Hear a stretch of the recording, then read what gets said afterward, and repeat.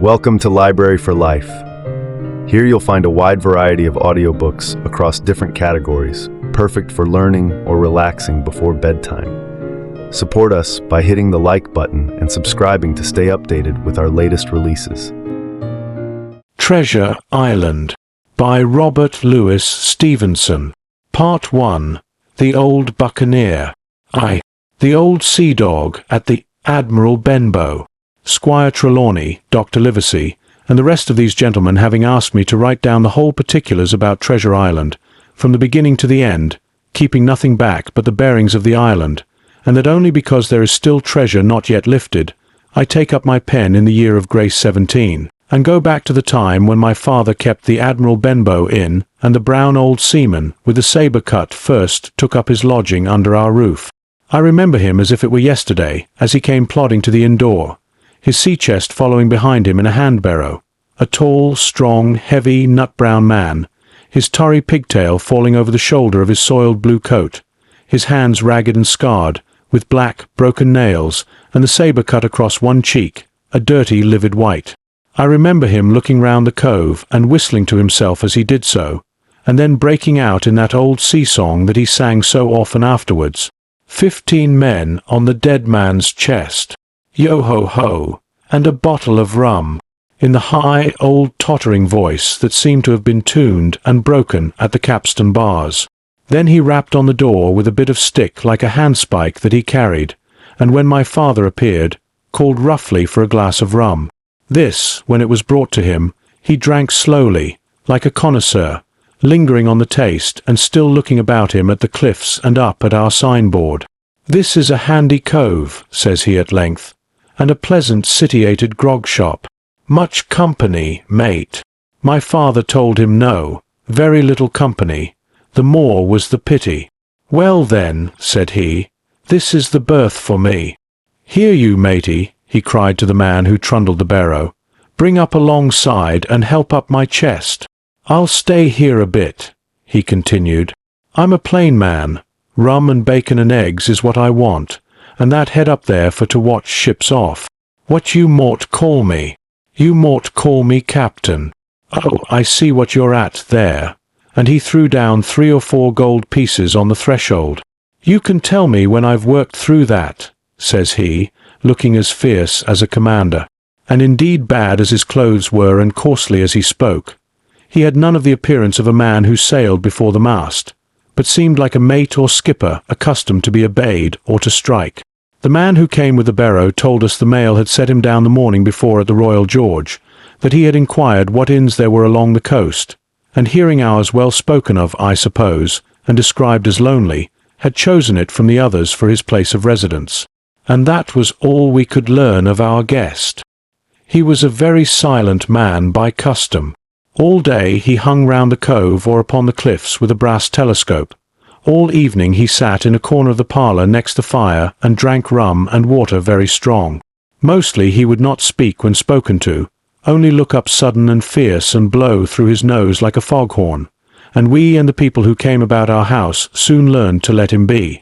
Every day when he came back from his stroll, he would ask if any seafaring men had gone by along the road. At first we thought it was the want of company of his own kind that made him ask this question, but at last we began to see he was desirous to avoid them. When a seaman did put up at the Admiral Benbow, as now and then some did, making by the coast road for Bristol, he would look in at him through the curtained door before he entered the parlour, and he was always sure to be as silent as a mouse when any such was present. For me, at least, there was no secret about the matter, for I was, in a way, a sharer in his alarms. He had taken me aside one day and promised me a silver 4 on the 1st of every month if I would only keep my weather eye open for a seafaring man with one leg, and let him know the moment he appeared. Often enough, when the 1st of the month came round and I applied to him for my wage, he would only blow through his nose at me and stare me down, but before the week was out he was sure to think better of it, bring me my 4 piece, and repeat his orders to look out for the seafaring man with one leg. How that personage haunted my dreams, I need scarcely tell you.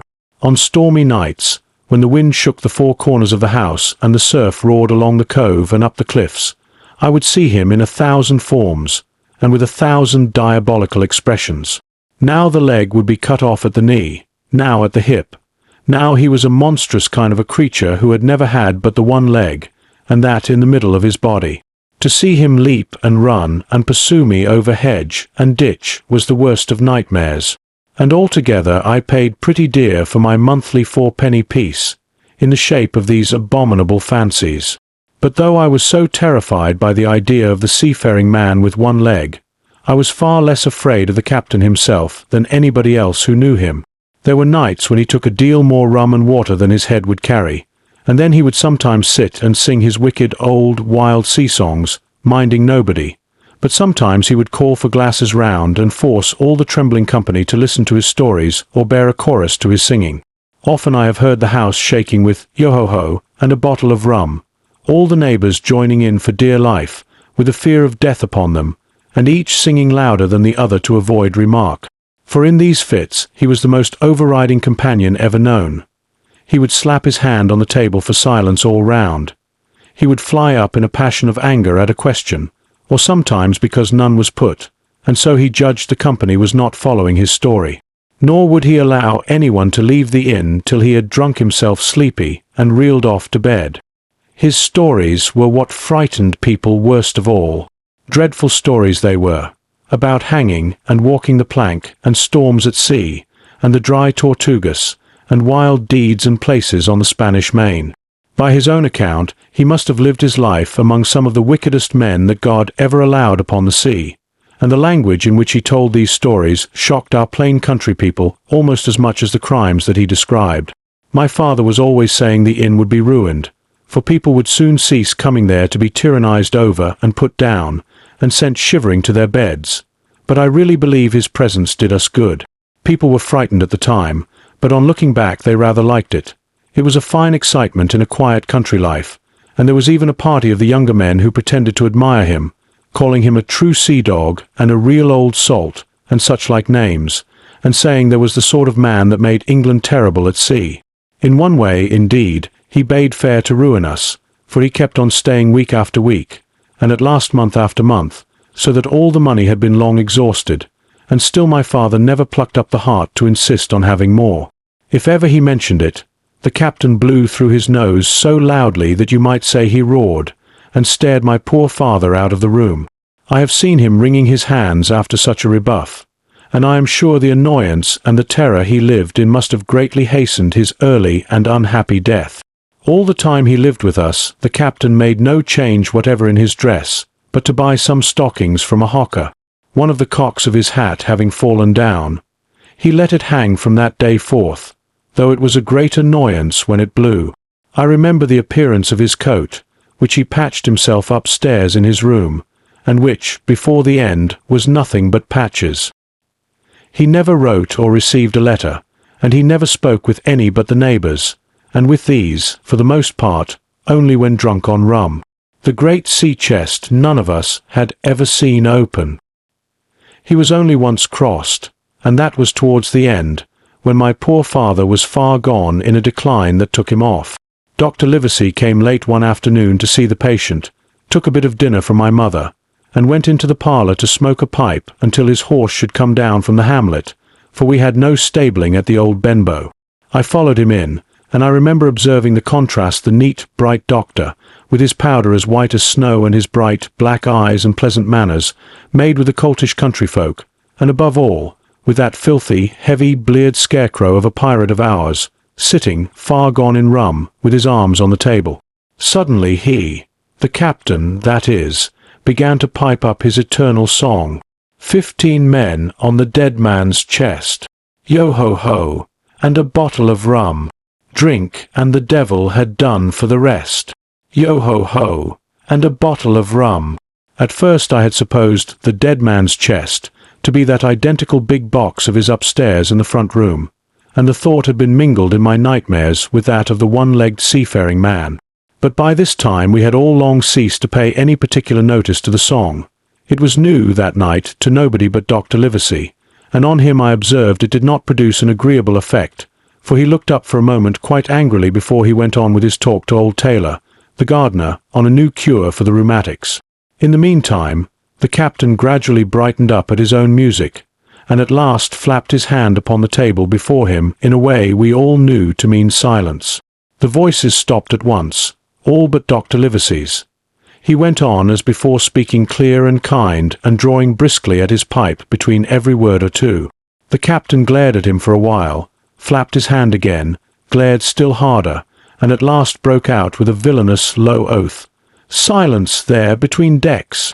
Were you addressing me, sir?" says the doctor, and when the ruffian had told him, with another oath, that this was so, "I have only one thing to say to you, sir," replies the doctor, "that if you keep on drinking rum, the world will soon be quit of a very dirty scoundrel."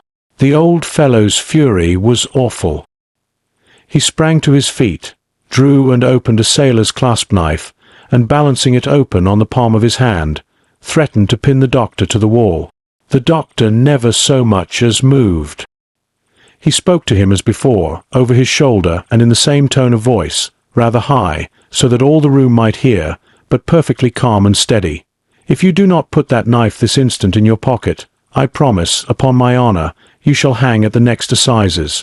Then followed a battle of looks between them, but the captain soon knuckled under, put up his weapon, and resumed his seat, grumbling like a beaten dog. "And now, sir," continued the doctor, "since I now know there's such a fellow in my district, you may count I'll have an eye upon you day and night. I'm not a doctor only, I'm a magistrate, and if I catch a breath of complaint against you, if it's only for a piece of incivility like tonight's, I'll take effectual means to have you hunted down and routed out of this. Let that suffice." Soon after, Dr. Livesey's horse came to the door, and he rode away, but the captain held his peace that evening, and for many evenings to come. 2. Black Dog appears and disappears.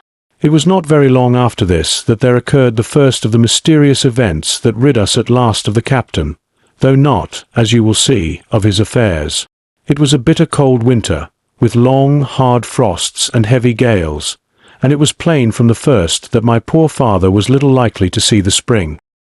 He sank daily, and my mother and I had all the inn upon our hands, and were kept busy enough without paying much regard to our unpleasant guest. It was one January morning very early, a pinching, frosty morning, the cove all grey with hoarfrost, the ripple lapping softly on the stones, the sun still low and only touching the hilltops and shining far to seaward. The captain had risen earlier than usual and set out down the beach, his cutlass swinging under the broad skirts of the old blue coat, his brass telescope under his arm, his hat tilted back upon his head. I remember his breath hanging like smoke in his wake as he strode off, and the last sound I heard of him as he turned the big rock was a loud snort of indignation, as though his mind was still running upon Dr. Livesey.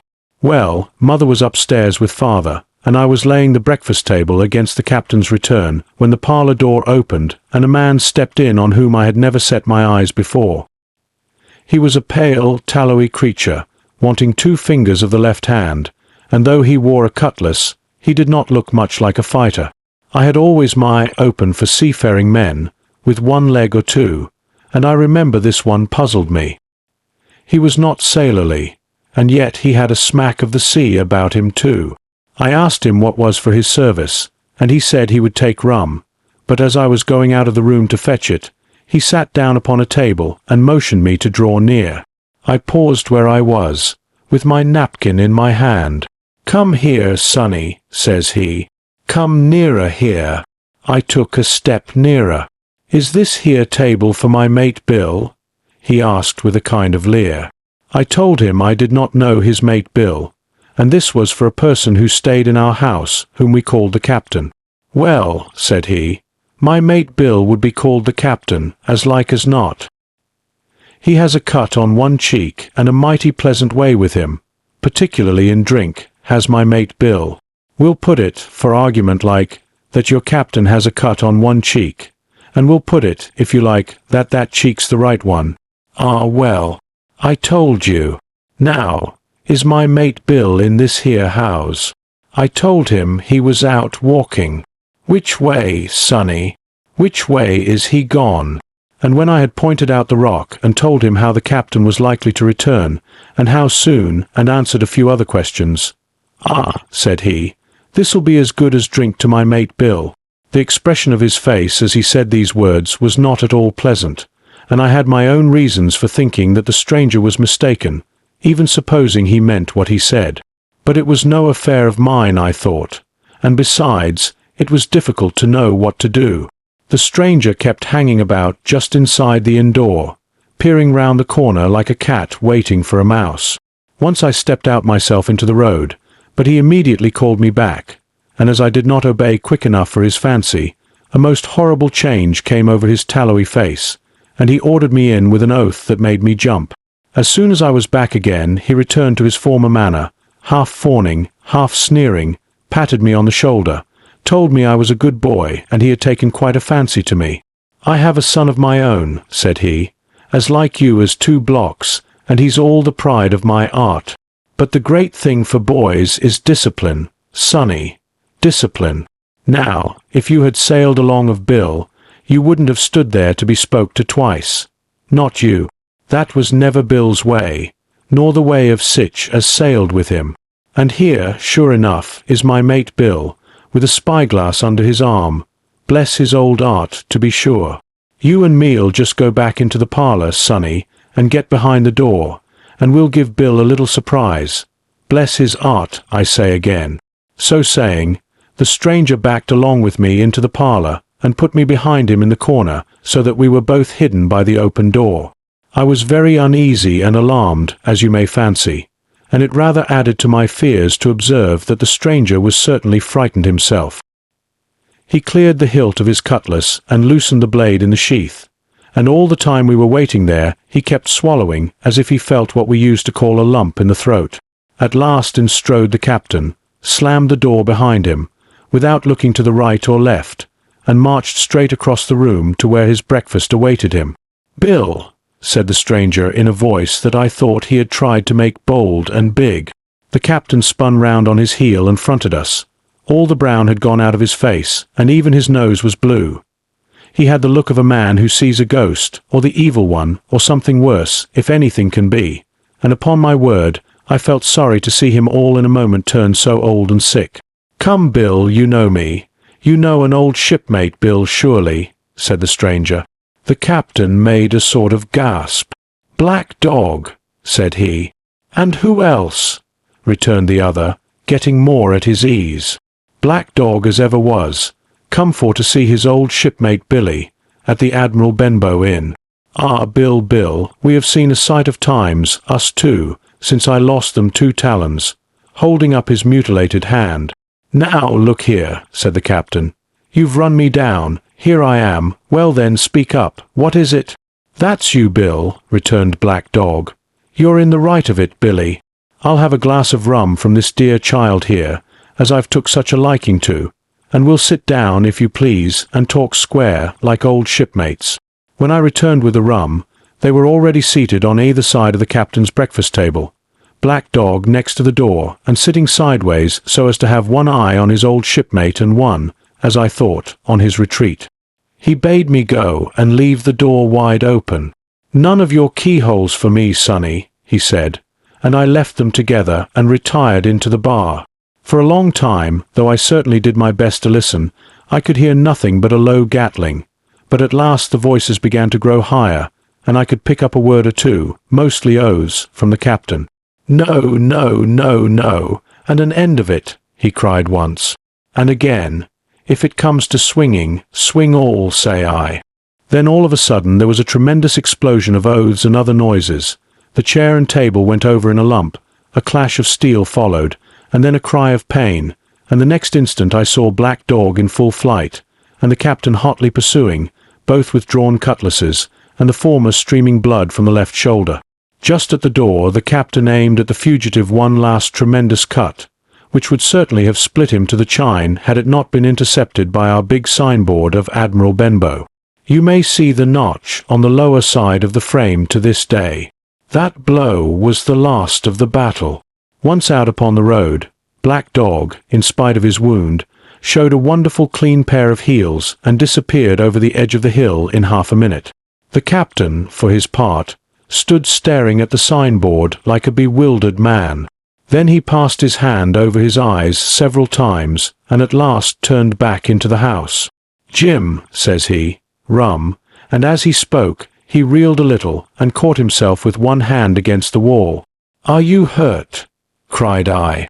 "Rum," he repeated. "I must get away from here. Rum, rum."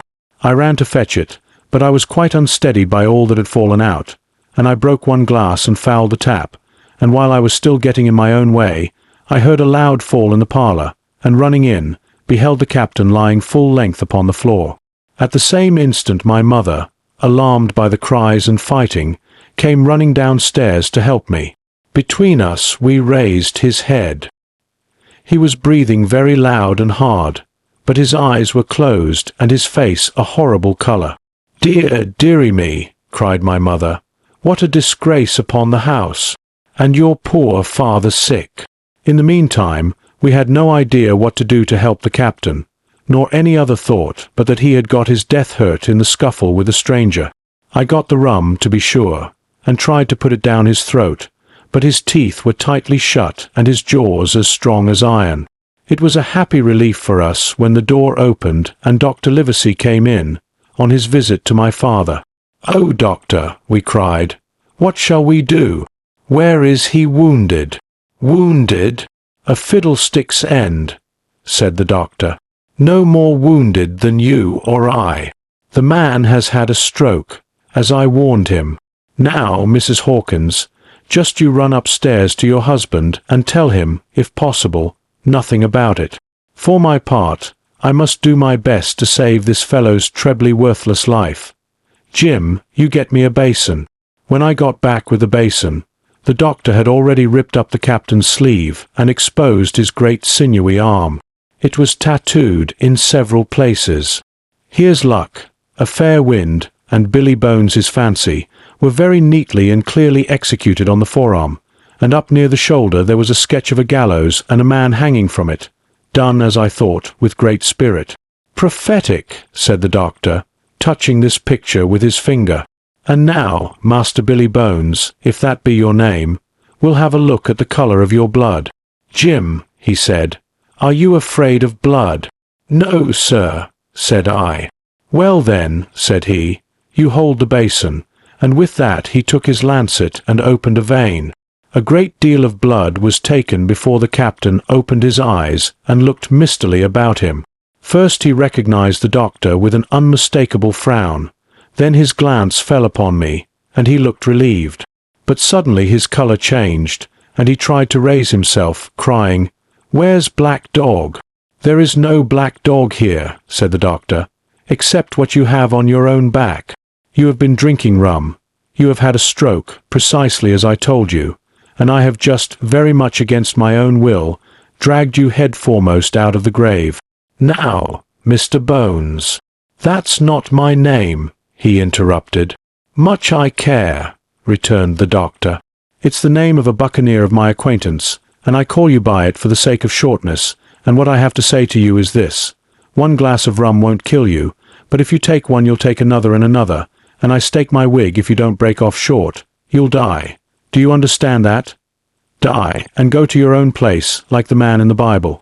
Come, now, make an effort. I'll help you to your bed for once."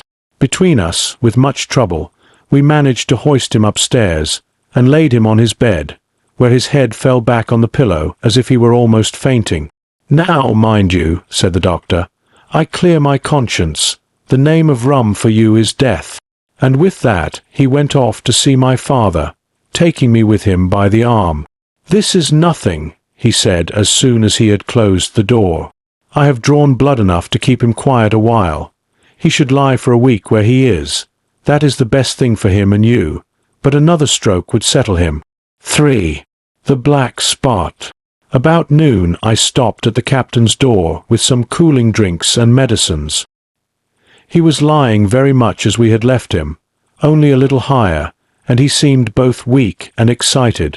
"Jim," he said, "you're the only one here that's worth anything, and you know I've been always good to you.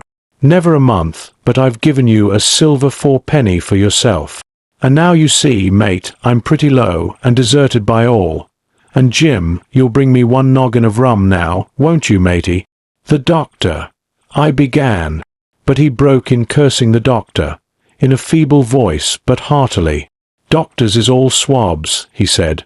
"And that doctor there, why, what do he know about seafaring men?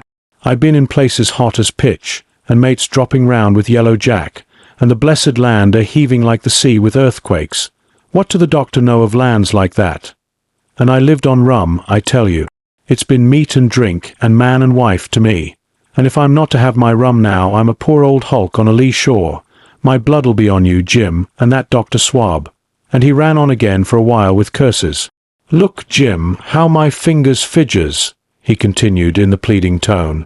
"I can't keep 'em still, not I. I haven't had a drop this blessed day.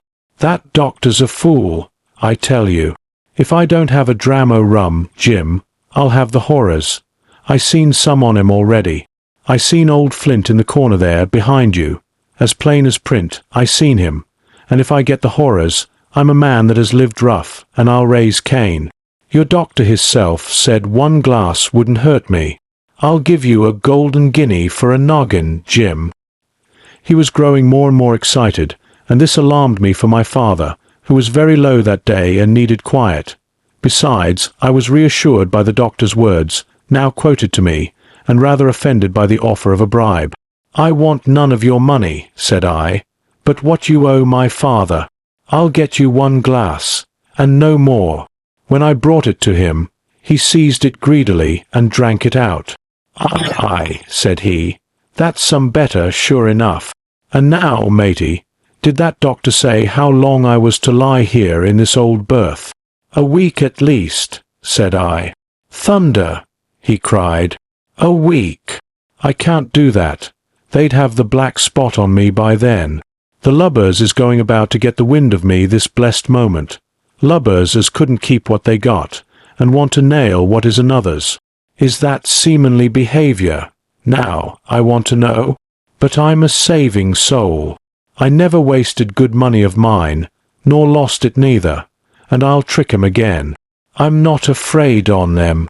I'll shake out another reef, matey, and daddle 'em again." As he was thus speaking, he had risen from bed with great difficulty, holding to my shoulder with a grip that almost made me cry out, and moving his legs like so much dead weight.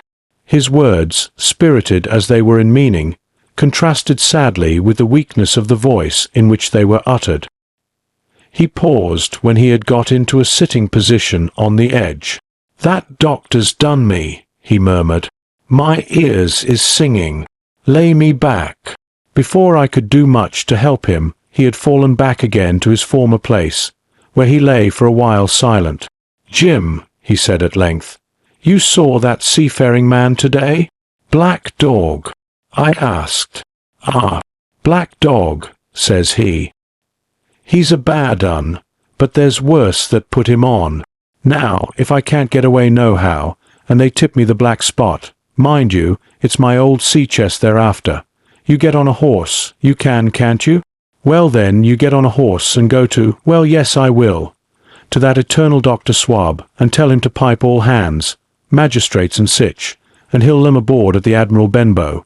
All old Flint's crew, man and boy, all on that's left. I was first mate, I was, old Flint's first mate, and I'm the only one as knows the place. He gave it me at Savannah, when he lay a-dying, like as if I was to now, you see. But you won't peach unless they get the black spot on me, or unless you see that black dog again, or a seafaring man with one leg, Jim, him above all." "But what is the black spot, Captain?" I asked. "That's a summons, mate. I'll tell you if they get that. But you keep your weather eye open, Jim, and I'll share with you equals, upon my honour." He wandered a little longer, his voice growing weaker, but soon after I had given him his medicine, which he took like a child, with the remark, "If ever a seaman wanted drugs, it's me," he fell at last into a heavy, swoon-like sleep in which I left him. What I should have done had all gone well I do not know. Probably I should have told the whole story to the doctor, for I was in mortal fear lest the captain should repent of his confessions and make an end of me. But as things fell out, my poor father died quite suddenly that evening, which put all other matters on one side.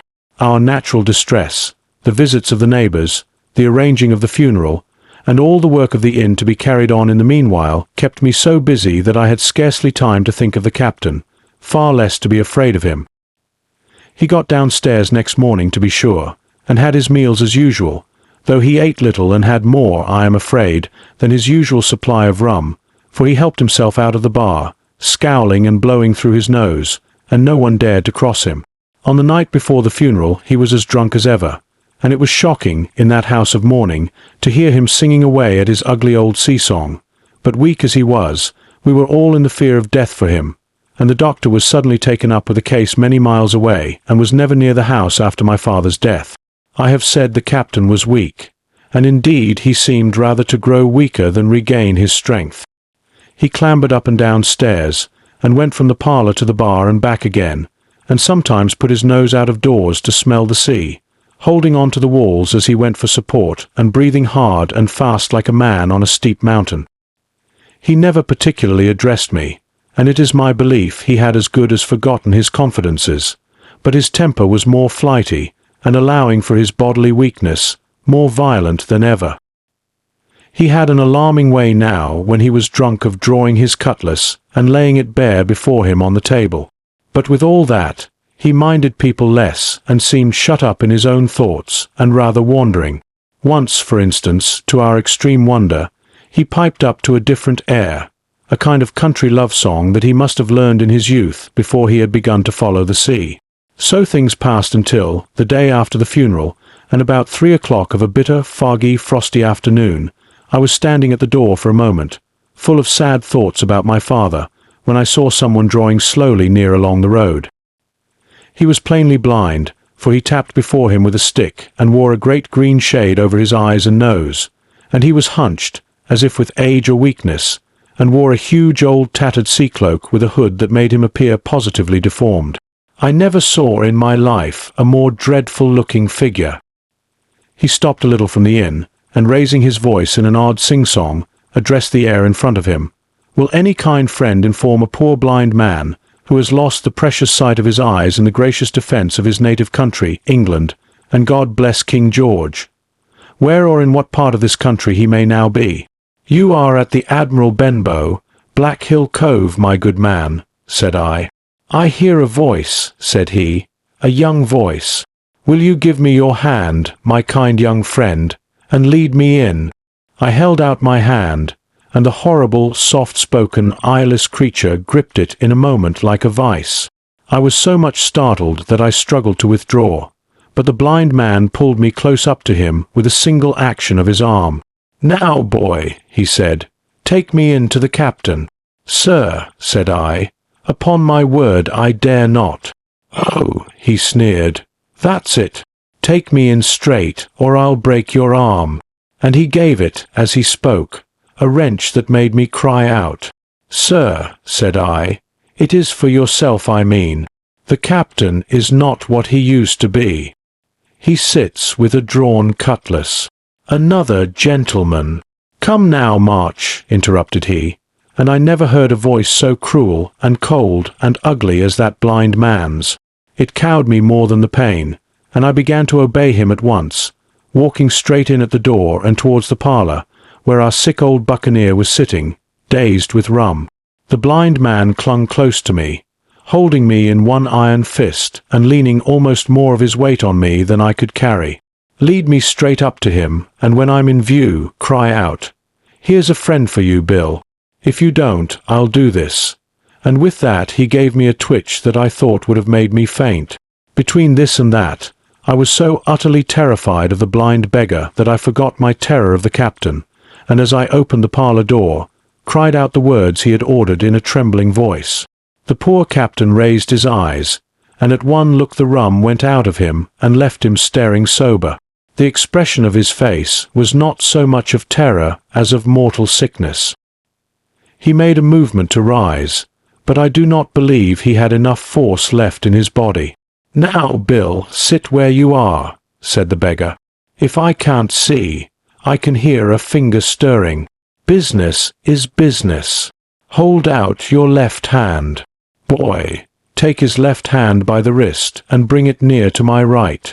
We both obeyed him to the letter, and I saw him pass something from the hollow of the hand that held his stick into the palm of the captain's, which closed upon it instantly.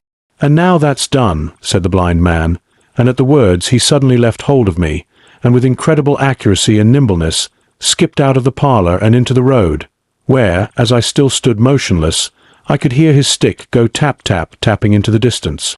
It was some time before either I or the captain seemed to gather our senses, but at length, and about at the same moment, I released his wrist, which I was still holding, and he drew in his hand and looked sharply into the palm. 10 o'clock, he cried. 6 hours. We'll do them yet. And he sprang to his feet. Even as he did so, he reeled, put his hand to his throat, stood swaying for a moment, and then, with a peculiar sound, fell from his whole height face foremost to the floor. I ran to him at once, calling to my mother, but haste was all in vain. The captain had been struck dead by thundering apoplexy. It is a curious thing to understand, for I had certainly never liked the man, though of late I had begun to pity him, but as soon as I saw that he was dead, I burst into a flood of tears. It was the second death I had known, and the sorrow of the first was still fresh in my heart. 4. The sea chest. I lost no time, of course, in telling my mother all that I knew, and perhaps should have told her long before, and we saw ourselves at once in a difficult and dangerous position. Some of the man's money, if he had any, was certainly due to us, but it was not likely that our captain's shipmates, above all the 2 specimens seen by me, Black Dog and the blind beggar, would be inclined to give up their booty in payment of the dead man's debts. The captain's order to mount at once and ride for Dr. Livesey would have left my mother alone and unprotected, which was not to be thought of.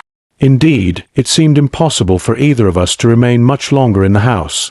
The fall of coals in the kitchen grate, the very ticking of the clock, filled us with alarms.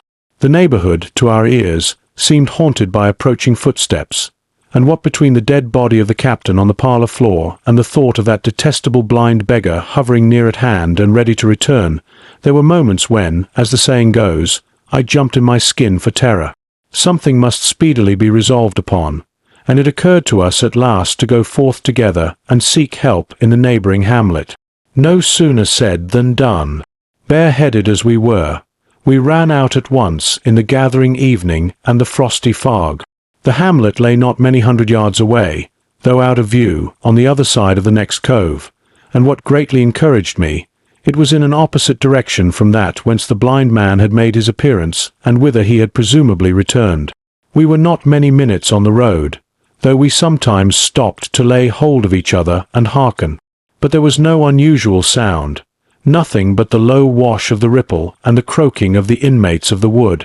It was already candlelight when we reached the hamlet, and I shall never forget how much I was cheered to see the yellow shine in doors and windows, but that, as it proved, was the best of the help we were likely to get in that quarter.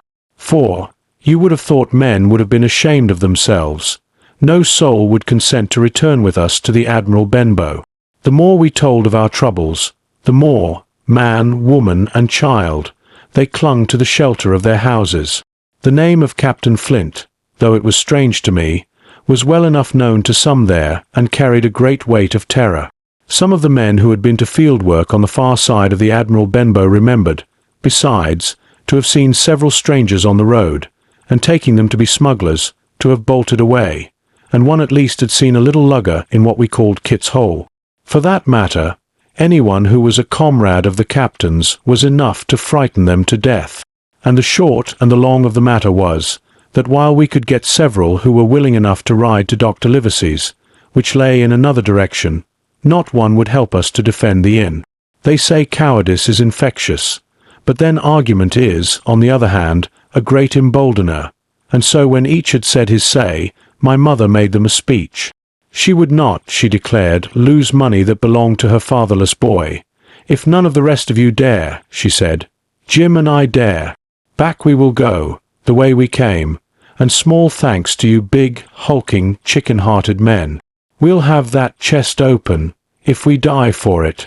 And I'll thank you for that bag, Mrs. Crossley, to bring back our lawful money in. Of course I said I would go with my mother, and of course they all cried out at our foolhardiness, but even then not a man would go along with us.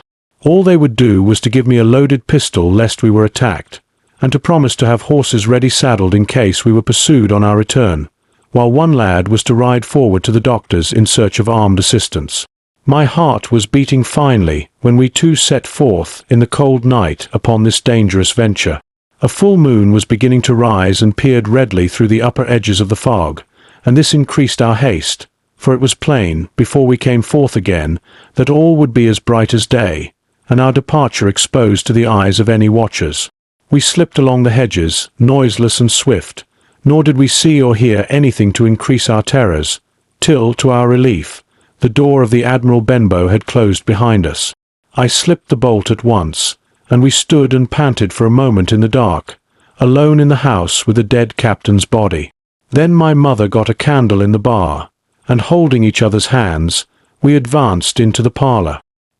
He lay as we had left him, on his back, with his eyes open and one arm stretched out. "Draw down the blind, Jim," whispered my mother. "They might come and watch outside." "And now," said she when I had done so, "we have to get the key off that, and who's to touch it, I should like to know." And she gave a kind of sob as she said the words.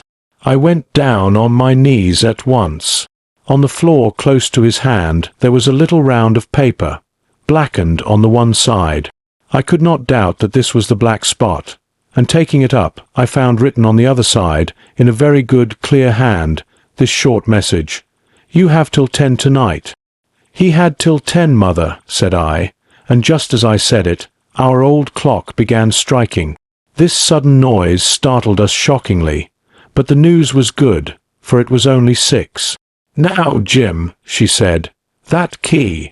I felt in his pockets, one after another. A few small coins, a thimble, and some thread and big needles, a piece of pigtail tobacco bitten away at the end, his gully with a crooked handle, a pocket compass, and a tinderbox were all that they contained, and I began to despair. "Perhaps it's round his neck," suggested my mother. Overcoming a strong repugnance, I tore open his shirt at the neck, and there, sure enough, hanging to a bit of tarry string, which I cut with his own gully, we found the key. At this triumph we were filled with hope, and hurried upstairs without delay to the little room where he had slept so long, and where his box had stood since the day of his arrival. It was like any other seaman's chest on the outside, the initial B burned on the top of it with a hot iron, and the corners somewhat smashed and broken as by long, rough usage. "Give me the key," said my mother, and though the lock was very stiff, she had turned it and thrown back the lid in a twinkling. A strong smell of tobacco and tar rose from the interior, but nothing was to be seen on the top except a suit of very good clothes, carefully brushed and folded. They had never been worn, my mother said. Under that, the miscellany began: a quadrant, a tin cannikin, several sticks of tobacco, 2 brace of very handsome pistols, a piece of bar silver, an old Spanish watch, and some other trinkets of little value and mostly of foreign make, a pair of compasses mounted with brass, and 5 or 6 curious West Indian shells.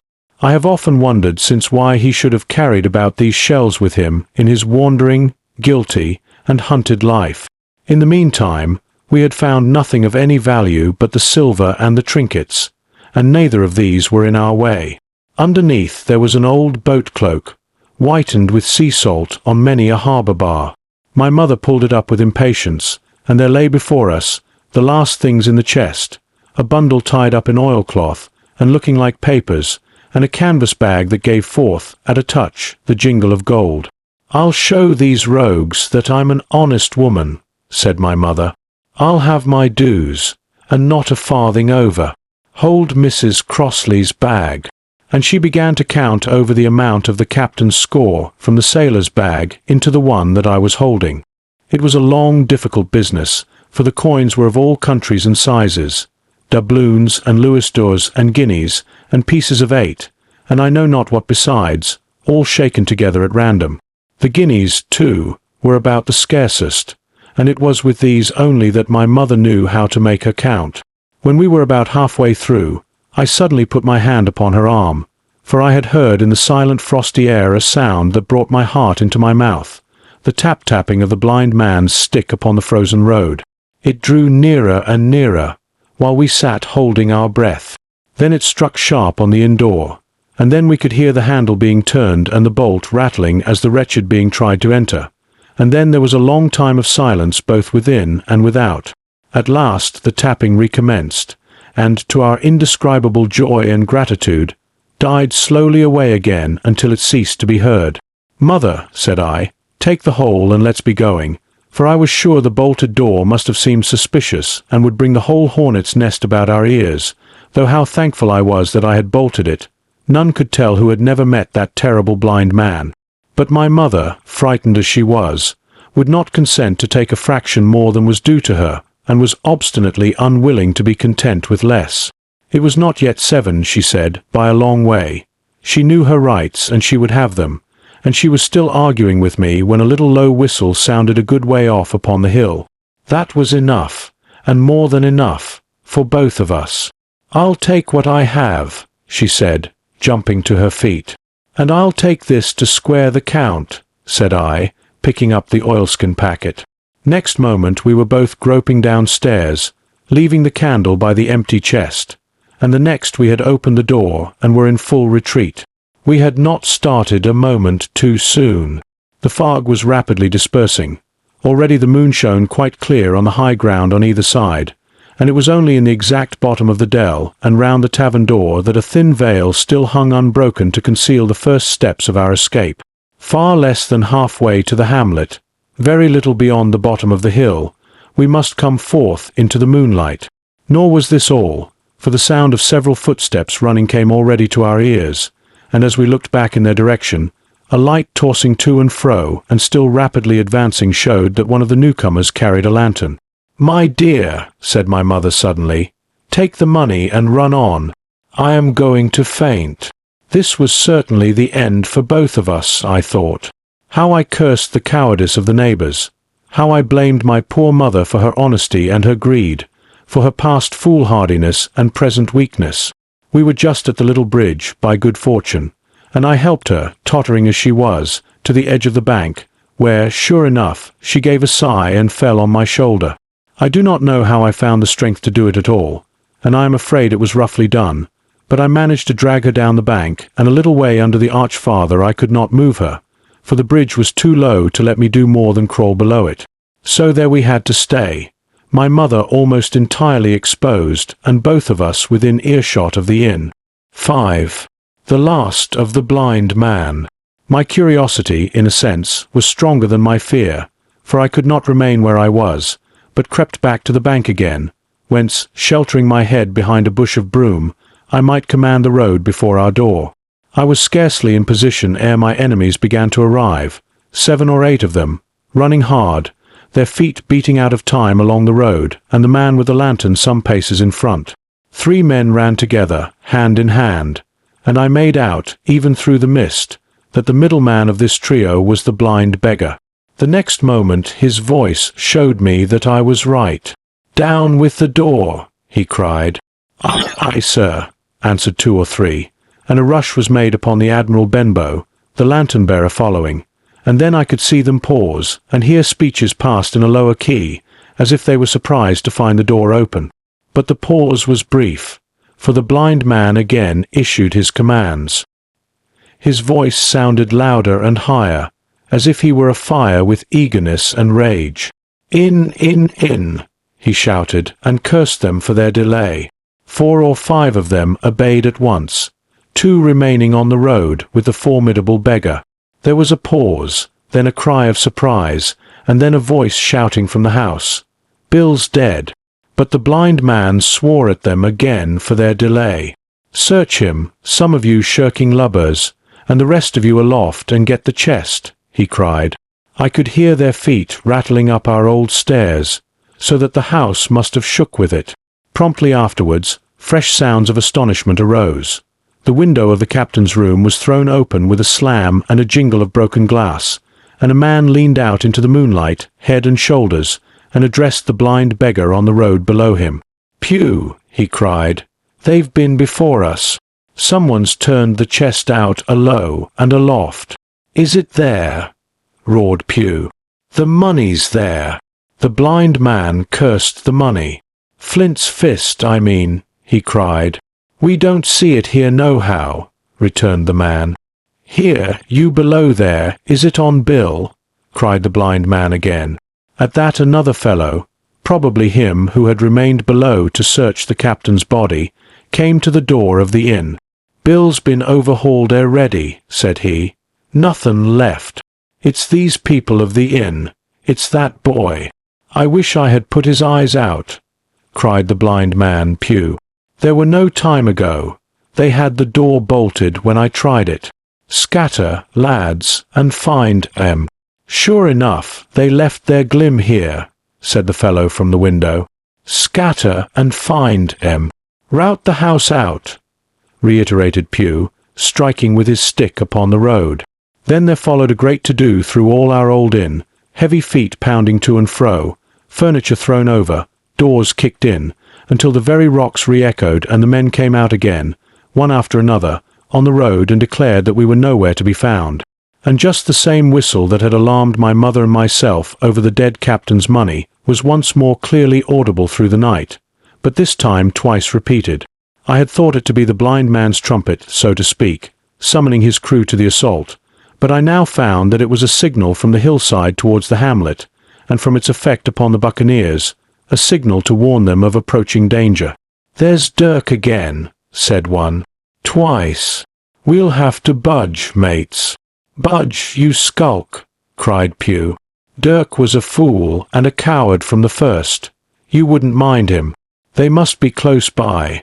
They can't be far. You have your hands on it. Scatter and look for them, dogs." "Oh, shiver my soul," he cried. "If I had eyes." This appeal seemed to produce some effect, for two of the fellows began to look here and there among the lumber, but half-heartedly, I thought, and with half an eye to their own danger all the time, while the rest stood irresolute on the road.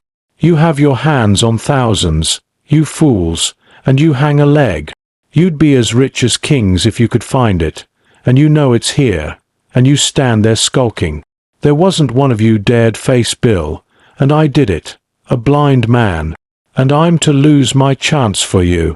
I'm to be a poor, crawling beggar, sponging for rum, when I might be rolling in a coach. If you had the pluck of a weevil in a biscuit, you would catch them still." "Hang it, Pew, we've got the doubloons," grumbled one. "They might have hid the blessed thing," said another. "Take the George, Pew, and don't stand here squalling." Squalling was the word for it. Pew's anger rose so high at these objections till at last, his passion completely taking the upper hand, he struck at them right and left in his blindness, and his stick sounded heavily on more than one. These, in their turn, cursed back at the blind miscreant, threatened him in horrid terms, and tried in vain to catch the stick and wrest it from his grasp. This quarrel was the saving of us, for while it was still raging, another sound came from the top of the hill on the side of the hamlet, the tramp of horses galloping. Almost at the same time a pistol shot, flash and report came from the hedge side, and that was plainly the last signal of danger, for the buccaneers turned at once and ran, separating in every direction, one seaward along the cove, one slant across the hill, and so on, so that in half a minute not a sign of them remained but Pew. Him they had deserted, whether in sheer panic or out of revenge for his ill words and blows I know not, but there he remained behind, tapping up and down the road in a frenzy, and groping and calling for his comrades. Finally he took a wrong turn and ran a few steps past me, towards the hamlet, crying, "Johnny, Black Dog, Dirk," and other names. "You won't leave old Pew, mates, not old Pew." Just then the noise of horses topped the rise, and 4 or 5 riders came in sight in the moonlight and swept at full gallop down the slope. At this Pew saw his error, turned with a scream, and ran straight for the ditch, into which he rolled.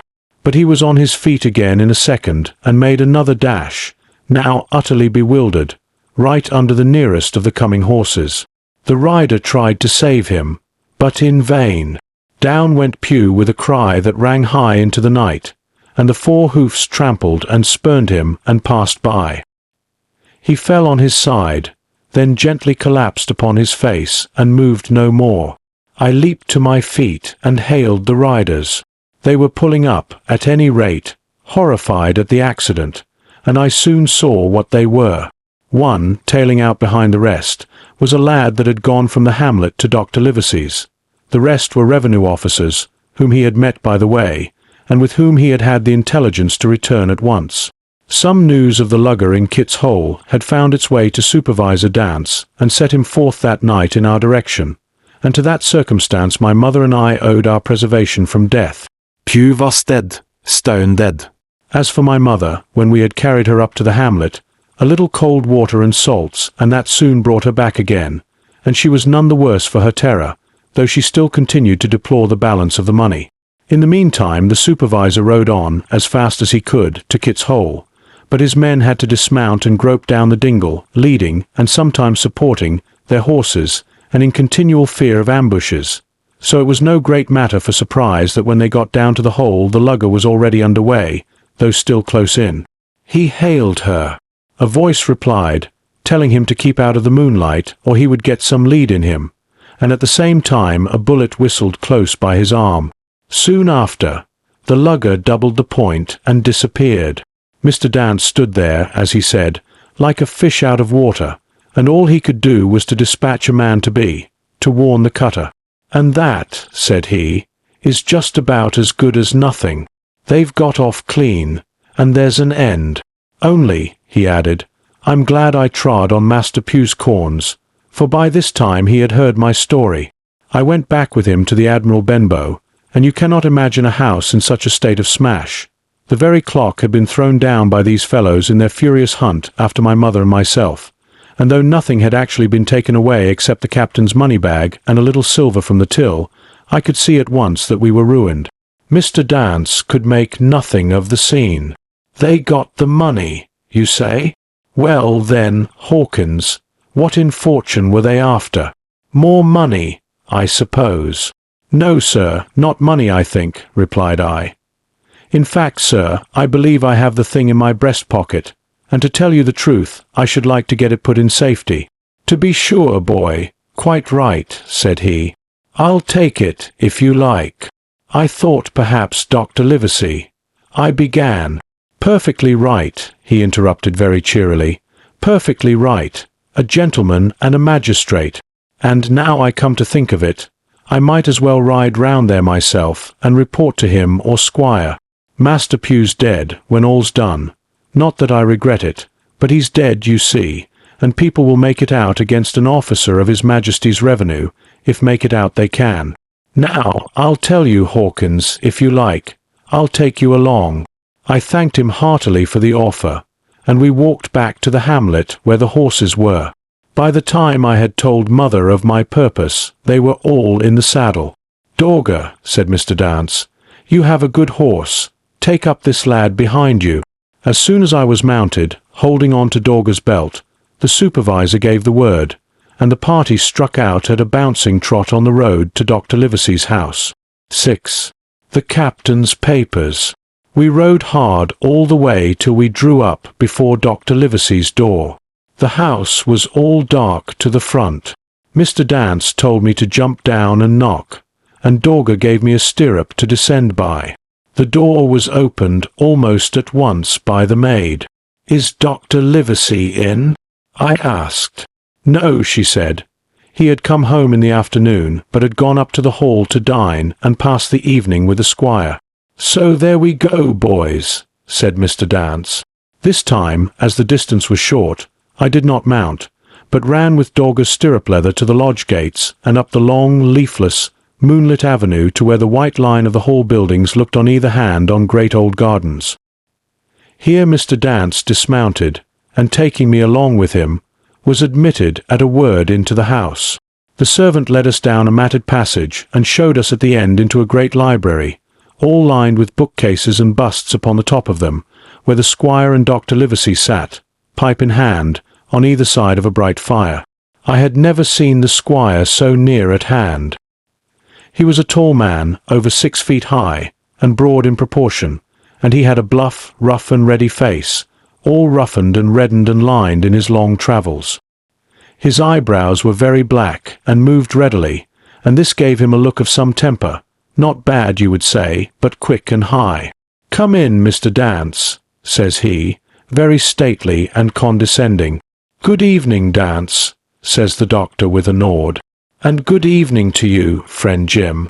What good wind brings you here?" The supervisor stood up straight and stiff and told his story like a lesson, and you should have seen how the two gentlemen leaned forward and looked at each other, and forgot to smoke in their surprise and interest. When they heard how my mother went back to the inn, Dr. Livesey fairly slapped his thigh, and the squire cried "Bravo!" and broke his long pipe against the grate. Long before it was done, Mr. Trelawney, that, you will remember, was the squire's name, had got up from his seat and was striding about the room, and the doctor, as if to hear the better, had taken off his powdered wig and sat there looking very strange indeed with his own close-cropped black poll. At last Mr. Dance finished the story.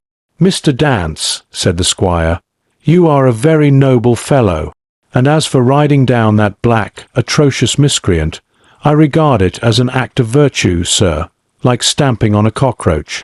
This lad Hawkins is a trump, I perceive. Hawkins, will you ring that bell? Mr. Dance must have some ale."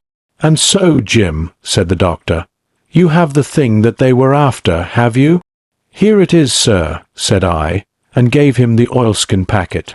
The doctor looked it all over, as if his fingers were itching to open it, but instead of doing that, he put it quietly in the pocket of his coat. "Squire," said he, "when Dance has had his ale he must, of course, be off on his Majesty's service, but I mean to keep Jim Hawkins here to sleep at my house, and with your permission, I propose we should have up the cold pie and let him sup." "As you will, Livesey," said the squire. "Hawkins has earned better than cold pie." So a big pigeon pie was brought in and put on a side table, and I made a hearty supper, for I was as hungry as a hawk, while Mr. Dance was further complimented and at last dismissed.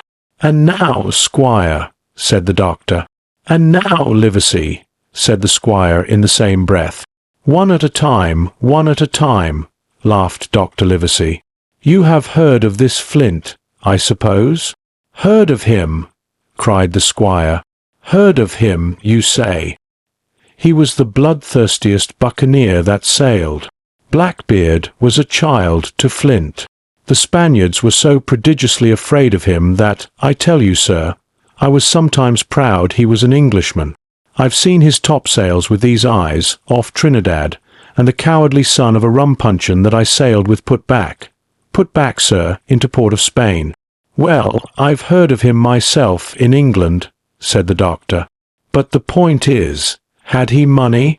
"Money!" cried the squire. "Have you heard the story? What were these villains after but money? What do they care for but money? For what would they risk their rascal carcasses but money?" "That we shall soon know," replied the doctor. "But you are so confoundedly hot-headed and exclamatory that I cannot get a word in. What I want to know is this. Supposing that I have here in my pocket some clue to where Flint buried his treasure, will that treasure amount to much?" "Amount, sir!" cried the squire. "It will amount to this. If we have the clue you talk about, I fit out a ship in Bristol dock, and take you and Hawkins here along, and I'll have that treasure if I search a year." "Very well," said the doctor. "Now then, if Jim is agreeable, we'll open the packet," and he laid it before him on the table. The bundle was sewn together, and the doctor had to get out his instrument case and cut the stitches with his medical scissors. It contained two things, a book and a sealed paper. "First of all we'll try the book," observed the doctor. The squire and I were both peering over his shoulder as he opened it, for Dr. Livesey had kindly motioned me to come round from the side table, where I had been eating, to enjoy the sport of the search. On the first page there were only some scraps of writing, such as a man with a pen in his hand might make for idleness or practice. One was the same as the tattoo mark, "Billy Bones his fancy." Then there was "Mr. W. Bones, mate. No more rum. Off Palm Key he got ITT," and some other snatches, mostly single words and unintelligible. I could not help wondering who it was that had got ITT, and what ITT was that he got. "A knife in his back, as like as not." "Not much instruction there," said Dr. Livesey as he passed on.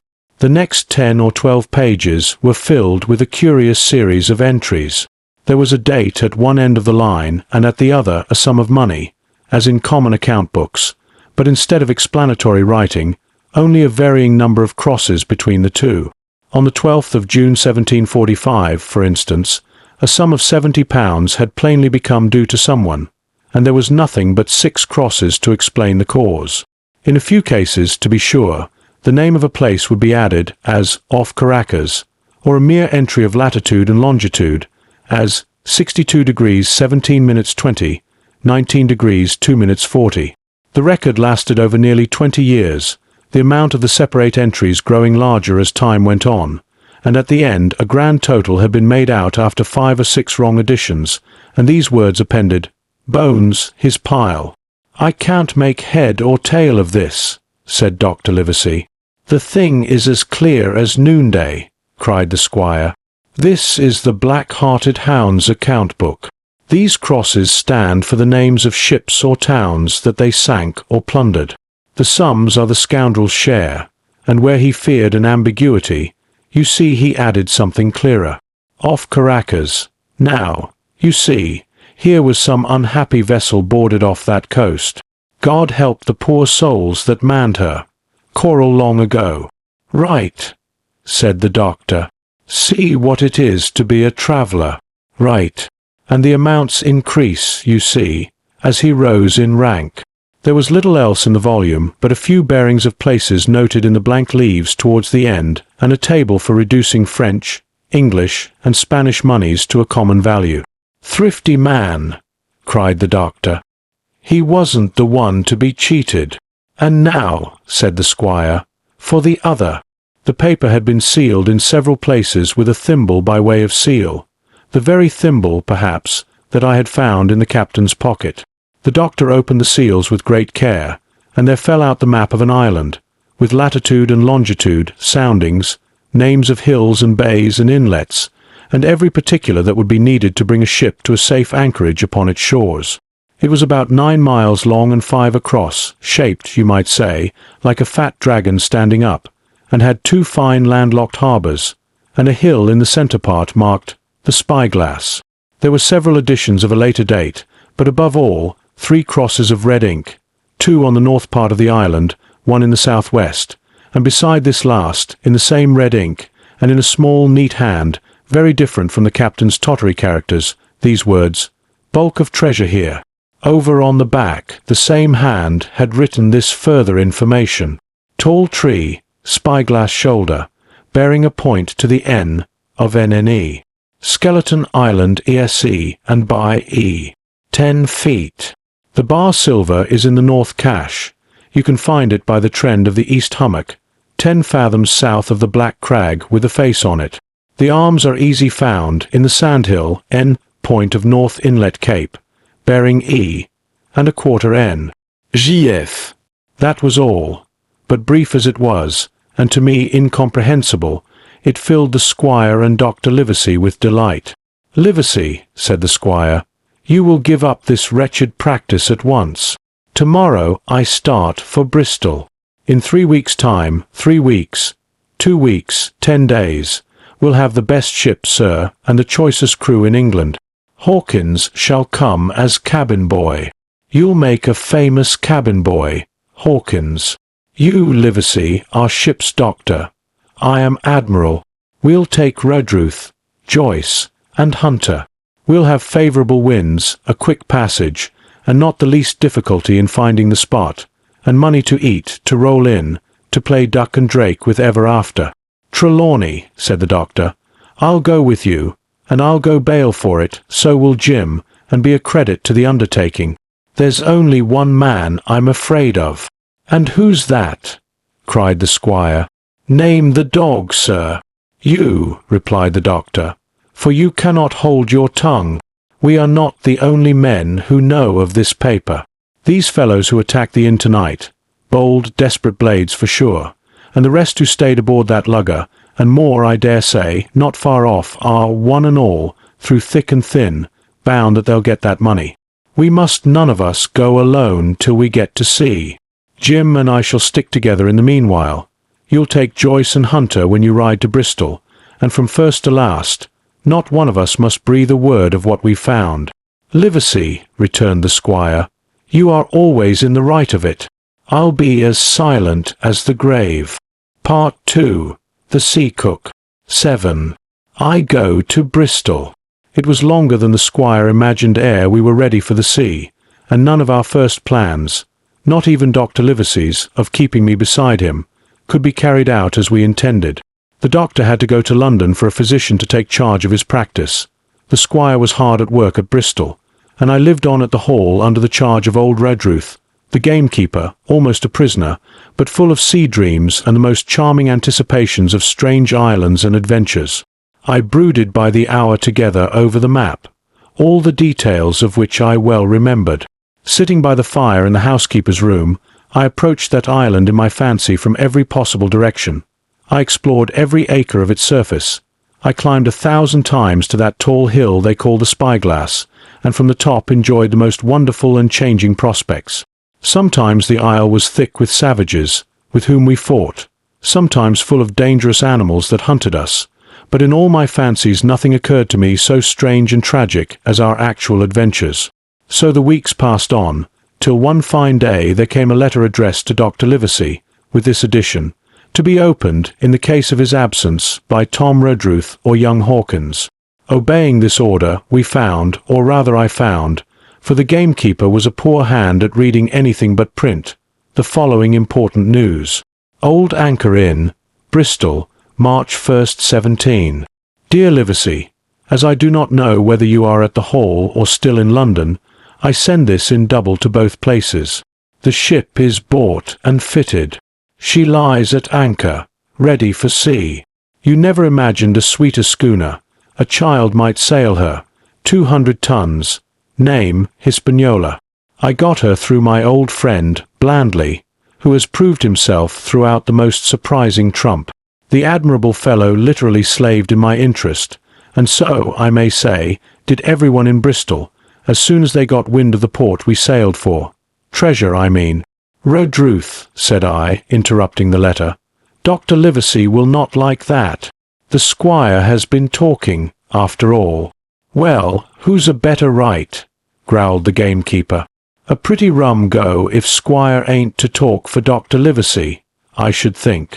At that I gave up all attempts at commentary and read straight on. Blandly himself found the Hispaniola, and by the most admirable management got her for the merest trifle. There is a class of men in Bristol monstrously prejudiced against Blandly.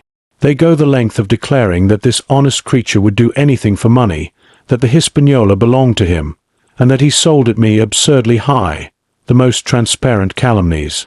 None of them dare, however, to deny the merits of the ship. So far there was not a hitch. The workpeople, to be sure, riggers and what not, were most annoyingly slow, but time cured that. It was the crew that troubled me. I wished a round score of men, in case of natives, buccaneers, or the odious French, and I had the worry of the deuce itself to find so much as half a dozen, till the most remarkable stroke of fortune brought me the very man that I required. I was standing on the dock, when, by the merest accident, I fell in talk with him. I found he was an old sailor, kept a public-house, knew all the seafaring men in Bristol, had lost his health ashore, and wanted a good berth as cook to get to sea again. He had hobbled down there that morning, he said, to get a smell of the salt. I was monstrously touched. So would you have been, and out of pure pity, I engaged him on the spot to be ship's cook. Long John Silver, he is called, and has lost a leg, but that I regarded as a recommendation, since he lost it in his country's service, under the immortal Hawk. He has no pension, Livesey. Imagine the abominable age we live in. Well, sir, I thought I had only found a cook, but it was a crew I had discovered. Between Silver and myself we got together in a few days a company of the toughest old salts imaginable, not pretty to look at, but fellows, by their faces, of the most indomitable spirit. I declare we could fight a frigate. Long John even got rid of 2 out of the 6 or 7 I had already engaged. He showed me in a moment that they were just the sort of fresh-water swabs we had to fear in an adventure of importance. I am in the most magnificent health and spirits, eating like a bull, sleeping like a tree, yet I shall not enjoy a moment till I hear my old tarpaulins tramping round the capstan. Seaward, ho! Hang the treasure! It's the glory of the sea that has turned my head. So now, Livesey, come post. Do not lose an hour, if you respect me. Let young Hawkins go at once to see his mother, with Redruth for a guard, and then both come full speed to Bristol. John Trelawney. Postscript. I did not tell you that Blandley, who, by the way, is to send a consort after us if we don't turn up by the end of August, had found an admirable fellow for sailing master. A stiff man, which I regret, but in all other respects a treasure. Long John Silver unearthed a very competent man for a mate, a man named Arrow. I have a boatswain who pipes, Livesey. So things shall go manner or fashion on board the good ship Hispaniola. I forgot to tell you that Silver is a man of substance. I know of my own knowledge that he has a banker's account, which has never been overdrawn. He leaves his wife to manage the inn, and as she is a woman of colour, a pair of old bachelors like you and I may be excused for guessing that it is the wife, quite as much as the health, that sends him back to roving. J. T. P.P.S. Hawkins may stay one night with his mother. J. T. You can fancy the excitement into which that letter put me. I was half beside myself with glee, and if ever I despised a man, it was old Tom Redruth, who could do nothing but grumble and lament. Any of the under gamekeepers would gladly have changed places with him, but such was not the squire's pleasure, and the squire's pleasure was like law among them all. Nobody but old Redruth would have dared so much as even to grumble. The next morning he and I set out on foot for the Admiral Benbow, and there I found my mother in good health and spirits. The captain, who had so long been a cause of so much discomfort, was gone where the wicked cease from troubling. The squire had had everything repaired, and the public rooms and the sign repainted, and had added some furniture, above all a beautiful armchair for mother in the bar. He had found her a boy as an apprentice also, so that she should not want help while I was gone. It was on seeing that boy that I understood, for the first time, my situation.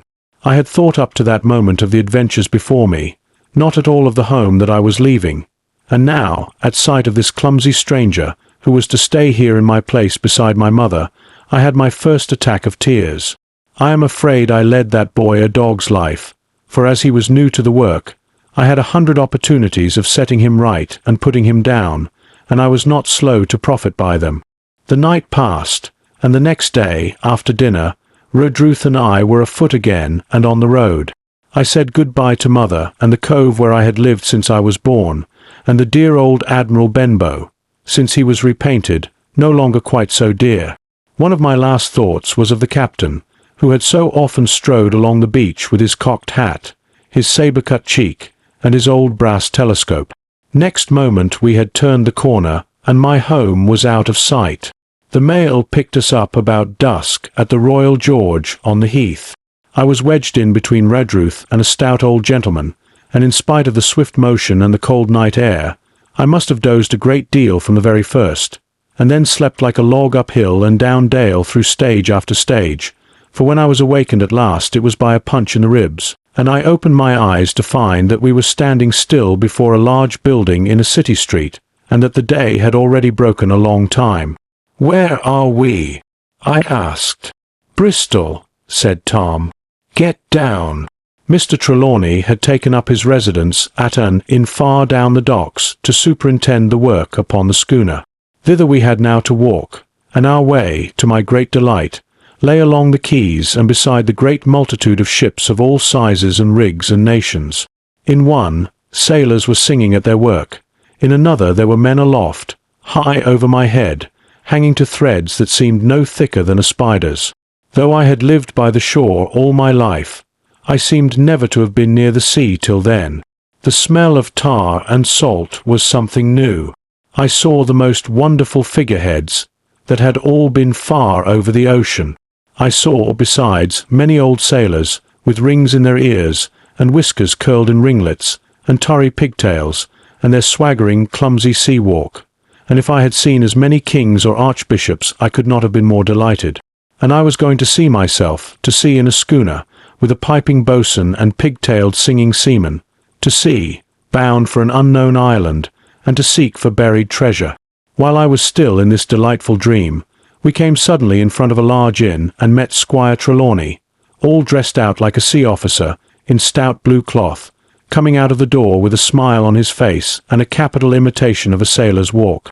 "Here you are," he cried, "and the doctor came last night from London. Bravo! The ship's company complete." "Oh, sir," cried I, "when do we sail?" "Sail," says he.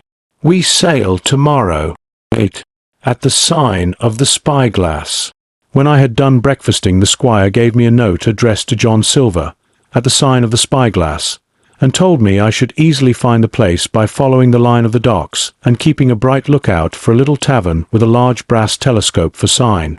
I set off, overjoyed at this opportunity to see some more of the ships and seamen, and picked my way among a great crowd of people and carts and bales, for the dock was now at its busiest, until I found the tavern in question. It was a bright enough little place of entertainment. The sign was newly painted, the windows had neat red curtains, the floor was cleanly sanded. There was a street on each side and an open door on both, which made the large, low room pretty clear to see in spite of clouds of tobacco smoke. The customers were mostly seafaring men, and they talked so loudly that I hung at the door, almost afraid to enter. As I was waiting, a man came out of a side room, and at a glance I was sure he must be Long John. His left leg was cut off close by the hip, and under the left shoulder he carried a crutch, which he managed with wonderful dexterity, hopping about upon it like a bird. He was very tall and strong, with a face as big as a ham, plain and pale, but intelligent and smiling. Indeed, he seemed in the most cheerful spirits, whistling as he moved about among the tables, with a merry word or a slap on the shoulder for the more favoured of his guests. Now, to tell you the truth, from the very first mention of Long John in Squire Trelawney's letter, I had taken a fear in my mind that he might prove to be the very one-legged sailor whom I had watched for so long at the old Benbow. But one look at the man before me was enough. I had seen the captain and Black Dog and the blind man Pew, and I thought I knew what a buccaneer was like. A very different creature, according to me, from this clean and pleasant-tempered landlord. I plucked up courage at once, crossed the threshold, and walked right up to the man where he stood, propped on his crutch, talking to a customer. "Mr. Silver, sir?" I asked, holding out the note.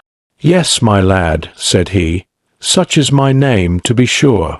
And who may you be?" And then, as he saw the squire's letter, he seemed to me to give something almost like a start. "Oh," said he, quite loud, and offering his hand. "I see. You are our new cabin boy. Pleased I am to see you." And he took my hand in his large, firm grasp. Just then one of the customers at the far side rose suddenly and made for the door. It was close by him, and he was out in the street in a moment. But his hurry had attracted my notice, and I recognized him at glance.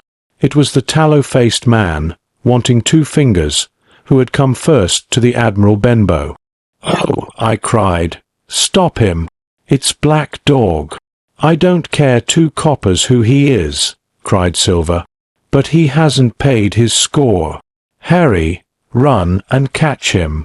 One of the others who was nearest the door leaped up and started in pursuit. "If he were Admiral Hawke he shall pay his score," cried Silver, and then, relinquishing my hand, "Who did you say he was?" he asked. "Black what?" "Dog, sir," said I. "Has Mr. Trelawney not told you of the buccaneers?" "He was one of them." "So," cried Silver. "In my house. Ben, run and help Harry. One of those swabs. Was he? Was that you drinking with him, Morgan? Step up here." The man whom he called Morgan, an old, grey-haired, mahogany-faced sailor, came forward pretty sheepishly, rolling his quid. "Now, Morgan," said Long John very sternly, "you never clapped your eyes on that black dog before, did you now?" "Not I, sir," said Morgan with a salute. "You didn't know his name, did you?" "No, sir." "By the powers, Tom Morgan, it's as good for you," exclaimed the landlord. "If you had been mixed up with the like of that, you would never have put another foot in my house. You may lay to that." "And what was he saying to you?"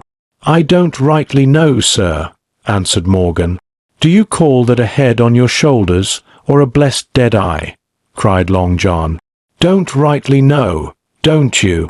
Perhaps you don't happen to rightly know who you was speaking to, perhaps? Come now, what was he jawing? Viags, Kappa's ships.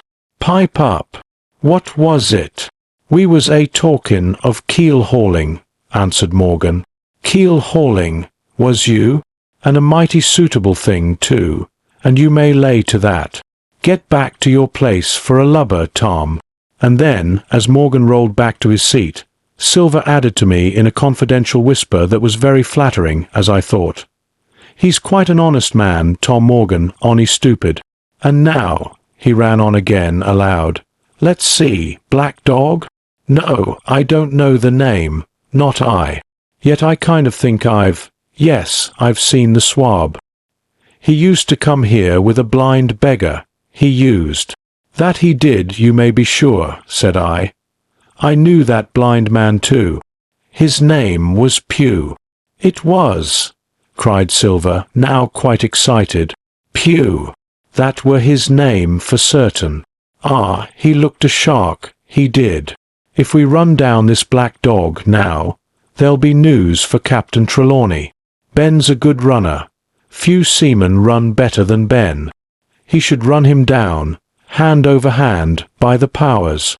He talked o' keel hauling, did he? I'll keel haul him."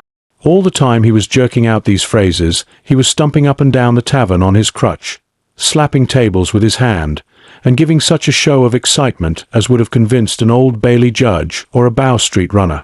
My suspicions had been thoroughly reawakened on finding Black Dog at the spyglass, and I watched the cook narrowly. But he was too deep and too ready and too clever for me, and by the time the two men had come back out of breath and confessed that they had lost the track in a crowd and been scolded like thieves, I would have gone bail for the innocence of Long John Silver. "See here now, Hawkins," said he. "Here's a blessed hard thing on a man like me now, ain't it? There's Captain Trelawney. What's he to think? Here I have this confounded son of a Dutchman sitting in my own house drinking of my own rum. Here you comes and tells me of it plain, and here I let him give us all the slip before my blessed deadlights. Now, Hawkins, you do me justice with the captain. You're a lad, you are, but you're as smart as paint. I see that when you first come in. Now, here it is. What could I do with this old timber I hobble on? When I was an A.B. master mariner, I'd have come up alongside of him, hand over hand, and broached him to in a brace of old shakes, I would. But now, and then, all of a sudden, he stopped, and his jaw dropped as though he had remembered something. "The score!" he burst out. "3 gozo rum. Why, shiver my timbers, if I hadn't forgotten my score." And falling on a bench, he laughed until the tears ran down his cheeks. I could not help joining, and we laughed together, peal after peal, until the tavern rang again. "Why, what a precious old sea-calf I am," he said at last, wiping his cheeks. "You and me should get on well, Hawkins, for I'll take my Davy I should be rated ship's boy. But come now, stand by to go about. This won't do. Duty is duty, messmates. I'll put on my old cockerel hat, and step along of you to Captain Trelawney, and report this here affair. For mind you, it's serious, young Hawkins, and neither you nor me's come out of it with what I should make so bold as to call credit. Nor you neither, says you. Not smart, none of the pair of us smart. But dash my buttons, that was a good un about my score." And he began to laugh again, and that so heartily, that though I did not see the joke as he did, I was again obliged to join him in his mirth. On our little walk along the quays, he made himself the most interesting companion, telling me about the different ships that we passed by, their rig, tonnage, and nationality, explaining the work that was going forward, how one was discharging, another taking in cargo, and a third making ready for sea, and every now and then telling me some little anecdote of ships or seamen, or repeating a nautical phrase till I had learned it perfectly. I began to see that here was one of the best of possible shipmates. When we got to the inn, the squire and Dr. Livesey were seated together, finishing a quart of ale with a toast in it, before they should go aboard the schooner on a visit of inspection. Long John told the story from first to last, with a great deal of spirit and the most perfect truth. "That was how it were now, weren't it, Hawkins?" he would say now and again, and I could always bear him entirely out. The two gentlemen regretted that Black Dog had got away, but we all agreed there was nothing to be done, and after he had been complimented, Long John took up his crutch and departed. "All hands aboard by 4 this afternoon," shouted the squire after him. "Aye, aye, sir," cried the cook in the passage. "Well, squire," said Dr. Livesey, "I don't put much faith in your discoveries as a general thing, but I will say this, John Silver suits me." "The man's a perfect trump," declared the squire. "And now," added the doctor, "Jim may come on board with us, may he not?" "To be sure he may," says squire. "Take your hat, Hawkins, and we'll see the ship." 9. Powder and arms. The Hispaniola lay some way out, and we went under the figureheads and round the sterns of many other ships, and their cables sometimes grated underneath our keel, and sometimes swung above us. At last, however, we got alongside, and were met and saluted as we stepped aboard by the mate, Mr. Arrow, a brown old sailor with earrings in his ears and a squint. He and the squire were very thick and friendly, but I soon observed that things were not the same between Mr. Trelawney and the captain. This last was a sharp-looking man who seemed angry with everything on board, and was soon to tell us why, for we had hardly got down into the cabin when a sailor followed us. "Captain Smollett, sir, axing to speak with you," said he. "I am always at the captain's orders." "Show him in," said the squire. The captain, who was close behind his messenger, entered at once and shut the door behind him.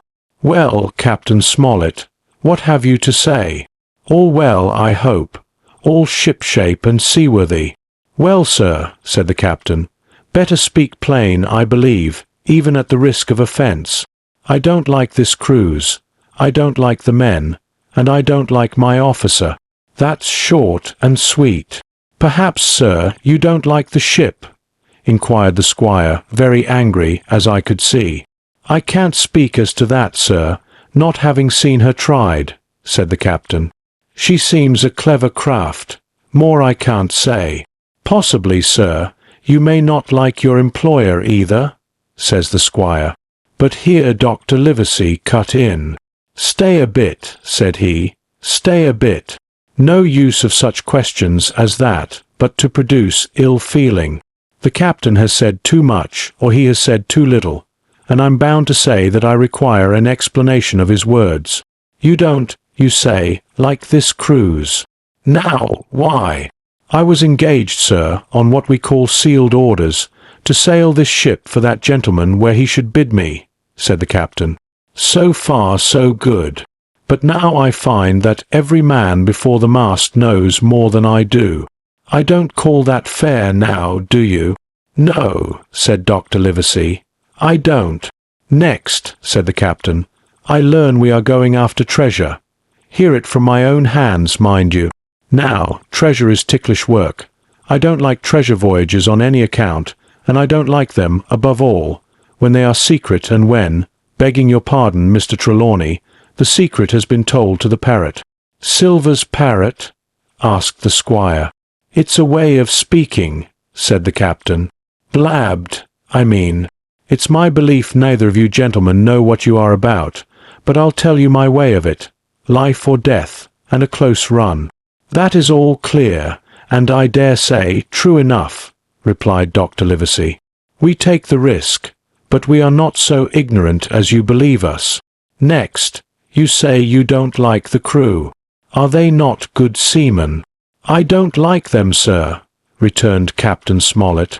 and I think I should have had the choosing of my own hands, if you go to that."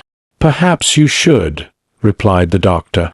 "My friend should, perhaps, have taken you along with him, but the slight, if there be one, was unintentional. And you don't like Mr. Arrow?" "I don't, sir. I believe he's a good seaman, but he's too free with the crew to be a good officer. A mate should keep himself to himself, shouldn't drink with the men before the mast." "Do you mean he drinks?" cried the squire. "No, sir," replied the captain, "only that he's too familiar." "Well now, and the short and long of it, captain?" asked the doctor. "Tell us what you want." "Well, gentlemen, are you determined to go on this cruise?" "Like iron," answered the squire.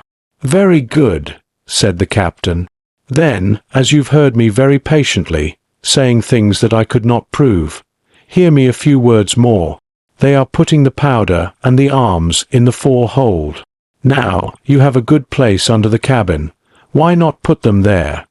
First point. Then, you are bringing 4 of your own people with you, and they tell me some of them are to be berthed forward. Why not give them the berths here beside the cabin? Second point. "Any more?" asked Mr. Trelawney. "One more," said the captain. "There's been too much blabbing already." "Far too much," agreed the doctor.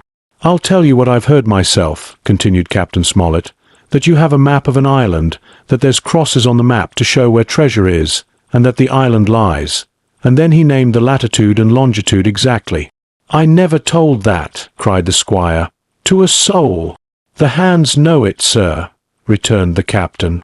"Livesey, that must have been you or Hawkins," cried the squire. "It doesn't much matter who it was," replied the doctor, and I could see that neither he nor the captain paid much regard to Mr. Trelawney's protestations. Neither did I, to be sure, he was so loose a talker. Yet in this case I believe he was really right, and that nobody had told the situation of the island. "Well, gentlemen," continued the captain, "I don't know who has this map, but I make it a point, it shall be kept secret even from me and Mr. Arrow. Otherwise I would ask you to let me resign." "I see," said the doctor. "You wish us to keep this matter dark, and to make a garrison of the stern part of the ship, manned with my friend's own people, and provided with all the arms and powder on board. In other words, you fear a mutiny." "Sir," said Captain Smollett, "with no intention to take offence, I deny your right to put words into my mouth. No captain, sir, would be justified in going to sea at all if he had ground enough to say that. As for Mr. Arrow, I believe him thoroughly honest. Some of the men are the same. All may be for what I know. But I am responsible for the ship's safety and the life of every man jack aboard of her. I see things going, as I think, not quite right, and I ask you to take certain precautions or let me resign my berth. And that's all." "Captain Smollett," began the doctor with a smile, "did ever you hear the fable of the mountain and the mouse? You'll excuse me, I dare say, but you remind me of that fable. When you came in here, I'll stake my wig, you meant more than this." "Doctor," said the captain, "you are smart. When I came in here, I meant to get discharged. I had no thought that Mr. Trelawney would hear a word." "No more I would," cried the squire. "Had Livesey not been here, I should have seen you to the deuce. As it is, I have heard you. I will do as you desire, but I think the worse of you." "That's as you please, sir," said the captain. "You'll find I do my duty." And with that he took his leave. "Trelawney," said the doctor, "contrary to all my notions, I believed you have managed to get 2 honest men on board with you, that man and John Silver." "Silver, if you like," cried the squire, "but as for that intolerable humbug, I declare I think his conduct unmanly, unsailorly, and downright un-English." "Well," says the doctor, "we shall see." When we came on deck, the men had begun already to take out the arms and powder, yawing at their work, while the captain and Mr. Arrow stood by superintending. The new arrangement was quite to my liking. The whole schooner had been overhauled. 6 berths had been made astern out of what had been the after part of the main hold, and this set of cabins was only joined to the galley and forecastle by a sparred passage on the port side. It had been originally meant that the captain, Mr. Arrow, Hunter, Joyce, the doctor, and the squire were to occupy these 6 berths. Now Redruth and I were to get 2 of them, and Mr. Arrow and the captain were to sleep on deck in the companion, which had been enlarged on each side till you might almost have called it a roundhouse. Very low it was still, of course, but there was room to swing 2 hammocks, and even the mate seemed pleased with the arrangement. Even he, perhaps, had been doubtful as to the crew, but that is only guess, for as you shall hear, we had not long the benefit of his opinion. We were all hard at work, changing the powder and the berths, when the last man or 2, and Long John along with them, came off in a shore boat. The cook came up the side like a monkey for cleverness, and as soon as he saw what was doing, "So ho, mates," says he. "What's this?" "We're a-changing of the powder, Jack," answers one. "Why, by the powers," cried Long John, "if we do, we'll miss the morning tide." "My orders," said the captain shortly. "You may go below, my man. Hands will want supper." "Aye, sir," answered the cook, and touching his forelock, he disappeared at once in the direction of his galley. "That's a good man, Captain," said the doctor. "Very likely, sir," replied Captain Smollett. "Easy with that, men, easy," he ran on, to the fellows who were shifting the powder, and then suddenly observing me examining the swivel we carried amidships, a long brass 9. "Here you, ship's boy," he cried, "out of that. Off with you to the cook, and get some work."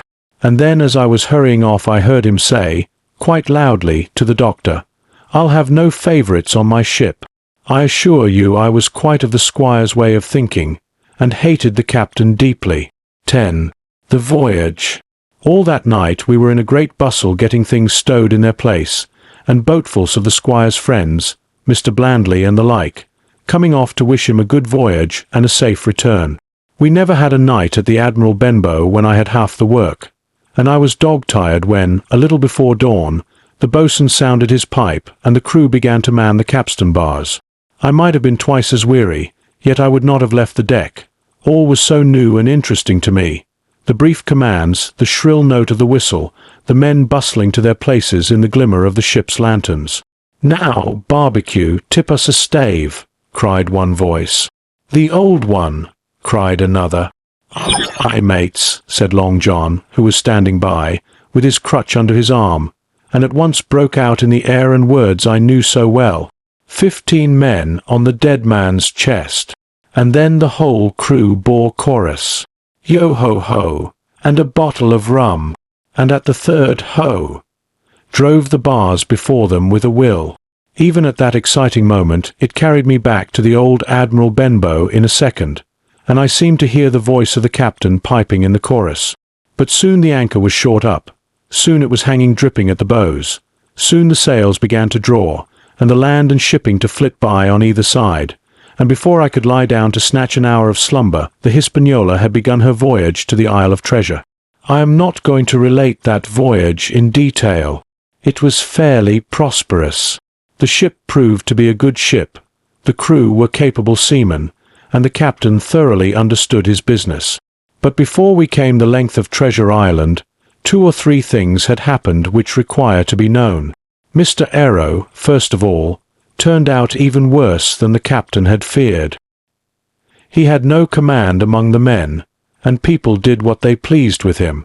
But that was by no means the worst of it, for after a day or 2 at sea he began to appear on deck with hazy eye, red cheeks, stuttering tongue, and other marks of drunkenness. Time after time he was ordered below in disgrace. Sometimes he fell and cut himself. Sometimes he lay all day long in his little bunk at one side of the companion.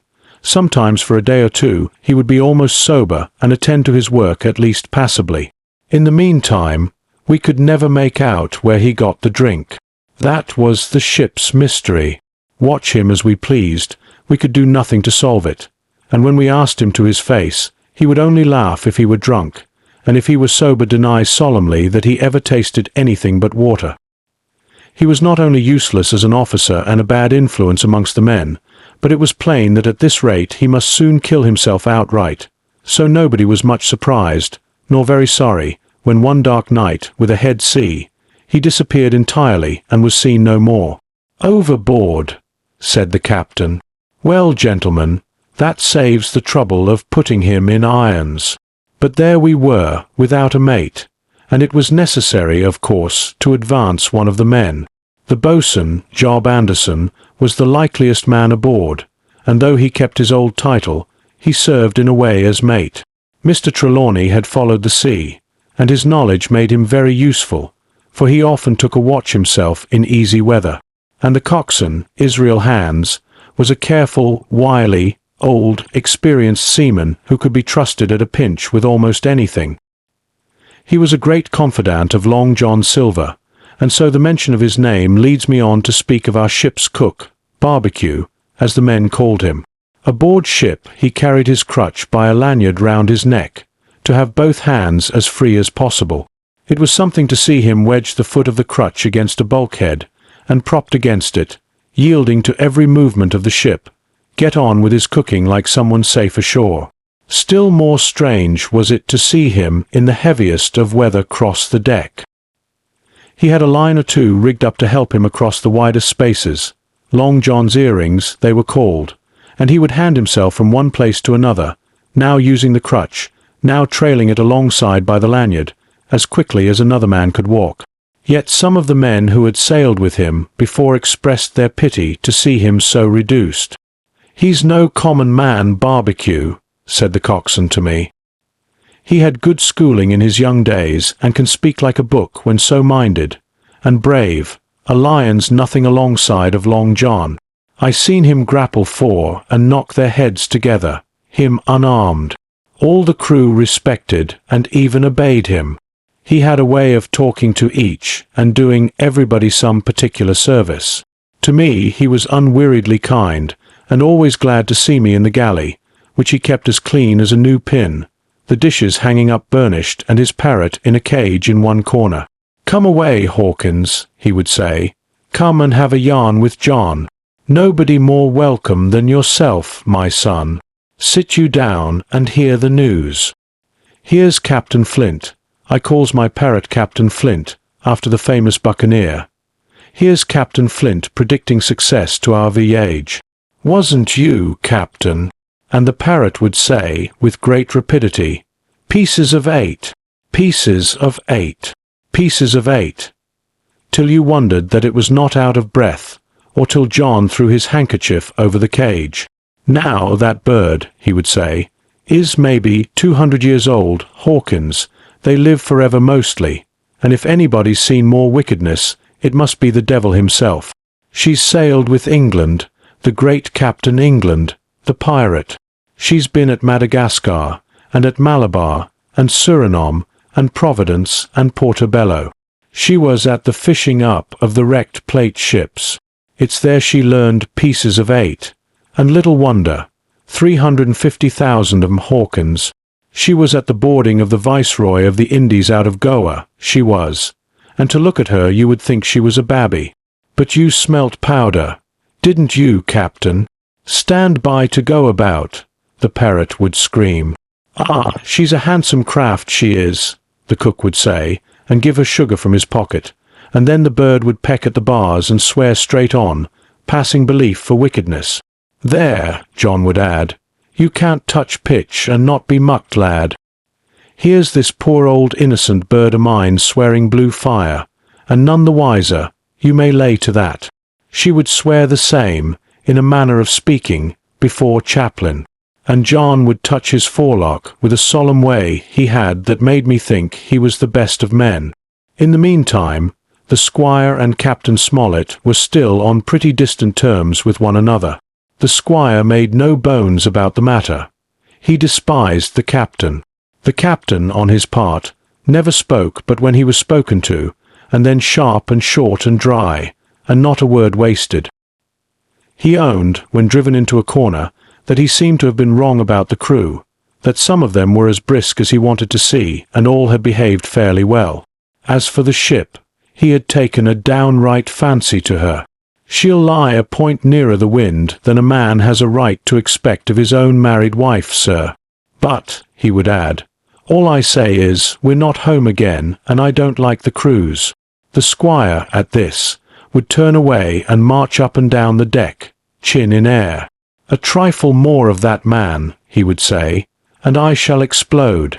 We had some heavy weather, which only proved the qualities of the Hispaniola. Every man on board seemed well content, and they must have been hard to please if they had been otherwise, for it is my belief there was never a ship's company so spoiled since Noah put to sea. Double grog was going on the least excuse. There was duff on odd days, as, for instance, if the squire heard it was any man's birthday, and always a barrel of apples standing broached in the waist for anyone to help himself that had a fancy. "Never knew good come of it yet," the captain said to Dr. Livesey. "Spoil forecastle hands, make devils. That's my belief." But good did come of the apple barrel, as you shall hear, for if it had not been for that, we should have had no note of warning, and might all have perished by the hand of treachery. This was how it came about. We had run up the trades to get the wind of the island we were after. I am not allowed to be more plain, and now we were running down for it with a bright lookout day and night. It was about the last day of our outward voyage by the largest computation. Sometime that night, or at latest before noon of the morrow, we should sight the treasure island. We were heading SW, and had a steady breeze abeam and a quiet sea. The Hispaniola rolled steadily, dipping her bowsprit now and then with a whiff of spray. All was drawing alow and aloft. Everyone was in the bravest spirits because we were now so near an end of the first part of our adventure. Now, just after sundown, when all my work was over and I was on my way to my berth, it occurred to me that I should like an apple. I ran on deck. The watch was all forward looking out for the island.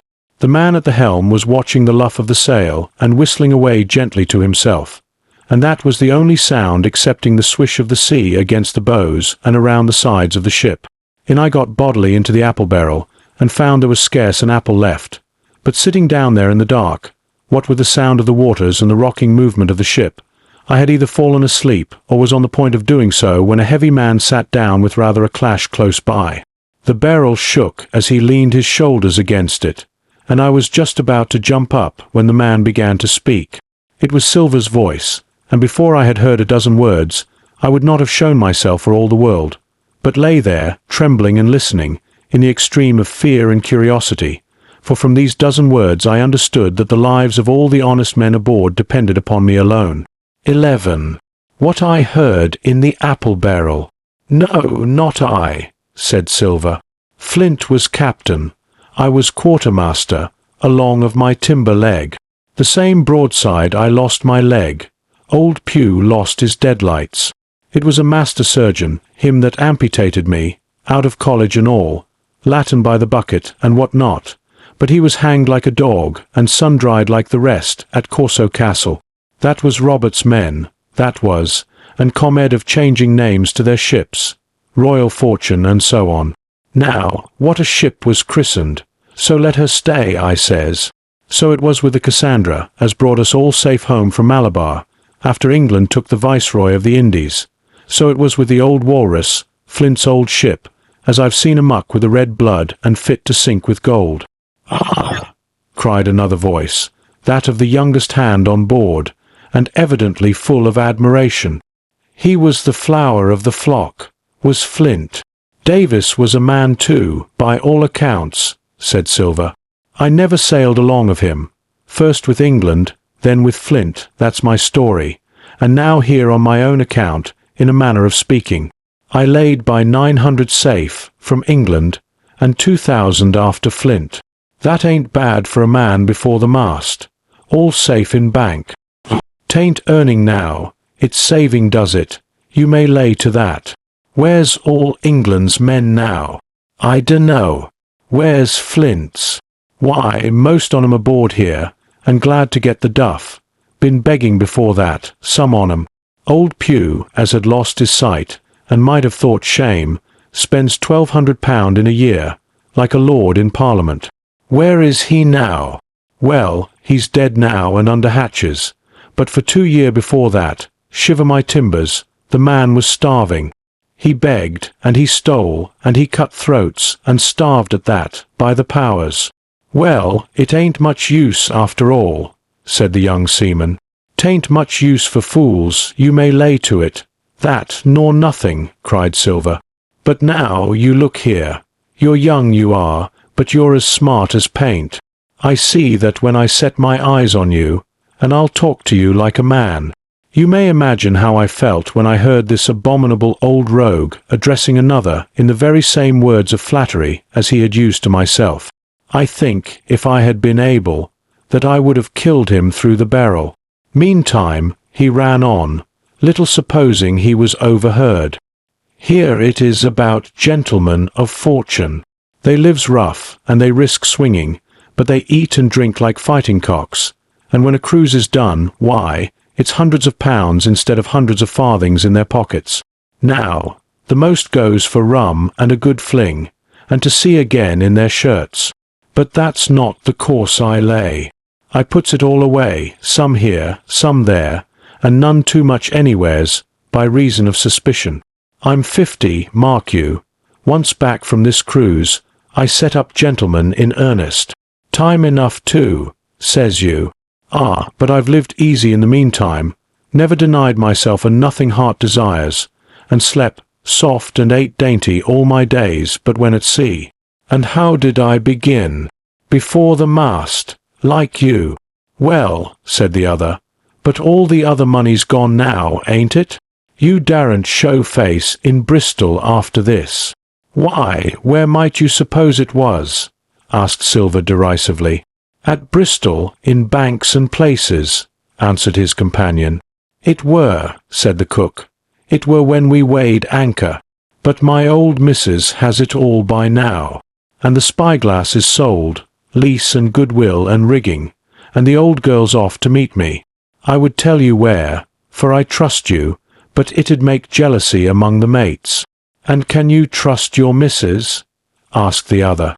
Gentlemen of fortune, returned the cook, usually trusts little among themselves, and right they are, you may lay to it. But I have a way with me, I have. When a mate brings a slip on his cable, one as knows me, I mean, it won't be in the same world with old John. There was some that was feared of Pew, and some that was feared of Flint, but Flint his own self was feared of me. Feared he was, and proud. They was the roughest crew afloat, was Flint's. The devil himself would have been feared to go to sea with them. Well now, I tell you, I'm not a boasting man, and you seen yourself how easy I keep company, but when I was quartermaster, lambs wasn't the word for Flint's old buccaneers. Ah, you may be sure of yourself in old John's ship. Well, I tell you now, replied the lad, I didn't half a quarter like the job till I had this talk with you, John, but there's my hand on it now. And a brave lad you were, and smart too, answered Silver, shaking hands so heartily that all the barrel shook. And a finer figurehead for a gentleman of fortune I never clapped my eyes on. By this time I had begun to understand the meaning of their terms. By a gentleman of fortune, they plainly meant neither more nor less than a common pirate, and the little scene that I had overheard was the last act in the corruption of one of the honest hands, perhaps of the last one left aboard. But on this point I was soon to be relieved, for Silver giving a little whistle, a third man strolled up and sat down by the party. "Dick's square," said Silver. "Oh, I know Dick was square," returned the voice of the coxswain, Israel Hands. "He's no fool, is Dick." And he turned his quid and spat. "But look here," he went on. "Here's what I want to know, Barbecue. How long are we a-going to stand off and on like a blessed bumboat? I've had a'most enough o' Captain Smollett. He's hazed me long enough, by thunder. I want to go into that cabin, I do. I want their pickles and wines, and that." "Israel," said Silver, "your head ain't much account, nor ever was. But you're able to hear, I reckon. Leastways, your ears is big enough. Now, here's what I say. You'll berth forward, and you'll live hard, and you'll speak soft, and you'll keep sober till I give the word, and you may lay to that, my son." "Well, I don't say no, do I?" growled the coxswain. "What I say is, when. That's what I say. When. "By the powers!" cried Silver. "Well now, if you want to know, I'll tell you when. The last moment I can manage, and that's when. Here's a first-rate seaman, Captain Smollett, sails the blessed ship for us. Here's this squire and doctor with a map and such. I don't know where it is, do I? No more do you, says you. Well then, I mean this squire and doctor shall find the stuff, and help us to get it aboard, by the powers. Then we'll see. If I was sure of you all, sons of double Dutchmen, I'd have Captain Smollett navigate us halfway back again before I struck. Why, we're all seamen aboard here, I should think, said the lad Dick. We're all forecastle hands, you mean, snapped Silver. We can steer a course, but who's to set one? That's what all you gentlemen split on, first and last. If I had my way, I'd have Captain Smollett work us back into the trades at least. Then we'd have no blessed miscalculations and a spoonful of water a day. But I know the sort you are. I'll finish with them at the island, as soon's the blunt's on board, and a pity it is. But you're never happy till you're drunk. Split my sides, I've a sick heart to sail with the likes of you. Easy all, Long John, cried Israel. Who's a crossin' of you? Why, how many tall ships, think ye now, have I seen laid aboard? And how many brisk lads drying in the sun at Execution Dock? Cried Silver. And all for this same hurry and hurry and hurry. You hear me? I seen a thing or two at sea, I have. If you would only lay your course, and a peant to windward, you would ride in carriages, you would. But not you. I know you. You'll have your mouthful of rum tomorrow, and go hang. Everybody knowed you was a kind of a chaplain, John, but there's others as could hand and steer as well as you, said Israel. They liked a bit o' fun, they did. They wasn't so high and dry, nohow, but took their fling, like jolly companions every one. So, says Silver. Well, and where are they now? Pugh was that sort, and he died a beggar man. Flint was, and he died of rum at Savannah. Ah, they was a sweet crew, they was. Onny, where are they? But, asked Dick, when we do lay 'em athwart, what are we to do with 'em anyhow? There's the man for me, cried the cook admiringly. That's what I call business. Well, what would you think? Put 'em ashore like maroons? That would have been England's way. Or cut 'em down like that much pork? That would have been Flint's, or Billy Bones's. Billy was the man for that, said Israel. Dead men don't bite, says he.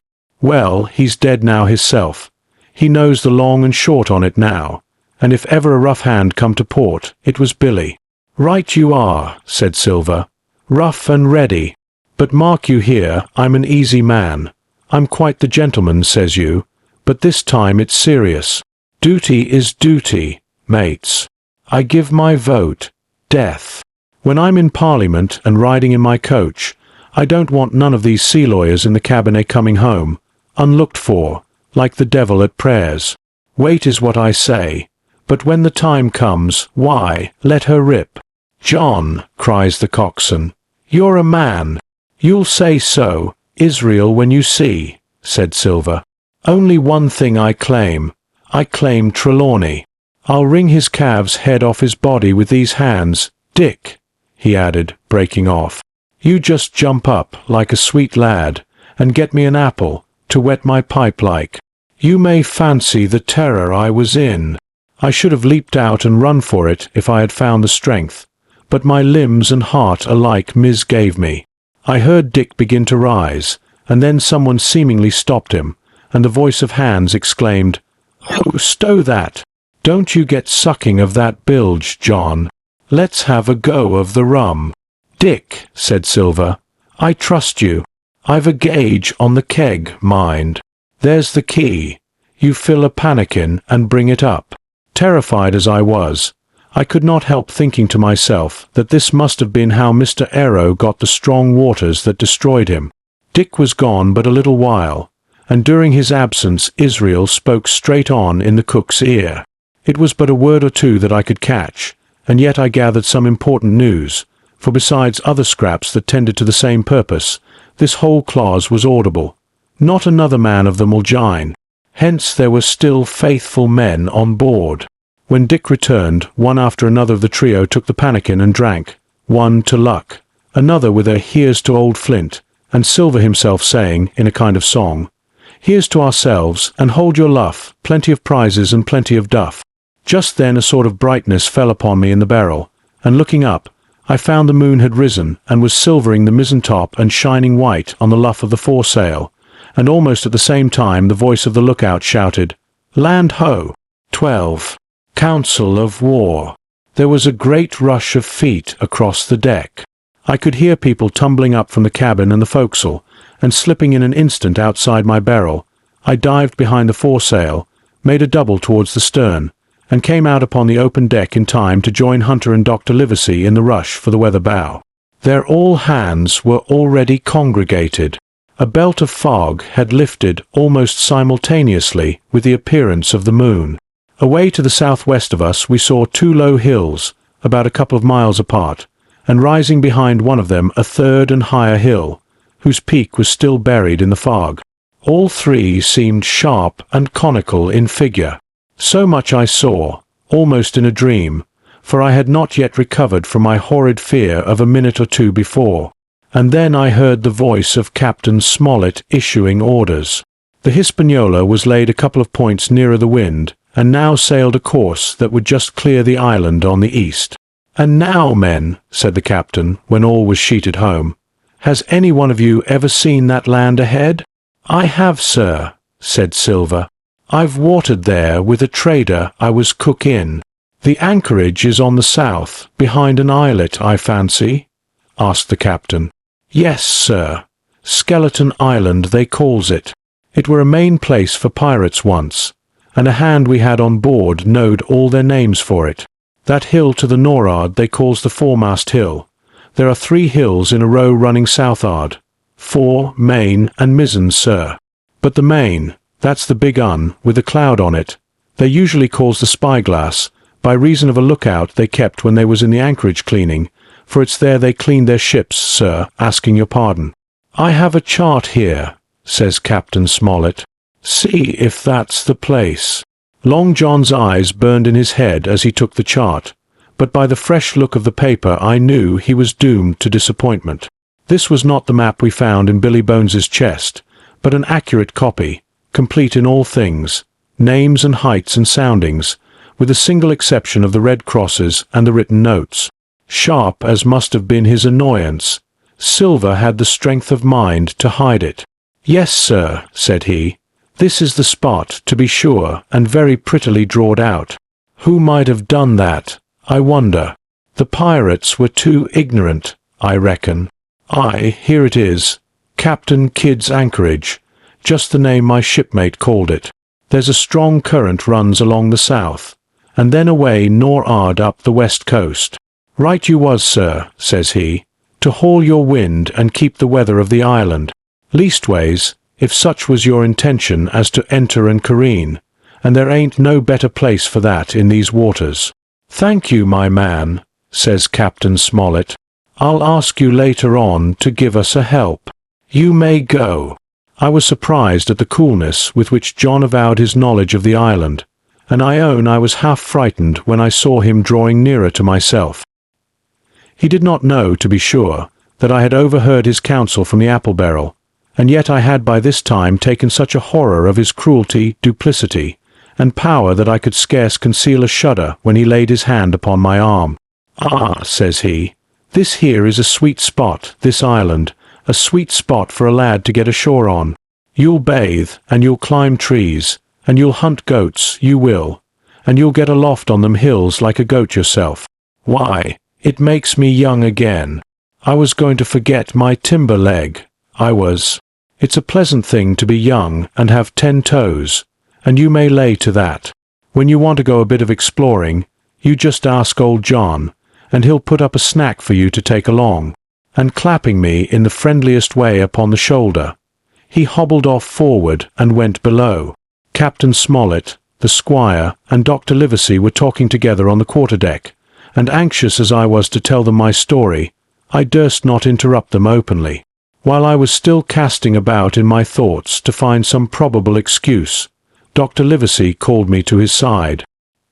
He had left his pipe below, and being a slave to tobacco, had meant that I should fetch it, but as soon as I was near enough to speak and not to be overheard, I broke immediately. "Doctor, let me speak. Get the captain and squire down to the cabin, and then make some pretence to send for me. I have terrible news." The doctor changed countenance a little, but next moment he was master of himself. "Thank you, Jim," said he quite loudly. "That was all I wanted to know," as if he had asked me a question. And with that he turned on his heel and rejoined the other two. They spoke together for a little, and though none of them started, or raised his voice, or so much as whistled, it was plain enough that Dr. Livesey had communicated my request, for the next thing that I heard was the captain giving an order to Job Anderson, and all hands were piped on deck. "My lads," said Captain Smollett, "I've a word to say to you. This land that we have sighted is the place we have been sailing for. Mr. Trelawney, being a very open-handed gentleman, as we all know, has just asked me a word or two, and as I was able to tell him that every man on board had done his duty, alow and aloft, as I never asked to see it done better, why, he and I and the doctor are going below to the cabin to drink your health and luck, and you'll have grog served out for you to drink our health and luck. I'll tell you what I think of this. I think it handsome, and if you think as I do, you'll give a good sea cheer for the gentleman that does it." The cheer followed. That was a matter of course, but it rang out so full and hearty that I confess I could hardly believe these same men were plotting for our blood. "One more cheer for Captain Smollett," cried Long John when the first had subsided. And this also was given with a will. On the top of that the three gentlemen went below, and not long after, word was sent forward that Jim Hawkins was wanted in the cabin. I found them all three seated round the table, a bottle of Spanish wine and some raisins before them, and the doctor smoking away, with his wig on his lap, and that, I knew, was a sign that he was agitated. The stern window was open, for it was a warm night, and you could see the moon shining behind on the ship's wake. "Now, Hawkins," said the squire, "you have something to say. Speak up." I did as I was bid, and as short as I could make it, told the whole details of Silver's conversation. Nobody interrupted me till I was done, nor did any one of the three of them make so much as a movement, but they kept their eyes upon my face from first to last. "Jim," said Dr. Livesey, "take a seat," and they made me sit down at table beside them, poured me out a glass of wine, filled my hands with raisins, and all three, one after the other, and each with a bow, drank my good health, and their service to me, for my luck and courage. "Now, Captain," said the squire, "you were right, and I was wrong. I own myself an ass, and I await your orders." "No more an ass than I, sir," returned the captain. "I never heard of a crew that meant to mutiny but what showed signs before, for any man that had an eye in his head to see the mischief and take steps according. But this crew," he added, "beats me." "Captain," said the doctor, "with your permission, that's Silver. A very remarkable man." "He'd look remarkably well from a yardarm, sir," returned the captain. "But this is talk. This don't lead to anything. I see 3 or 4 points, and with Mr. Trelawney's permission, I'll name them. You, sir, are the captain. It is for you to speak," says Mr. Trelawney grandly. "First point," began Mr. Smollett. "We must go on, because we can't turn back. If I gave the word to go about, they would rise at once. Second point, we have time before us, at least until this treasure's found. Third point, there are faithful hands. Now, sir, it's got to come to blows sooner or later, and what I propose is to take time by the forelock, as the saying is, and come to blows some fine day when they least expect it. We can count, I take it, on your own home servants, Mr. Trelawney." "As upon myself," declared the squire. "3, reckoned the captain. "Ourselves make 7, counting Hawkins here. Now, about the honest hands." "Most likely Trelawney's own men," said the doctor. those he had picked up for himself before he lit on silver. "Nay," replied the squire, "Hans was one of mine." "I did think I could have trusted Hans," added the captain. "And to think that they're all Englishmen," broke out the squire. "Sir, I could find it in my heart to blow the ship up." "Well, gentlemen," said the captain, "the best that I can say is not much. We must lay to, if you please, and keep a bright lookout. It's trying on a man, I know. It would be pleasanter to come to blows. But there's no help for it till we know our men. Lay to, and whistle for a wind, that's my view. Jim here," said the doctor, "can help us more than anyone. The men are not shy with him, and Jim is a noticing lad. Hawkins, I put prodigious faith in you," added the squire. I began to feel pretty desperate at this, for I felt altogether helpless, and yet, by an odd train of circumstances, it was indeed through me that safety came. In the meantime, talk as we pleased, there were only 7 out of the 26 on whom we knew we could rely, and out of these 7 one was a boy, so that the grown men on our side were 6 to their 19. Part 3. My Shore Adventure. 13. How I began my shore adventure. The appearance of the island when I came on deck next morning was altogether changed. Although the breeze had now utterly ceased, we had made a great deal of way during the night, and were now lying becalmed about half a mile to the southeast of the low eastern coast. Grey-coloured woods covered a large part of the surface.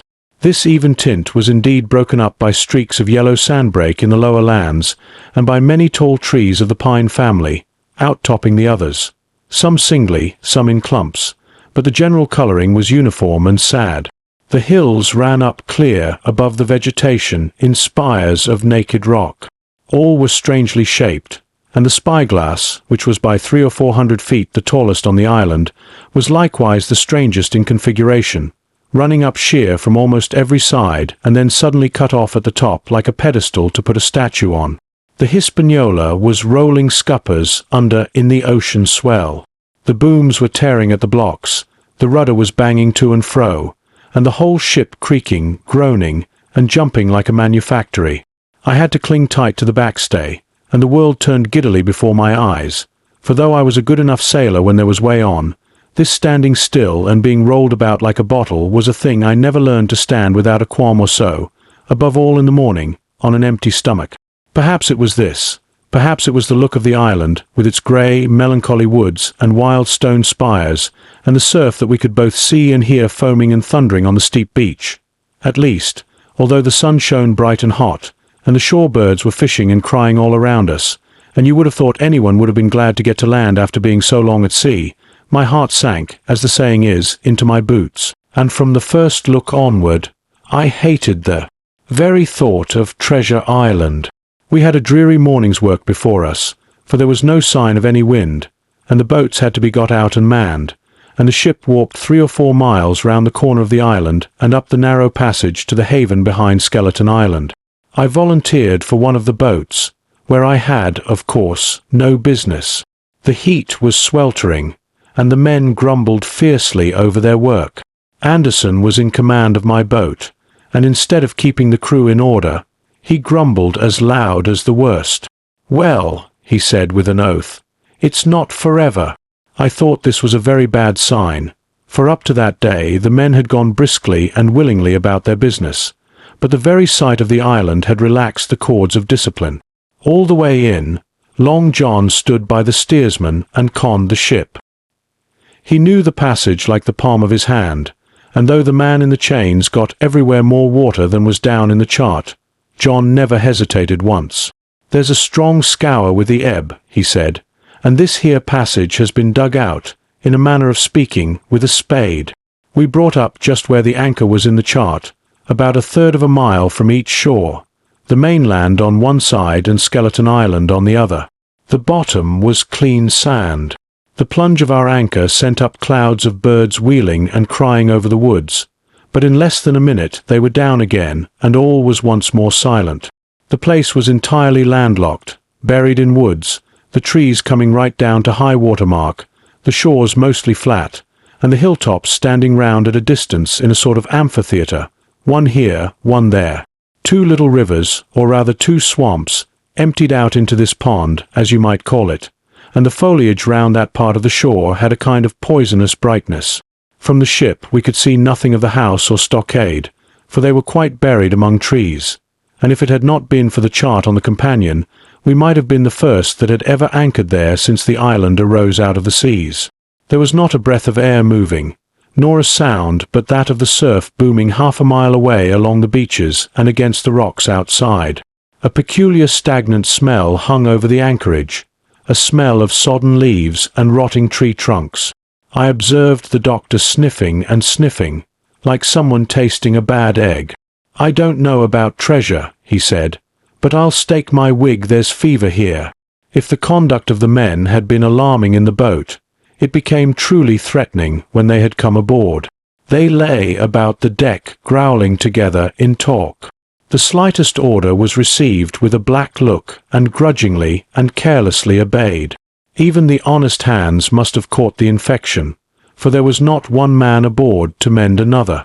Mutiny, it was plain, hung over us like a thundercloud, and it was not only we of the cabin party who perceived the danger. Long John was hard at work going from group to group, spending himself in good advice, and as for example no man could have shown a better. He fairly outstripped himself in willingness and civility. He was all smiles to everyone. If an order were given, John would be on his crutch in an instant, with the cheeriest "Aye, sir," in the world, and when there was nothing else to do, he kept up one song after another, as if to conceal the discontent of the rest. Of all the gloomy features of that gloomy afternoon, this obvious anxiety on the part of Long John appeared the worst. We held a council in the cabin. "Sir," said the captain, "if I risk another order, the whole ship'll come about our ears by the run. You see, sir, here it is. I get a rough answer, do I not? Well, if I speak back, Pikes will be going in 2 shakes.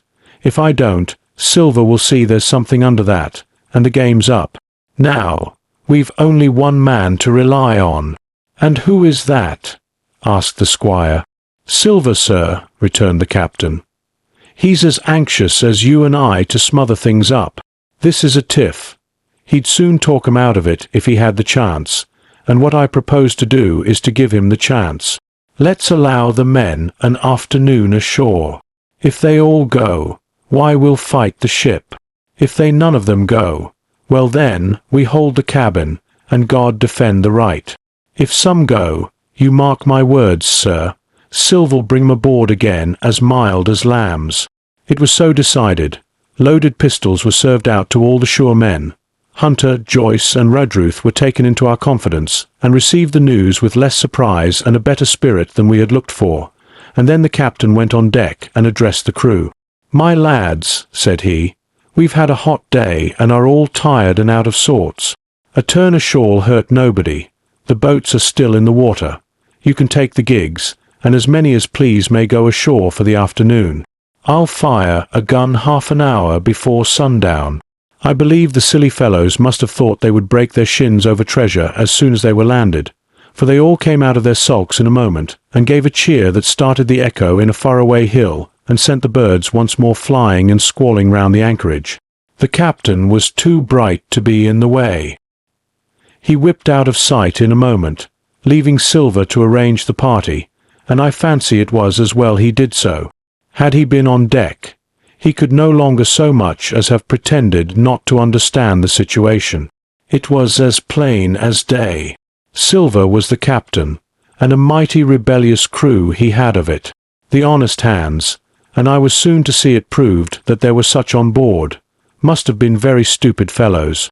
Or rather, I suppose the truth was this, that all hands were disaffected by the example of the ringleaders, only some more, some less, and a few, being good fellows in the main, could neither be led nor driven any further.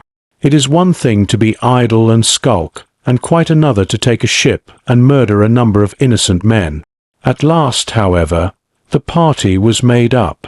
6 fellows were to stay on board, and the remaining 13, including Silver, began to embark. Then it was that there came into my head the first of the mad notions that contributed so much to save our lives. If 6 men were left by Silver, it was plain our party could not take and fight the ship, and since only 6 were left, it was equally plain that the cabin party had no present need of my assistance. It occurred to me at once to go ashore. In a jiffy I had slipped over the side and curled up in the foresheets of the nearest boat, and almost at the same moment she shoved off. No one took notice of me, only the bow oar saying, "Is that you, Jim? Keep your head down." But Silver, from the other boat, looked sharply over and called out to know if that were me, and from that moment I began to regret what I had done. The crews raced for the beach, but the boat I was in, having some start and being at once the lighter and the better manned, shot far ahead of her consort, and the bow had struck among the shoreside trees, and I had caught a branch and swung myself out and plunged into the nearest thicket while Silver and the rest were still 100 yards behind.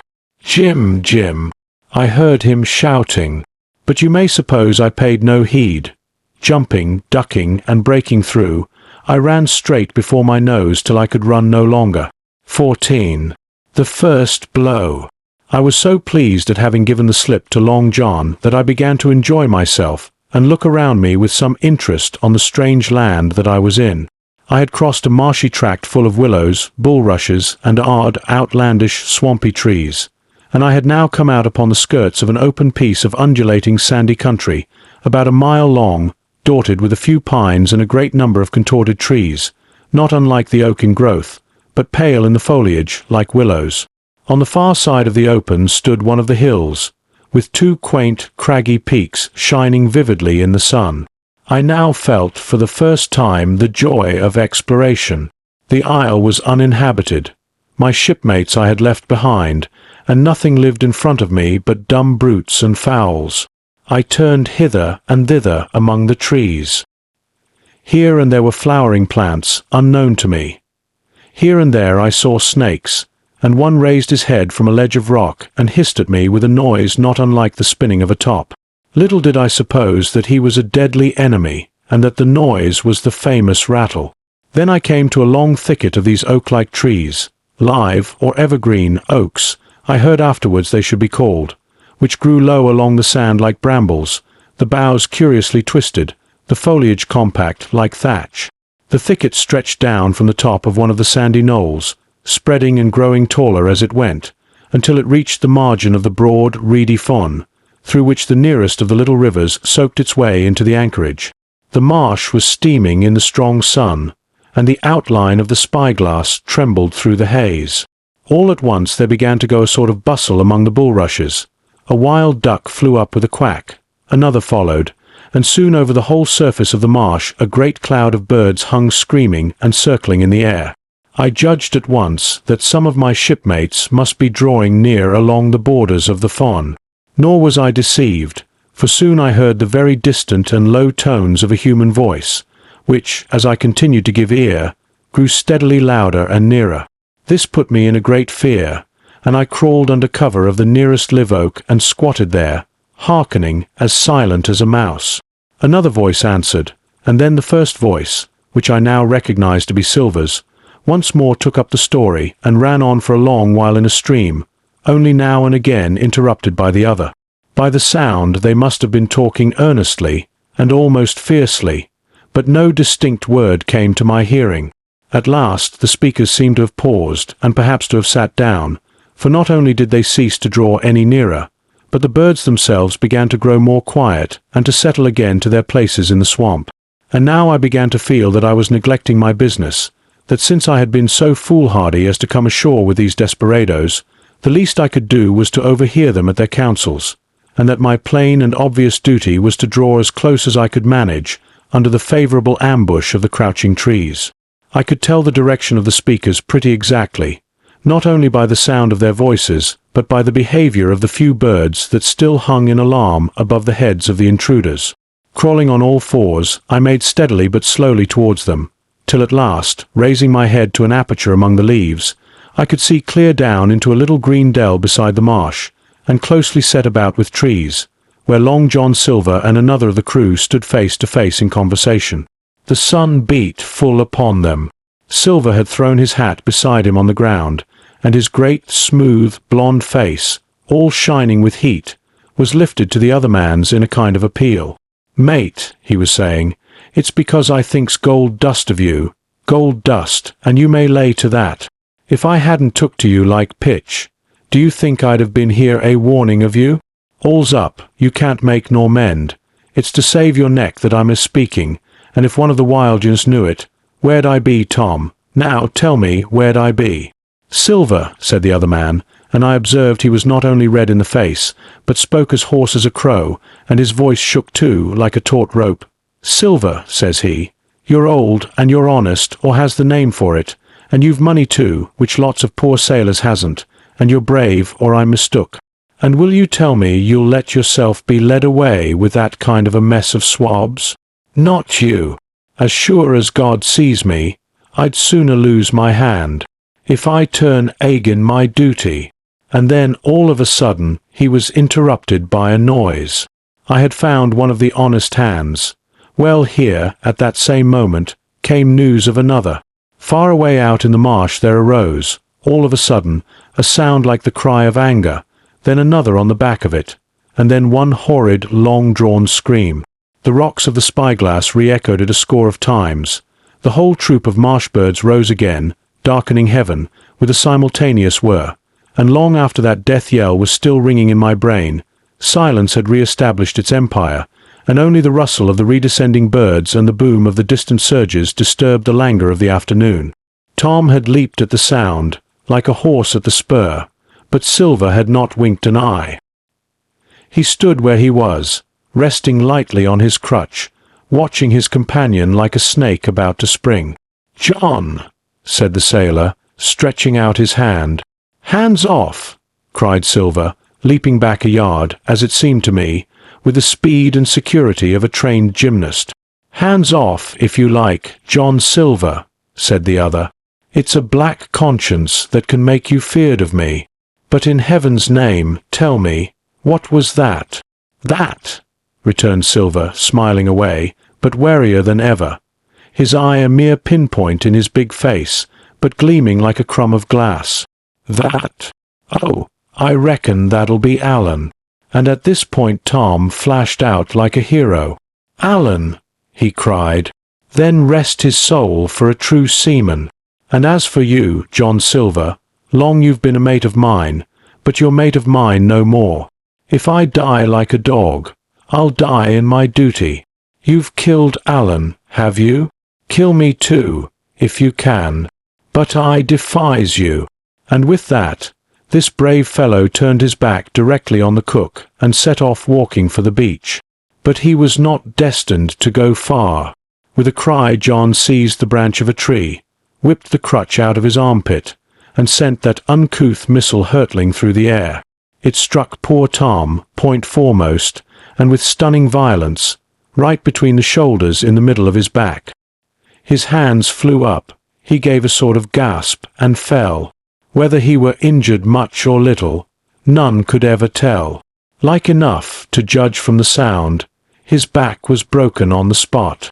But he had no time given him to recover. Silver, agile as a monkey even without leg or crutch, was on the top of him next moment, and had twice buried his knife up to the hilt in that defenceless body. From my place of ambush, I could hear him pant aloud as he struck the blows. I do not know what it rightly is to faint, but I do know that for the next little while the whole world swam away from before me in a whirling mist.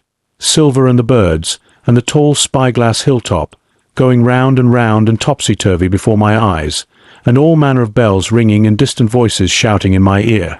When I came again to myself, the monster had pulled himself together, his crutch under his arm, his hat upon his head.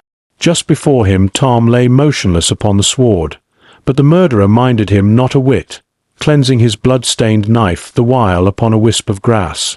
Everything else was unchanged, the sun still shining mercilessly on the steaming marsh and the tall pinnacle of the mountain, and I could scarce persuade myself that murder had been actually done, and a human life cruelly cut short a moment since before my eyes. But now John put his hand into his pocket, brought out a whistle, and blew upon it several modulated blasts that rang far across the heated air. I could not tell, of course, the meaning of the signal, but it instantly awoke my fears. More men would be coming. I might be discovered. They had already slain 2 of the honest people. After Tom and Alan, might not I come next? Instantly I began to extricate myself and crawl back again, with what speed and silence I could manage, to the more open portion of the wood. As I did so, I could hear hails coming and going between the old buccaneer and his comrades, and this sound of danger lent me wings. As soon as I was clear of the thicket, I ran as I never ran before, scarce minding the direction of my flight, so long as it led me from the murderers, and as I ran, fear grew and grew upon me until it turned into a kind of frenzy. Indeed, could anyone be more entirely lost than I? When the gun fired, how should I dare to go down to the boats among those fiends, still smoking from their crime? Would not the first of them who saw me wring my neck like a snipe's? Would not my absence itself be an evidence to them of my alarm, and therefore of my fatal knowledge? It was all over, I thought. Goodbye to the Hispaniola. Goodbye to the squire, the doctor, and the captain. There was nothing left for me but death by starvation or death by the hands of the mutineers. All this while, as I say, I was still running, and without taking any notice, I had drawn near to the foot of the little hill with the 2 peaks, and had got into a part of the island where the live oaks grew more widely apart and seemed more like forest trees in their bearing and dimensions. Mingled with these were a few scattered pines, some 50, some nearer 70 feet high.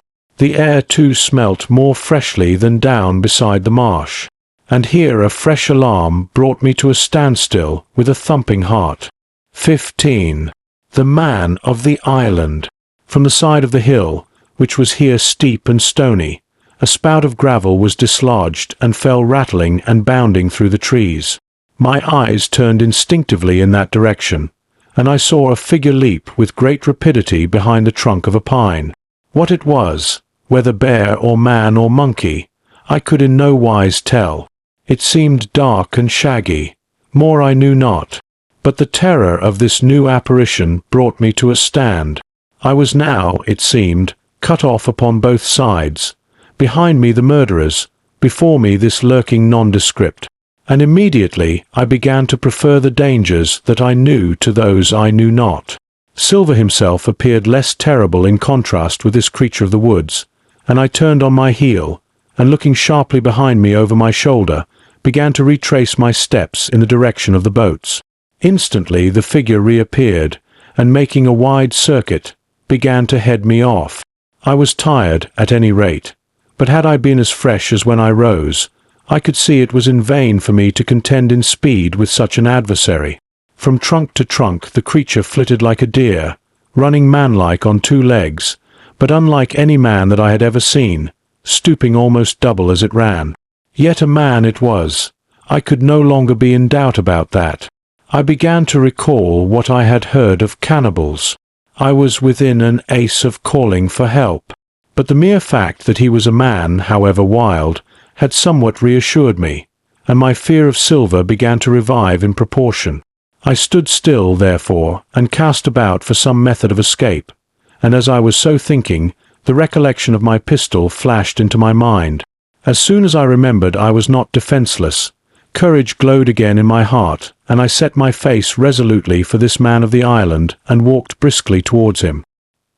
He was concealed by this time behind another tree trunk, but he must have been watching me closely, for as soon as I began to move in his direction, he reappeared and took a step to meet me.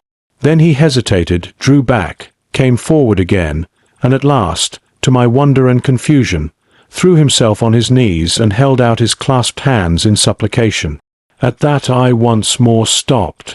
"Who are you?" I asked. "Ben Gunn," he answered, and his voice sounded hoarse and awkward, like a rusty lock. "I'm poor Ben Gunn, I am, and I haven't spoke with a Christian these 3 years." I could now see that he was a white man like myself, and that his features were even pleasing. His skin, wherever it was exposed, was burnt by the sun. Even his lips were black, and his fair eyes looked quite startling in so dark a face. Of all the beggar-men that I had seen or fancied, He was the chief for raggedness. He was clothed with tatters of old ship's canvas and old sea-cloth, and this extraordinary patchwork was all held together by a system of the most various and incongruous fastenings, brass buttons, bits of stick, and loops of torry gascon. About his waist he wore an old brass-buckled leather belt, which was the one thing solid in his whole accoutrement. 3 years! I cried. Were you shipwrecked? Nay, mate, said he. Marooned. I had heard the word, and I knew it stood for a horrible kind of punishment common enough among the buccaneers, in which the offender is put ashore with a little powder and shot, and left behind on some desolate and distant island. Marooned 3 years agone, he continued, and lived on goats since then, and berries and oysters.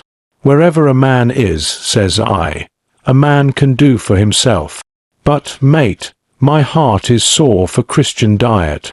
You mightn't happen to have a piece of cheese about you, now? No. Well, many's the long night I've dreamed of cheese, toasted mostly, and woke up again, and here I were. If ever I can get aboard again, said I, you shall have cheese by the stone. All this time he had been feeling the stuff of my jacket, smoothing my hands, looking at my boots, and generally, in the intervals of his speech, showing a childish pleasure in the presence of a fellow creature. But at my last words he perked up into a kind of startled slyness. If ever you can get aboard again, says you, he repeated. Why now? Who's to hinder you? Not you, I know, was my reply. And right you was, he cried. Now you, what do you call yourself, mate? Jim, I told him. Jim, says he, quite pleased apparently. Well now, Jim, I've lived that rough as you'd be ashamed to hear of. Now, for instance, you wouldn't think I had had a pious mother, to look at me, he asked. Why, no, not in particular, I answered. Ah, well, said he, but I had remarkable pious, and I was a civil, pious boy, and could rattle off my catechism that fast, as you couldn't tell one word from another. And here's what it come to, Jim, and it begun with Chuck Farthen on the blessed gravestones. That's what it begun with, but it went further than that, and so my mother told me, and predict the whole, she did, the pious woman. But it were Providence that put me here. I've thought it all out in this here lonely island, and I'm back on piety. You don't catch me tasting rum so much, but just a thimbleful for luck, of course, the first chance I have. I'm bound I'll be good, and I see the way too. And Jim, looking all round him and lowering his voice to a whisper, I'm rich. I now felt sure that the poor fellow had gone crazy in his solitude, and I suppose I must have shown the feeling in my face, for he repeated the statement hotly. Rich, rich, I says. And I'll tell you what, I'll make a man of you, Jim. Ah, Jim, you'll bless your stars, you will. You was the first that found me. And at this there came suddenly a lowering shadow over his face, and he tightened his grasp upon my hand and raised a forefinger threateningly before my eyes. Now, Jim, you tell me true, that ain't Flint's ship, he asked. At this I had a happy inspiration. I began to believe that I had found an ally, and I answered him at once. It's not Flint's ship, and Flint is dead, but I'll tell you true as you ask me. There are some of Flint's hands aboard. Worse luck for the rest of us. Not a man with one leg, he gasped. Silver, I asked. Ah, Silver, says he. That were his name. He's the cook, and the ringleader too.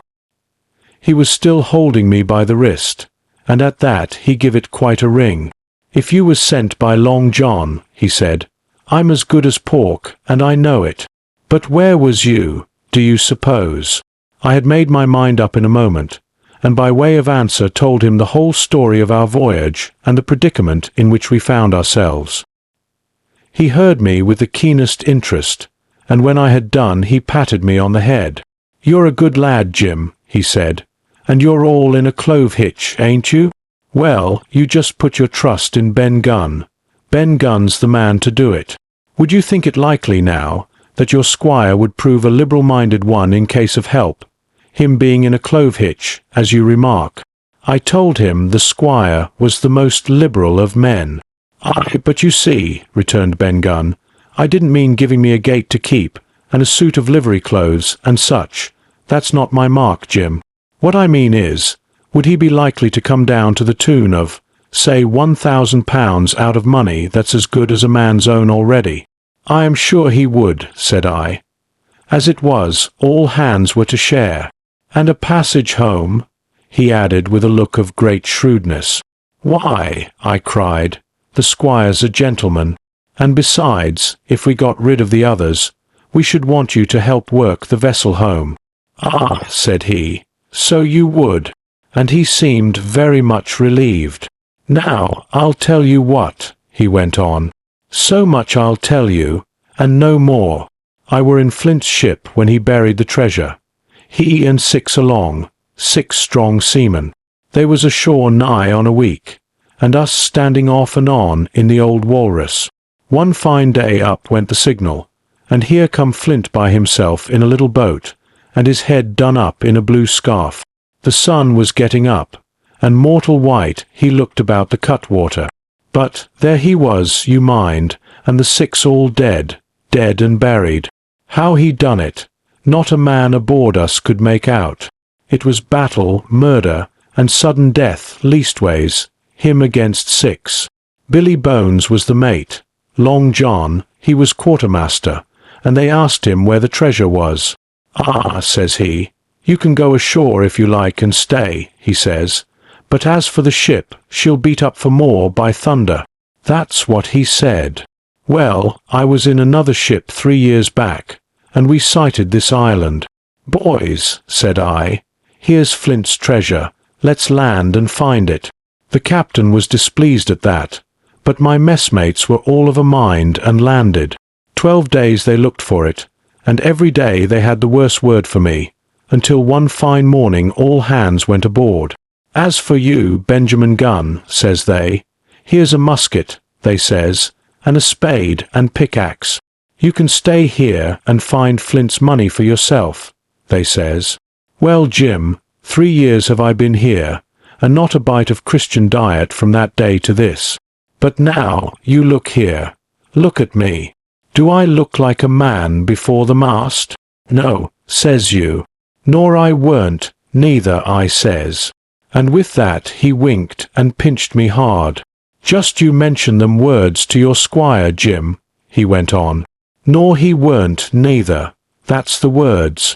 3 years he were the man of this island, light and dark, fair and rain. And sometimes he would maybe think upon a prayer, says you, and sometimes he would maybe think of his old mother, so be as she's alive, you'll say. But the most part of Gunn's time, this is what you'll say, the most part of his time was took up with another matter. And then you'll give him a nip, like I do. And he pinched me again in the most confidential manner. Then, he continued, then you'll up, and you'll say this, Gunn is a good man, you'll say, and he puts a precious sight more confidence. A precious sight, mind that, in a gentleman born than in these gentlemen of fortune, having been one hisself. Well, I said, I don't understand one word that you've been saying, but that's neither here nor there, for how am I to get on board? Ah, said he, that's the hitch for sure. Well, there's my boat, that I made with my 2 hands. I keep her under the white rock. If the worst come to the worst, we might try that after dark. Hi! He broke out. What's that? For just then, although the sun had still an hour or 2 to run, all the echoes of the island awoke and bellowed to the thunder of a cannon. They have begun to fight. I cried, follow me, and I began to run towards the anchorage, my terrors all forgotten, while close at my side the marooned man in his goatskins trotted easily and lightly. Left, says he. Keep to your left hand, mate Jim. Under the trees with you. The earth's where I killed my first goat. They don't come down here now. They're all masthead on the mountings for the fear of Benjamin Gunn. Ah, and there's the cemetery, he must have meant. You see the mounds? I come here and prayed, nows and thence, when I thought maybe a Sunday would be about due. It weren't quite a chapel, but it seemed more solemn-like. And then, says you, Ben Gunn was short-handed. No chaplain, nor so much as a Bible and a flag, you says. So he kept talking as I ran, neither expecting nor receiving any answer.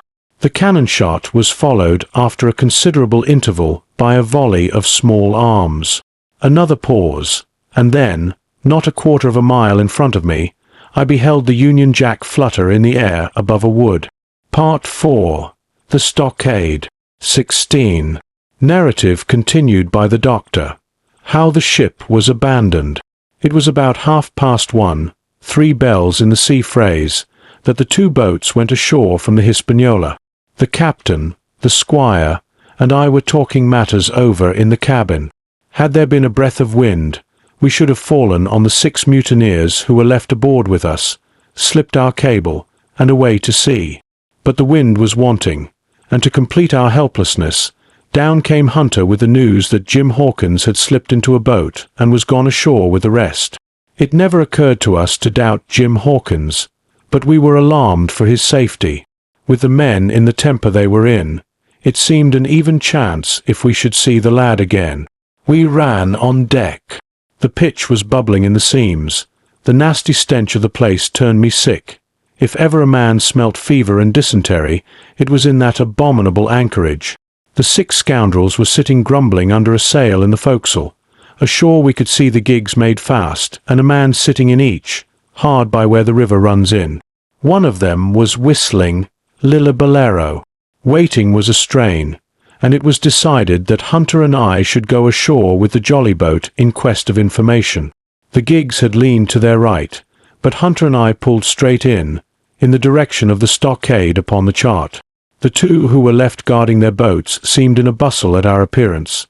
Lilla-Bolero stopped off, and I could see the pair discussing what they ought to do. Had they gone and told Silver, all might have turned out differently, but they had their orders, I suppose, and decided to sit quietly where they were and hark back again to Lilla-Bolero. There was a slight bend in the coast, and I steered so as to put it between us. Even before we landed we had thus lost sight of the gigs. I jumped out and came as near running as I durst, with a big silk handkerchief under my hat for coolness' sake, and a brace of pistols ready primed for safety. I had not gone 100 yards when I reached the Stockade. This was how it was. A spring of clear water rose almost at the top of a knoll.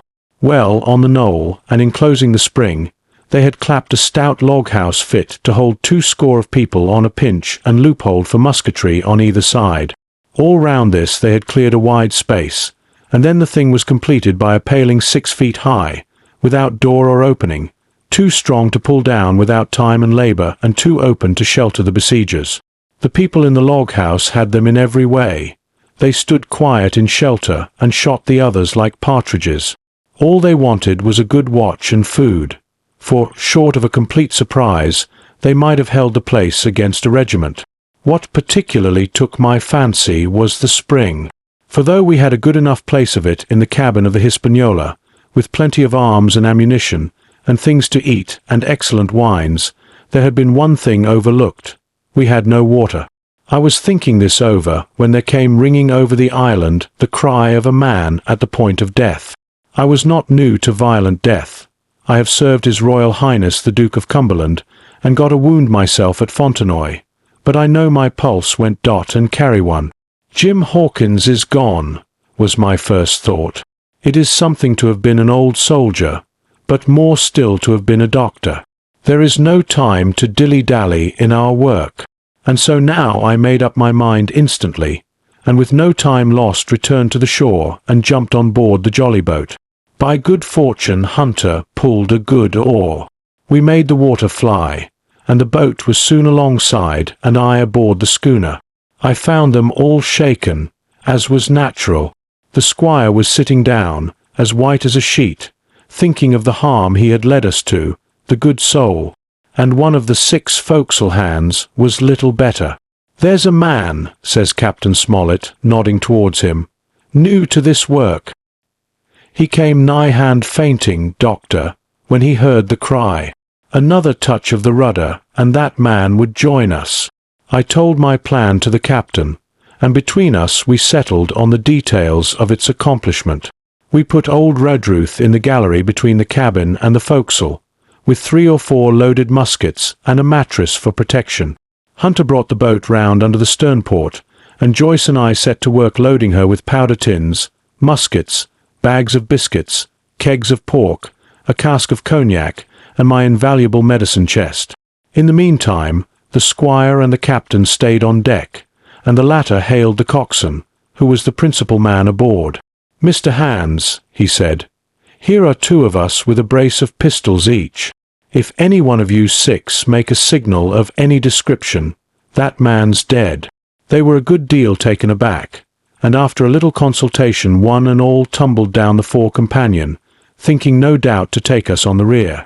But when they saw Redruth waiting for them in the sparred galley, they went about ship at once, and a head popped out again on deck. "Down, dog!" cries the captain, and the head popped back again, and we heard no more, for the time, of these 6 very faint-hearted seamen. By this time, tumbling things in as they came, we had the jolly boat loaded as much as we dared. Joyce and I got out through the sternport, and we made for shore again as fast as oars could take us. This second trip fairly aroused the watchers along shore.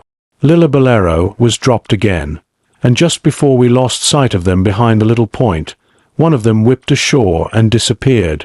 I had half a mind to change my plan and destroy their boats, but I feared that Silver and the others might be close at hand, and all might very well be lost by trying for too much. We had soon touched land in the same place as before, and set to provision the blockhouse. All 3 made the first journey, heavily laden, and tossed our stores over the palisade. Then, leaving Joyce to guard them, 1 man to be sure, but with half a dozen muskets, Hunter and I returned to the jolly boat and loaded ourselves once more. So we proceeded without pausing to take breath, till the whole cargo was bestowed, when the 2 servants took up their position in the blockhouse, and I, with all my power, sculled back to the Hispaniola. That we should have risked a second boat-load seems more daring than it really was. They had the advantage of numbers, of course, but we had the advantage of arms. Not one of the men ashore had a musket, and before they could get within range for pistol shooting, we flattered ourselves we should be able to give a good account of a half-dozen at least. The squire was waiting for me at the stern window, all his faintness gone from him. He caught the painter and made it fast, and we fell to loading the boat for our very lives. Pork, powder, and biscuit was the cargo, with only a musket and a cutlass apiece for the squire and me and Redruth and the captain. The rest of the arms and powder we dropped overboard in 2 fathoms and a half of water, so that we could see the bright steel shining far below us in the sun, on the clean, sandy bottom. By this time the tide was beginning to ebb, and the ship was swinging round to her anchor. Voices were heard faintly hallooing in the direction of the 2 gigs, and though this reassured us for Joyce and Hunter, who were well to the eastward, it warned our party to be off. Redruth retreated from his place in the gallery and dropped into the boat, which we then brought round to the ship's counter, to be handier for Captain Smollett. "Now, men," said he, "do you hear me?" There was no answer from the forecastle. "It's to you, Abraham Gray. It's to you I am speaking." Still no reply. "Gray," resumed Mr. Smollett a little louder, "I am leaving this ship, and I order you to follow your captain. I know you are a good man at bottom, and I dare say not one of the lot of you's as bad as he makes out. I have my watch here in my hand. I give you 30 seconds to join me in." There was a pause. "Come, my fine fellow," continued the captain, "don't hang so long in stays. I'm risking my life and the lives of these good gentlemen every second." There was a sudden scuffle, a sound of blows, and out burst Abraham Gray with a knife cut on the side of the cheek, and came running to the captain like a dog to the whistle. "I'm with you, sir," said he, and the next moment he and the captain had dropped aboard of us, and we had shoved off and given way. We were clear out of the ship, but not yet ashore in our stockade. 17. Narrative continued by the Doctor. The jolly boat's last trip. This 5th trip was quite different from any of the others. In the first place, The little gallipot of a boat that we were in was gravely overloaded. 5 grown men, and 3 of them, Trelawney, Redruth, and the captain, over 6 feet high, was already more than she was meant to carry. Add to that the powder, pork, and bread bags. The gunwale was lipping astern. Several times we shipped a little water, and my breeches and the tails of my coat were all soaking wet before we had gone 100 yards. The captain made us trim the boat, and we got her to lie a little more evenly. All the same, we were afraid to breathe. In the second place, the ebb was now making, a strong rippling current running westward through the basin, and then southward and seaward down the straits by which we had entered in the morning. Even the ripples were a danger to our overloaded craft, but the worst of it was that we were swept out of our true course and away from our proper landing place behind the point. If we let the current have its way, we should come ashore beside the gigs, where the pirates might appear at any moment. "I cannot keep her head for the Stockade, sir," said I to the captain. I was steering, while he and Redruth, 2 fresh men, were at the oars. "The tide keeps washing her down. Could you pull a little stronger?" "Not without swamping the boat," said he. "You must bear up, sir, if you please. Bear up until you see you're gaining." I tried and found by experiment that the tide kept sweeping us westward until I had laid her head due east, or just about right angles to the way we ought to go. "We'll never get ashore at this rate," said I. "If it's the only course that we can lie, sir, we must even lie it," returned the captain. "We must keep upstream. You see, sir," he went on, "if once we drop to leeward of the landing place, it's hard to say where we should get ashore, besides the chance of being boarded by the gigs. Whereas, the way we go the current must slacken, and then we can dodge back along the shore." "The current's lesser ready, sir," said the man Grey, who was sitting in the foresheets. "You can ease her off a bit." "Thank you, my man," said I, quite as if nothing had happened, for we had all quietly made up our minds to treat him like one of ourselves. Suddenly the captain spoke up again, and I thought his voice was a little changed. "The gun," said he. "I have thought of that," said I, for I made sure he was thinking of a bombardment of the fort. They could never get the gun ashore, and if they did, they could never haul it through the woods. "Look astern, Doctor," replied the captain. We had entirely forgotten the long 9, and there, to our horror, were the 5 rogues busy about her, getting off a jacket, as they called the stout tarpaulin cover under which she sailed. Not only that, but it flashed into my mind at the same moment that the round shot and the powder for the gun had been left behind, and a stroke with an axe would put it all into the possession of the evil ones abroad. "Israel was Flint's gunner," said Grey hoarsely. "At any risk, we put the boat's head direct for the landing place." By this time we had got so far out of the run of the current that we kept steerage way even at our necessarily gentle rate of rowing, and I could keep her steady for the goal. But the worst of it was that with the course I now held, we turned our broadside instead of our stern to the Hispaniola, and offered a target like a barn door. I could hear as well as see that brandy-faced rascal Israel Hands plumping down a round shot on the deck. "Who's the best shot?" asked the captain. "Mr. Trelawney, out and away," said I. "Mr. Trelawney, will you please pick me off one of these men, sir?" "Hands, if possible," said the captain. Trelawney was as cool as steel. He looked to the priming of his gun. "Now," cried the captain, "easy with that gun, sir, or you'll swamp the boat. All hands stand by to trim her when he aims." The squire raised his gun, the rowing ceased, and we leaned over to the other side to keep the balance, and all was so nicely contrived that we did not ship a drop. They had the gun, by this time, slewed round upon the swivel, and Hands, who was at the muzzle with the rammer, was in consequence the most exposed. However, we had no luck, for just as Trelawney fired, down he stooped, the ball whistled over him, and it was one of the other 4 who fell. The cry he gave was echoed not only by his companions on board, but by a great number of voices from the shore, and looking in that direction I saw the other pirates trooping out from among the trees and tumbling into their places in the boats. "Here come the gigs, sir," said I. "Give way, then," cried the captain. We mustn't mind if we swamp her now. If we can't get ashore, all's up. Only one of the gigs is being manned, sir, I added. The crew of the other most likely going round by shore to cut us off. They'll have a hot run, sir, returned the captain. Jack ashore, you know. It's not them I mind. It's the round shot. Carpet bowls. My lady's maid couldn't miss. Tell us, squire, when you see the match, and we'll hold water. In the meanwhile we had been making headway at a good pace for a boat so overloaded, and we had shipped but little water in the process.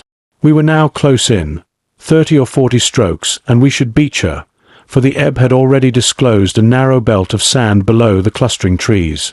The gig was no longer to be feared.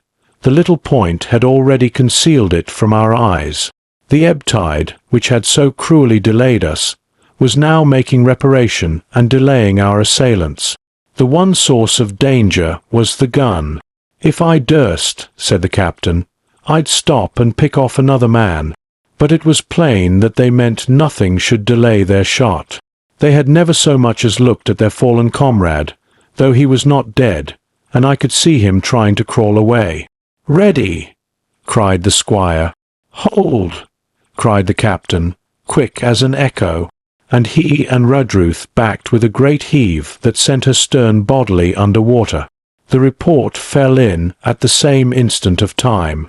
This was the first that Jim heard, the sound of the squire's shot not having reached him. Where the ball passed, not one of us precisely knew, but I fancy it must have been over our heads, and that the wind of it may have contributed to our disaster. At any rate, the boat sank by the stern, quite gently, in 3 feet of water, leaving the captain and myself facing each other on our feet. The other 3 took complete headers, and came up again drenched and bubbling. So far there was no great harm. No lives were lost, and we could wade ashore in safety. But there were all our stores at the bottom, and to make things worse, only 2 guns out of 5 remained in a state for service. Mine I had snatched from my knees and held over my head, by a sort of instinct. As for the captain, he had carried his over his shoulder by a bandolier, and like a wise man, lock uppermost. The other 3 had gone down with the boat. To add to our concern, we heard voices already drawing near us in the woods along shore, and we had not only the danger of being cut off from the stockade in our half-crippled state, but the fear before us whether, if Hunter and Joyce were attacked by half a dozen, they would have the sense and conduct to stand firm. Hunter was steady, that we knew. Joyce was a doubtful case. A pleasant, polite man for a valet and to brush one's clothes, but not entirely fitted for a man of war. With all this in our minds, we waded ashore as fast as we could, leaving behind us the poor jolly boat and a good half of all our powder and provisions. 18. Narrative continued by the doctor. End of the first day's fighting. We made our best speed across the strip of wood that now divided us from the stockade, and at every step we took the voices of the buccaneers rang nearer. Soon we could hear their footfalls as they ran, and the cracking of the branches as they breasted across a bit of thicket. I began to see we should have a brush for it in earnest, and looked to my priming. "Captain," said I, "Trelawney is the dead shot. Give him your gun. His own is useless." They exchanged guns, and Trelawney, silent and cool as he had been since the beginning of the bustle, hung a moment on his heel to see that all was fit for service. At the same time, observing Grey to be unarmed, I handed him my cutlass. It did all our hearts good to see him spit in his hand, knit his brows, and make the blade sing through the air. It was plain from every line of his body that our new hand was worth his salt. 40 paces farther we came to the edge of the wood and saw the stockade in front of us. We struck the enclosure about the middle of the south side, and almost at the same time 7 mutineers, Job Anderson, the boatswain, at their head, appeared in full cry at the southwestern corner. They paused as if taken aback, and before they recovered, not only the squire and I, but Hunter and Joyce from the blockhouse, had time to fire. The 4 shots came in rather a scattering volley, but they did the business. One of the enemy actually fell, and the rest, without hesitation, turned and plunged into the trees. After reloading, we walked down the outside of the palisade to see to the fallen enemy. He was stone dead, shot through the heart.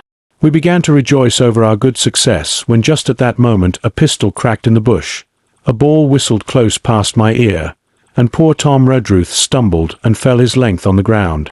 Both the squire and I returned the shot, but as we had nothing to aim at, it is probable we only wasted powder. Then we reloaded and turned our attention to poor Tom. The captain and Gray were already examining him, and I saw with half an eye that all was over.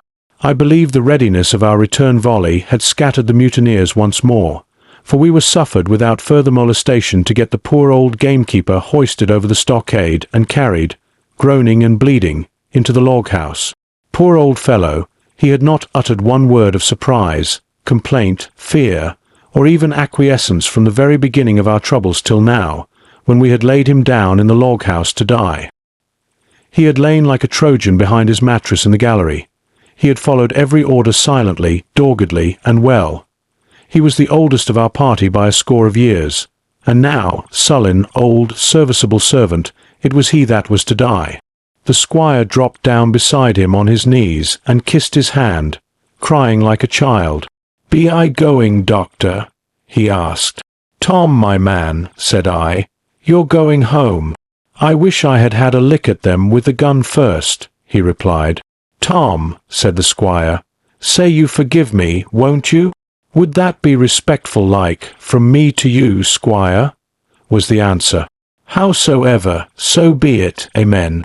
After a little while of silence, he said he thought somebody might read a prayer. "It's the custom, sir," he added apologetically, and not long after, without another word, he passed away. In the meantime the captain, whom I had observed to be wonderfully swollen about the chest and pockets, had turned out a great many various stores: the British colours, a Bible, a coil of stoutish rope, pen, ink, the log-book, and pounds of tobacco. He had found a longish fir tree lying felled and trimmed in the enclosure, and with the help of Hunter he had set it up at the corner of the log-house where the trunks crossed and made an angle. Then, climbing on the roof, he had with his own hand bent and run up the colours. This seemed mightily to relieve him. He re-entered the log-house and set about counting up the stores as if nothing else existed. But he had an eye on Tom's passage for all that, and as soon as all was over, came forward with another flag and reverently spread it on the body. "Don't you take on, sir," he said, shaking the squire's hand. "All's well with him. No fear for a hand that's been shot down in his duty to captain and owner. It mayn't be good divinity, but it's a fact." Then he pulled me aside. "Dr. Livesey," he said, "in how many weeks do you and Squire expect the consort?" I told him it was a question not of weeks but of months, that if we were not back by the end of August Blandly was to send to find us, but neither sooner nor later. "You can calculate for yourself," I said. "Why, yes," returned the captain, scratching his head, "and making a large allowance, sir, for all the gifts of Providence, I should say we were pretty close hauled." "How do you mean?" I asked. "It's a pity, sir, we lost that second load." "That's what I mean," replied the captain. "As for powder and shot, we'll do. But the rations are short, very short. So short, Dr. Livesey, that we're perhaps as well without that extra mouth." And he pointed to the dead body under the flag. Just then, with a roar and a whistle, a round shot passed high above the roof of the log-house and plumped far beyond us in the wood. "Oh ho!" said the captain. "Blaze away. You've little enough powder already, my lads." At the second trial, the aim was better, and the ball descended inside the stockade, scattering a cloud of sand but doing no further damage. "Captain," said the squire, "the house is quite invisible from the ship. It must be the flag they are aiming at. Would it not be wiser to take it in?" "Strike my colours," cried the captain. "No, sir, not I." And as soon as he had said the words, I think we all agreed with him, for it was not only a piece of stout, seamanly, good feeling, it was good policy besides, and showed our enemies that we despised their cannonade. All through the evening they kept thundering away. Ball after ball flew over or fell short or kicked up the sand in the enclosure, but they had to fire so high that the shot fell dead and buried itself in the soft sand. We had no ricochet to fear, and though one popped in through the roof of the log house and out again through the floor, we soon got used to that sort of horseplay and minded it no more than cricket. "There is one good thing about all this," observed the captain. "The wood in front of us is likely clear. The ebb has made a good while. Our stores should be uncovered. Volunteers to go and bring in pork." Gray and Hunter were the first to come forward. Well armed, they stole out of the stockade, but it proved a useless mission. The mutineers were bolder than we fancied, or they put more trust in Israel's gunnery. Four or five of them were busy carrying off our stores and wading out with them to one of the gigs that lay close by, pulling an oar or so to hold her steady against the current. Silver was in the stern sheets in command, and every man of them was now provided with a musket from some secret magazine of their own. The captain sat down to his log, and here is the beginning of the entry. Alexander Smollett, master; David Livesey, ship's doctor; Abraham Gray, carpenter's mate; John Trelawney, owner; John Hunter and Richard Joyce, owner's servants, landsmen, being all that is left faithful of the ship's company, with stores for 10 days at short rations, came ashore this day and flew British colours on the log house in Treasure Island.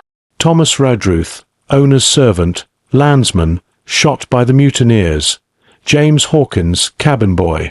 And at the same time, I was wondering over poor Jim Hawkins' fate.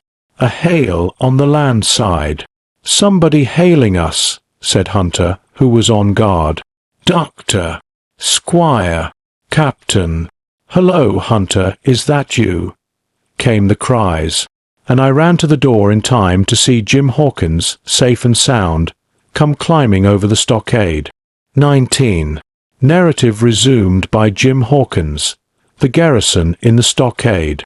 As soon as Ben Gunn saw the colours he came to a halt, stopped me by the arm, and sat down. "Now," said he, "there's your friends, sure enough." "Far more likely it's the mutineers," I answered. "That!" he cried. "Why, in a place like this, where nobody puts in but Jen Lemon of fortune, Silver would fly the Jolly Roger. You don't make no doubt of that." "No, that's your friends. There's been blows too, and I reckon your friends has had the best of it. And here they are ashore in the old stockade, as was made years and years ago by Flint. Ah, he was the man to have a headpiece, was Flint. Barring rum, his match were never seen. He were afraid of none, not he. Onny Silver, Silver was that genteel." "Well," said I, "that may be so, and so be it. All the more reason that I should hurry on and join my friends." "Nay, mate," returned Ben, "not you. You're a good boy, or I mistook, but you're only a boy, all told. Now, Ben Gunn is fly. Rum wouldn't bring me there, where you're going. Not rum wouldn't, till I see you're born gentleman and gets it on his word of honour. And you won't forget my words. A precious sight, that's what you'll say, a precious sight more confidence, and then nips him. And he pinched me the third time with the same air of cleverness. And when Ben Gunn is wanted, you know where to find him, Jim. Just where you found him today. And him that comes is to have a white thing in his hand, and he's to come alone. Oh, and you'll say this, Ben Gunn, says you, has reasons of his own. Well, said I believe I understand. You have something to propose, and you wish to see the squire or the doctor, and you're to be found where I found you. Is that all? And when? Says you, he added. Why, from about noon observation to about 6 bells. Good, said I. And now may I go? You won't forget, he inquired anxiously. Precious sight, and reasons of his own, says you. Reasons of his own. That's the mainstay, as between man and man. Well then, still holding me, I reckon you can go, Jim. And Jim, if you was to see Silver, you wouldn't go for to sell Ben Gunn? Wild horses wouldn't draw it from you. No, says you. And if them pirates camp ashore, Jim, What would you say but there'd be widows in the morning?" Here he was interrupted by a loud report, and a cannonball came tearing through the trees and pitched in the sand not 100 yards from where we two were talking. The next moment each of us had taken to his heels in a different direction. For a good hour to come frequent reports shook the island, and balls kept crashing through the woods. I moved from hiding place to hiding place, always pursued, or so it seemed to me, by these terrifying missiles. But towards the end of the bombardment, though still I durst not venture in the direction of the stockade, where the balls fell oftenest, I had begun, in a manner, to pluck up my heart again, and after a long detour to the east, crept down among the shoreside trees. The sun had just set, the sea breeze was rustling and tumbling in the woods and ruffling the grey surface of the anchorage. The tide, too, was far out, and great tracts of sand lay uncovered. The air, after the heat of the day, chilled me through my jacket. The Hispaniola still lay where she had anchored, but sure enough there was the Jolly Roger, the black flag of piracy, flying from her peak. Even as I looked, there came another red flash and another report that sent the echoes clattering, and one more round shot whistled through the air. It was the last of the cannonade. I lay for some time watching the bustle which succeeded the attack. Men were demolishing something with axes on the beach near the stockade. The poor jolly boat, I afterwards discovered. Away, near the mouth of the river, a great fire was glowing among the trees, and between that point and the ship one of the gigs kept coming and going, the men, whom I had seen so gloomy, shouting at the oars like children. But there was a sound in their voices which suggested rum. At length I thought I might return towards the stockade. I was pretty far down on the low sandy spit that encloses the anchorage to the east, and is joined at half water to Skeleton Island. And now, as I rose to my feet, I saw, some distance further down the spit and rising from among low bushes, an isolated rock, pretty high, and peculiarly white in colour. It occurred to me that this might be the white rock of which Ben Gunn had spoken, and that some day or other a boat might be wanted, and I should know where to look for one. Then I skirted among the woods until I had regained the rear, or shoreward side, of the stockade, and was soon warmly welcomed by the faithful party. I had soon told my story, and began to look about me. The log house was made of unsquared trunks of pine, roof, walls, and floor. The latter stood in several places as much as a foot or a foot and a half above the surface of the sand. There was a porch at the door, and under this porch the little spring welled up into an artificial basin of a rather odd kind, no other than a great ship's kettle of iron, with the bottom knocked out and sunk to her bearings, as the captain said, among the sand. Little had been left besides the framework of the house, but in one corner there was a stone slab laid down by way of hearth, and an old rusty iron basket to contain the fire. The slopes of the knoll and all the inside of the stockade had been cleared of timber to build the house, and we could see by the stumps what a fine and lofty grove had been destroyed. Most of the soil had been washed away or buried in drift after the removal of the trees. Only where the streamlet ran down from the kettle, a thick bed of moss and some ferns and little creeping bushes were still green among the sand. Very close around the stockade, too close for defence, they said, the wood still flourished high and dense, all of fir on the land side, but towards the sea with a large admixture of live oaks. The cold evening breeze, of which I have spoken, whistled through every chink of the rude building and sprinkled the floor with a continual rain of fine sand. There was sand in our eyes, sand in our teeth, sand in our suppers, sand dancing in the spring at the bottom of the kettle, for all the world like porridge beginning to boil. Our chimney was a square hole in the roof. It was but a little part of the smoke that found its way out, and the rest eddied about the house and kept us coughing and piping the eye. Add to this that Gray, the new man, had his face tied up in a bandage for a cut he had got in breaking away from the mutineers, and that poor old Tom Redruth, still unburied, lay along the wall, stiff and stark, under the Union Jack. If we had been allowed to sit idle, we should all have fallen in the blues, but Captain Smollett was never the man for that. All hands were called up before him, and he divided us into watches. The doctor and Gray and I for one, the squire, Hunter, and Joyce upon the other. Tired though we all were, 2 were sent out for firewood. 2 more were set to dig a grave for Redruth. The doctor was named Cook. I was put sentry at the door, and the captain himself went from one to another, keeping up our spirits and lending a hand wherever it was wanted. From time to time the doctor came to the door for a little air and to rest his eyes, which were almost smoked out of his head, and whenever he did so, he had a word for me. "That man Smollett," he said once, "is a better man than I am, and when I say that it means a deal, Jim." Another time he came and was silent for a while. Then he put his head on one side and looked at me. "Is this Ben Gunn a man?" he asked. "I do not know, sir," said I. "I am not very sure whether he's sane." "If there's any doubt about the matter, he is," returned the doctor. "A man who has been 3 years biting his nails on a desert island, Jim, can't expect to appear as sane as you or me. It doesn't lie in human nature. Was it cheese you said he had a fancy for?" "Yes, sir, cheese," I answered. "Well, Jim," says he, "just see the good that comes of being dainty in your food. You've seen my snuff box, haven't you? And you never saw me take snuff, the reason being that in my snuff box I carry a piece of Parmesan cheese, a cheese made in Italy, very nutritious. Well, that's for Ben Gunn." Before supper was eaten we buried old Tom in the sand and stood round him for a while bareheaded in the breeze. A good deal of firewood had been got in, but not enough for the captain's fancy, and he shook his head over it and told us we must get back to this tomorrow rather livelier.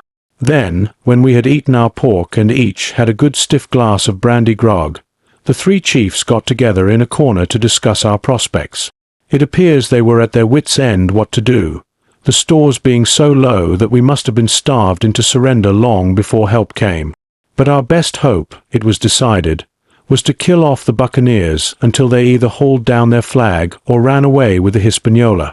From 19 they were already reduced to 15, 2 others were wounded, and one at least, the man shot beside the gun, severely wounded if he were not dead. Every time we had a crack at them, we were to take it, saving our own lives, with the extremest care. And besides that, we had 2 able allies, rum and the climate.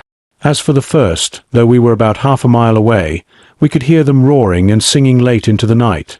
And as for the second, the doctor staked his wig that, camped where they were in the marsh and unprovided with remedies, the half of them would be on their backs before a week. "So," he added, "if we are not all shot down first, they'll be glad to be packing in the schooner.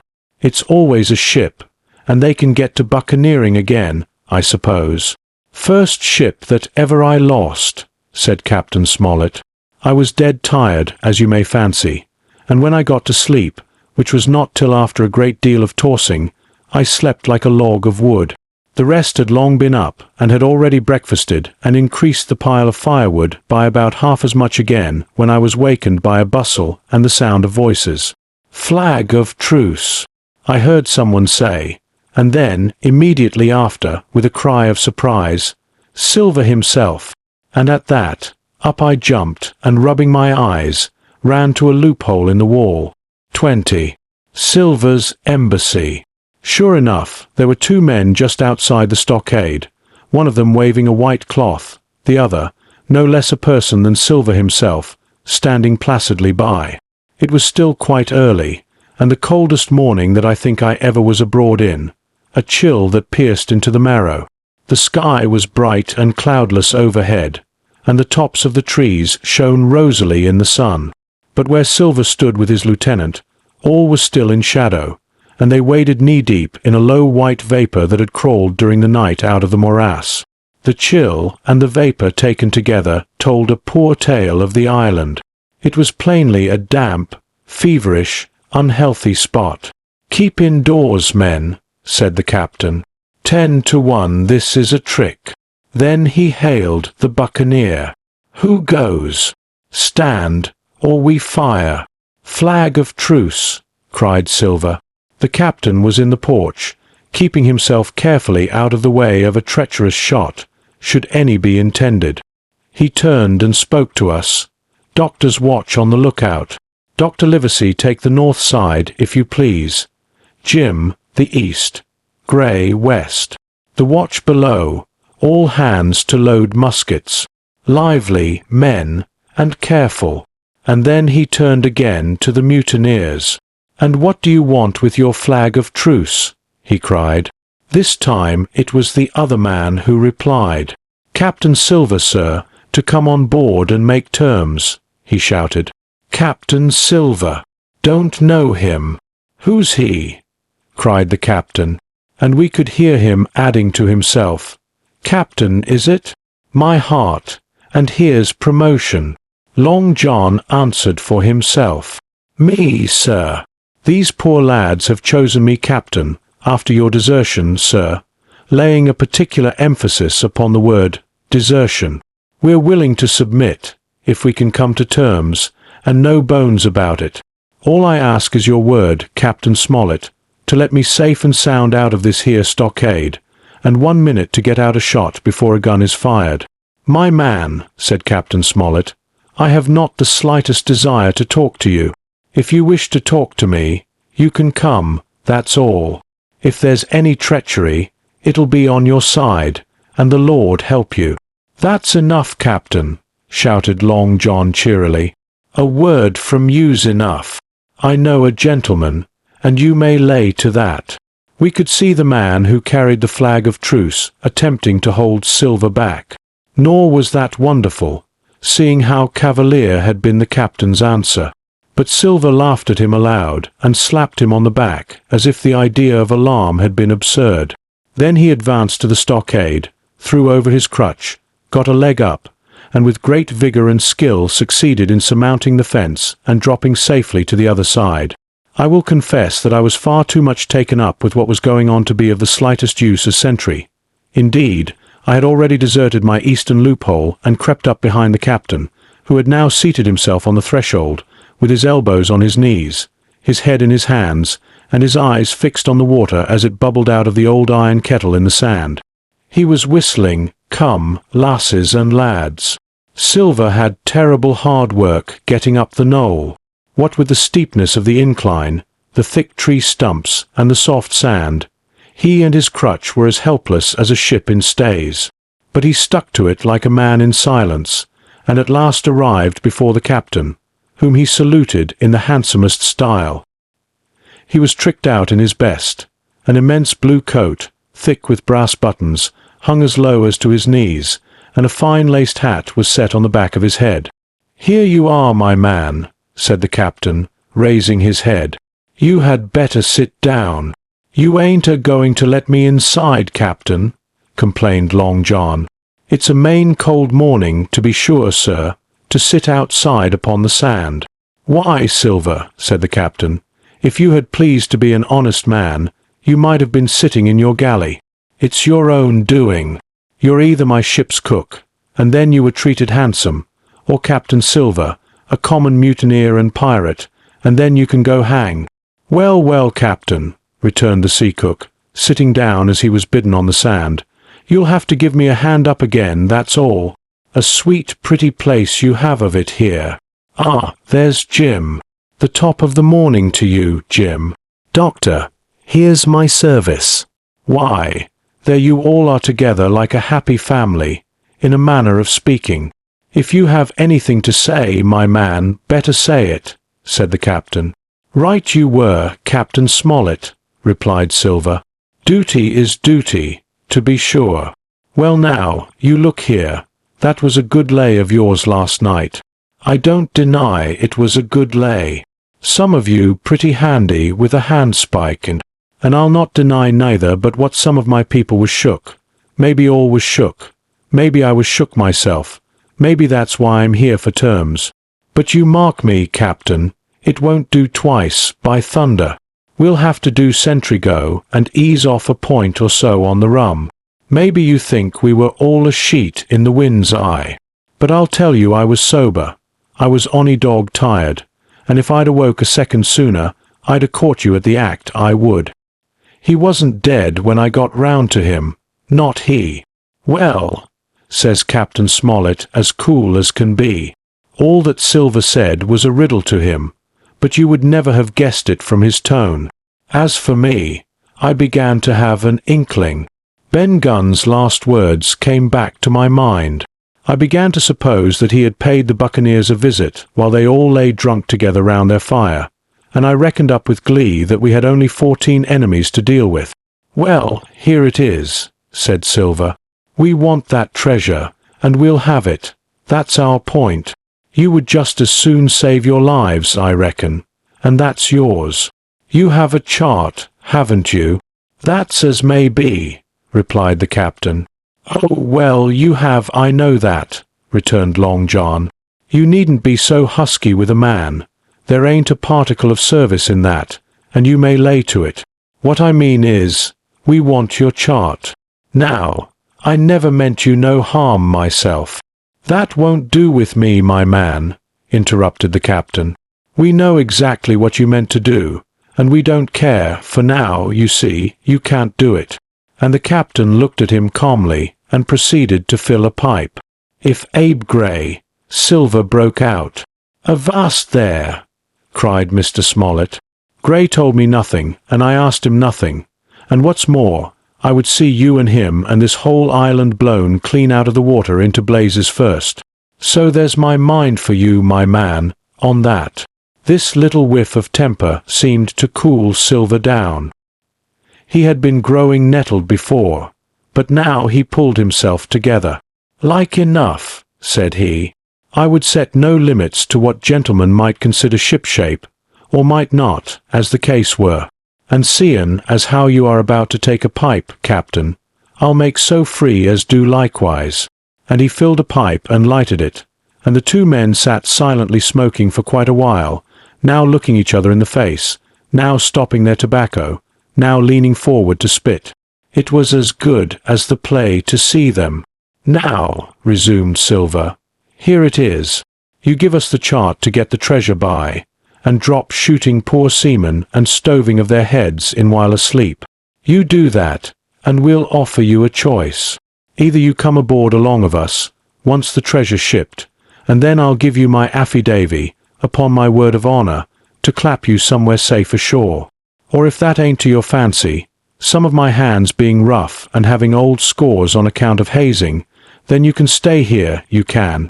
We'll divide stores with you, man for man, and I'll give my affidavy, as before to speak the first ship I sight, and send 'em here to pick you up. Now, you'll own that's talking. Handsomer you couldn't look to get. Now you. And I hope," raising his voice, "that all hands in this here blockhouse will overhaul my words, for what is spoke to one is spoke to all." Captain Smollett rose from his seat and knocked out the ashes of his pipe in the palm of his left hand. "Is that all?" he asked. "Every last word, by thunder," answered John. "Refuse that, and you've seen the last of me but musket balls." "Very good," said the captain. "Now you'll hear me. If you'll come up one by one, unarmed, I'll engage to clap you all in irons and take you home to a fair trial in England. If you won't, my name is Alexander Smollett. I've flown my sovereign's colours, and I'll see you all to Davy Jones. You can't find the treasure. You can't sail the ship. There's not a man among you fit to sail the ship. You can't fight us. Gray there got away from 5 of you. Your ship's in irons, Master Silver. You're on a lee shore, and so you'll find.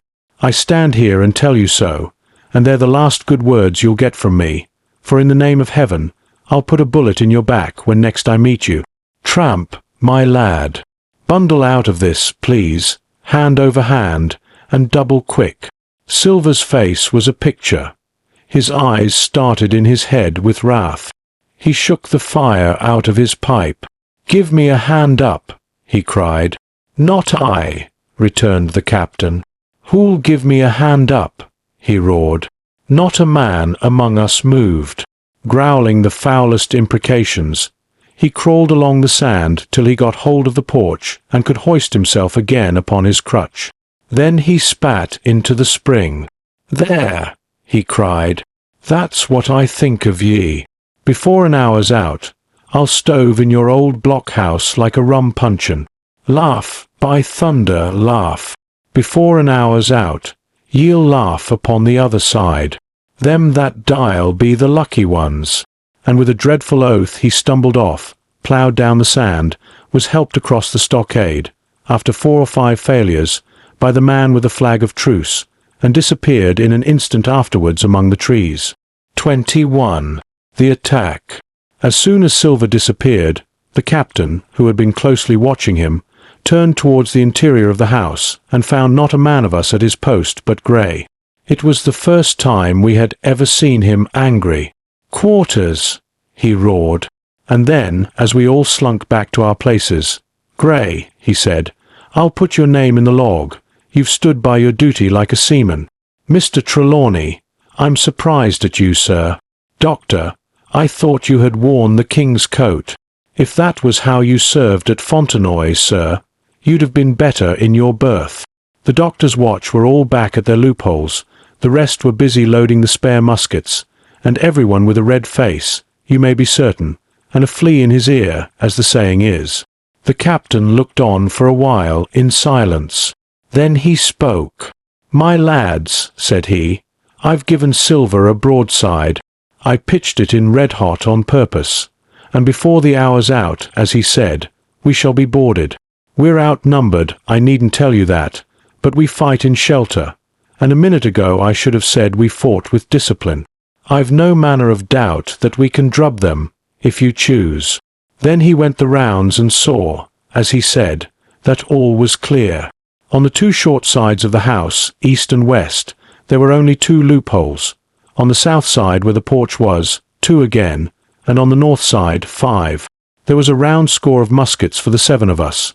The firewood had been built into 4 piles, tables, you might say, one about the middle of each side, and on each of these tables some ammunition and 4 loaded muskets were laid ready to the hand of the defenders.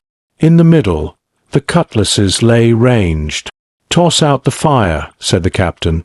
"The chill is past, and we mustn't have smoke in our eyes." The iron fire basket was carried bodily out by Mr. Trelawney, and the embers smothered among sand. "Hawkins hasn't had his breakfast. Hawkins, help yourself, and back to your post to eat it," continued Captain Smollett. "Lively now, my lad. You'll want it before you've done. Hunter, serve out a round of brandy to all hands." And while this was going on, the captain completed, in his own mind, the plan of the defence. "Doctor, you will take the door," he resumed. "See, and don't expose yourself. Keep within, and fire through the porch. Hunter, take the east side there. Joyce, you stand by the west, my man.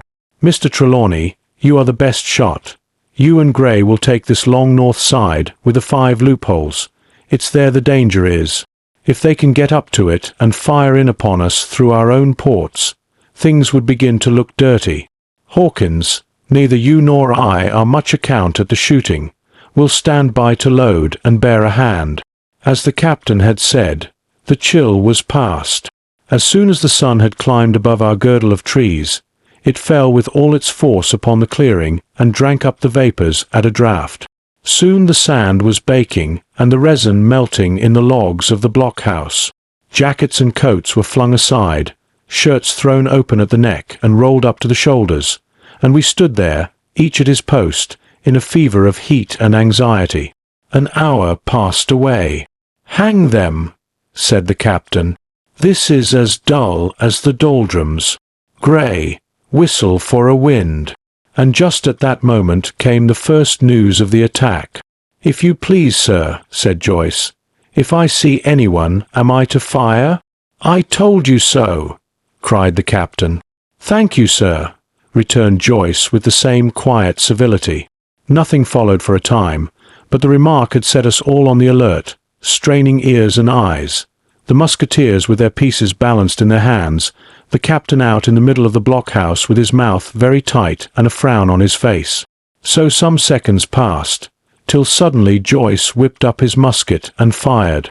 The report had scarcely died away ere it was repeated and repeated from without in a scattering volley, shot behind shot, like a string of geese, from every side of the enclosure.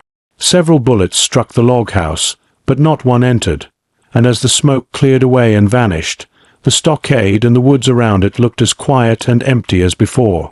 Not a bough waved, Not the gleam of a musket barrel betrayed the presence of our foes. "Did you hit your man?" asked the captain. "No, sir," replied Joyce. "I believe not, sir." "Next best thing to tell the truth," muttered Captain Smollett. "Load his gun, Hawkins. How many should say there were on your side, Doctor?" "I know precisely," said Dr. Livesey. "3 shots were fired on this side. I saw the 3 flashes, 2 close together, 1 farther to the west." "3," repeated the captain. "And how many on yours, Mr. Trelawney?" But this was not so easily answered. There had come many from the north, 7 by the squire's computation, 8 or 9 according to Gray. From the east and west only a single shot had been fired. It was plain, therefore, that the attack would be developed from the north, and that on the other 3 sides we were only to be annoyed by a show of hostilities. But Captain Smollett made no change in his arrangements. If the mutineers succeeded in crossing the stockade, he argued, they would take possession of any unprotected loophole and shoot us down like rats in our own stronghold. Nor had we much time left to us for thought. Suddenly, with a loud huzzah, a little cloud of pirates leaped from the woods on the north side and ran straight on the stockade. At the same moment, the fire was once more opened from the woods, and a rifle ball sang through the doorway and knocked the doctor's musket into bits. The boarders swarmed over the fence like monkeys. Squire and Gray fired again and yet again. 3 men fell, 1 forwards into the enclosure, 2 back on the outside. But of these, 1 was evidently more frightened than hurt, for he was on his feet again in a crack and instantly disappeared among the trees.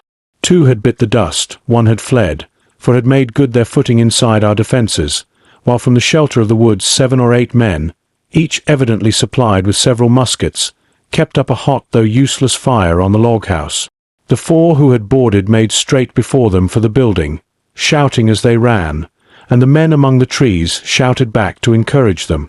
Several shots were fired, but such was the hurry of the marksmen that not one appears to have taken effect. In a moment, the 4 pirates had swarmed up the mound and were upon us. The head of Job Anderson, the boatswain, appeared at the middle loophole. "At 'em all hands!" he roared in a voice of thunder. At the same moment, another pirate grasped Hunter's musket by the muzzle, wrenched it from his hands, plucked it through the loophole, and with one stunning blow, laid the poor fellow senseless on the floor. Meanwhile a third, running unharmed all around the house, appeared suddenly in the doorway and fell with his cutlass on the doctor. Our position was utterly reversed.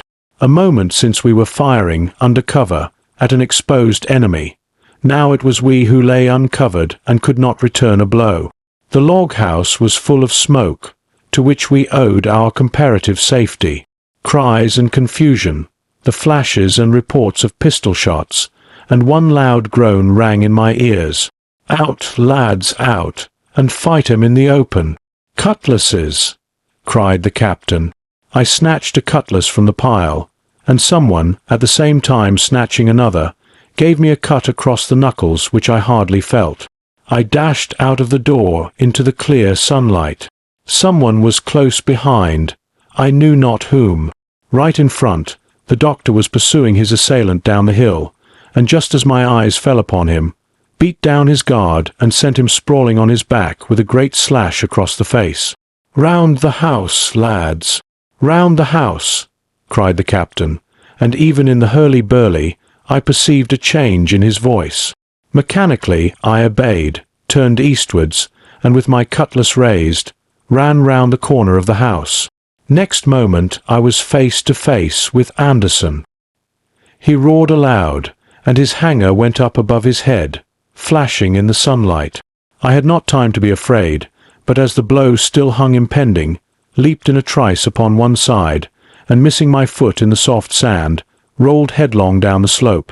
When I had first sallied from the door, the other mutineers had been already swarming up the palisade to make an end of us. One man, in a red nightcap, with his cutlass in his mouth, had even got upon the top and thrown a leg across. Well, so short had been the interval that when I found my feet again all was in the same posture, the fellow with the red nightcap still halfway over, another still just showing his head above the top of the stockade. And yet, in this breath of time, the fight was over and the victory was ours. Gray, following close behind me, had cut down the big bosun ere he had time to recover from his last blow. Another had been shot at a loophole in the very act of firing into the house, and now lay in agony, the pistol still smoking in his hand. A third, as I had seen, the doctor had disposed of at a blow.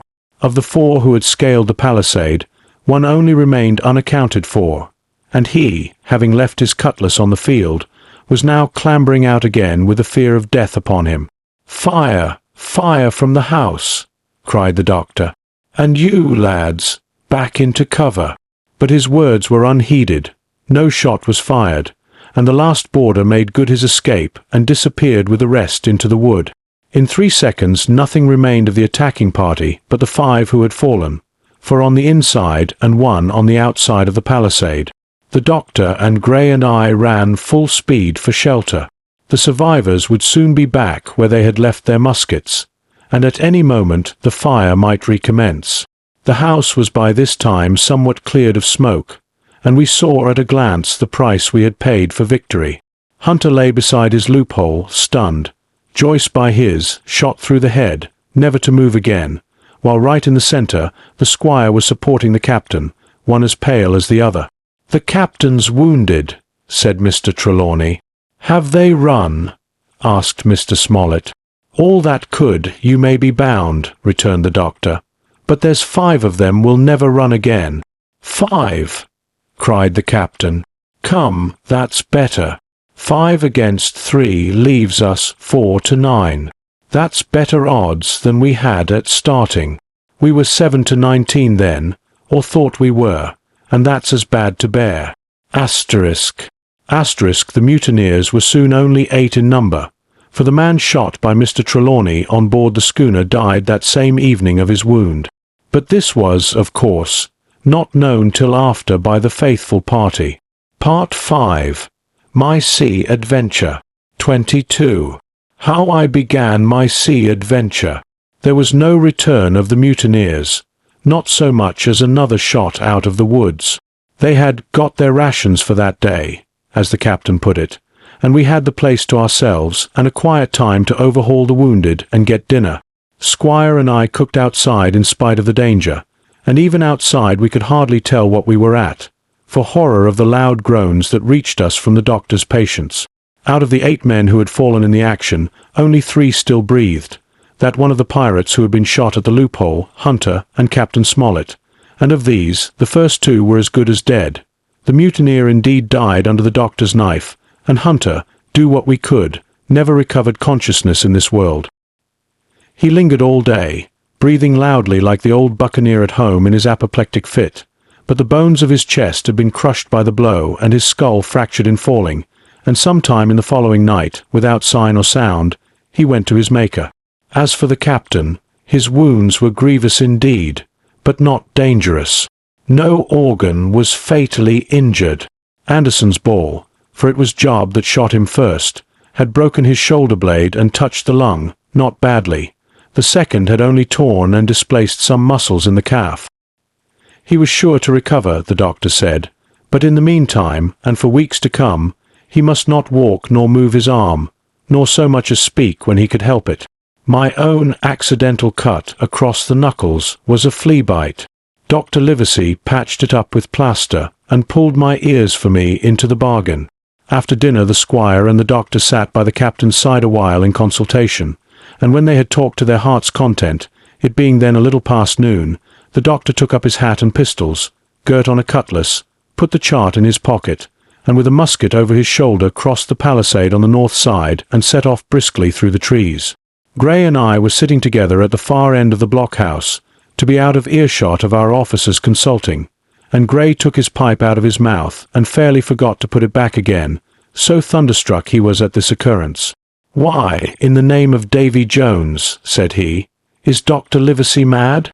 "Why, no," says I. "He's about the last of this crew for that, I take it." "Well, shipmate," said Gray, "mad he may not be, but if he's not, you mark my words, I am." "I take it," replied I. "The doctor has his idea, and if I am right, he's going now to see Ben Gunn." I was right, as appeared later. But in the meantime, the house being stifling hot and the little patch of sand inside the palisade ablaze with midday sun, I began to get another thought into my head, which was not by any means so right. What I began to do was to envy the doctor walking in the cool shadow of the woods with the birds about him and the pleasant smell of the pines, while I sat grilling, with my clothes stuck to the hot resin, and so much blood about me and so many poor dead bodies lying all around that I took a disgust of the place that was almost as strong as fear. All the time I was washing out the blockhouse, and then washing up the things from dinner, this disgust and envy kept growing stronger and stronger, till at last, being near a bread bag, and no one then observing me, I took the first step towards my escapade and filled both pockets of my coat with biscuit.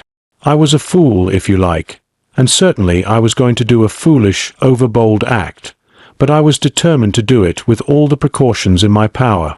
These biscuits, should anything befall me, would keep me, at least, from starving till far on in the next day.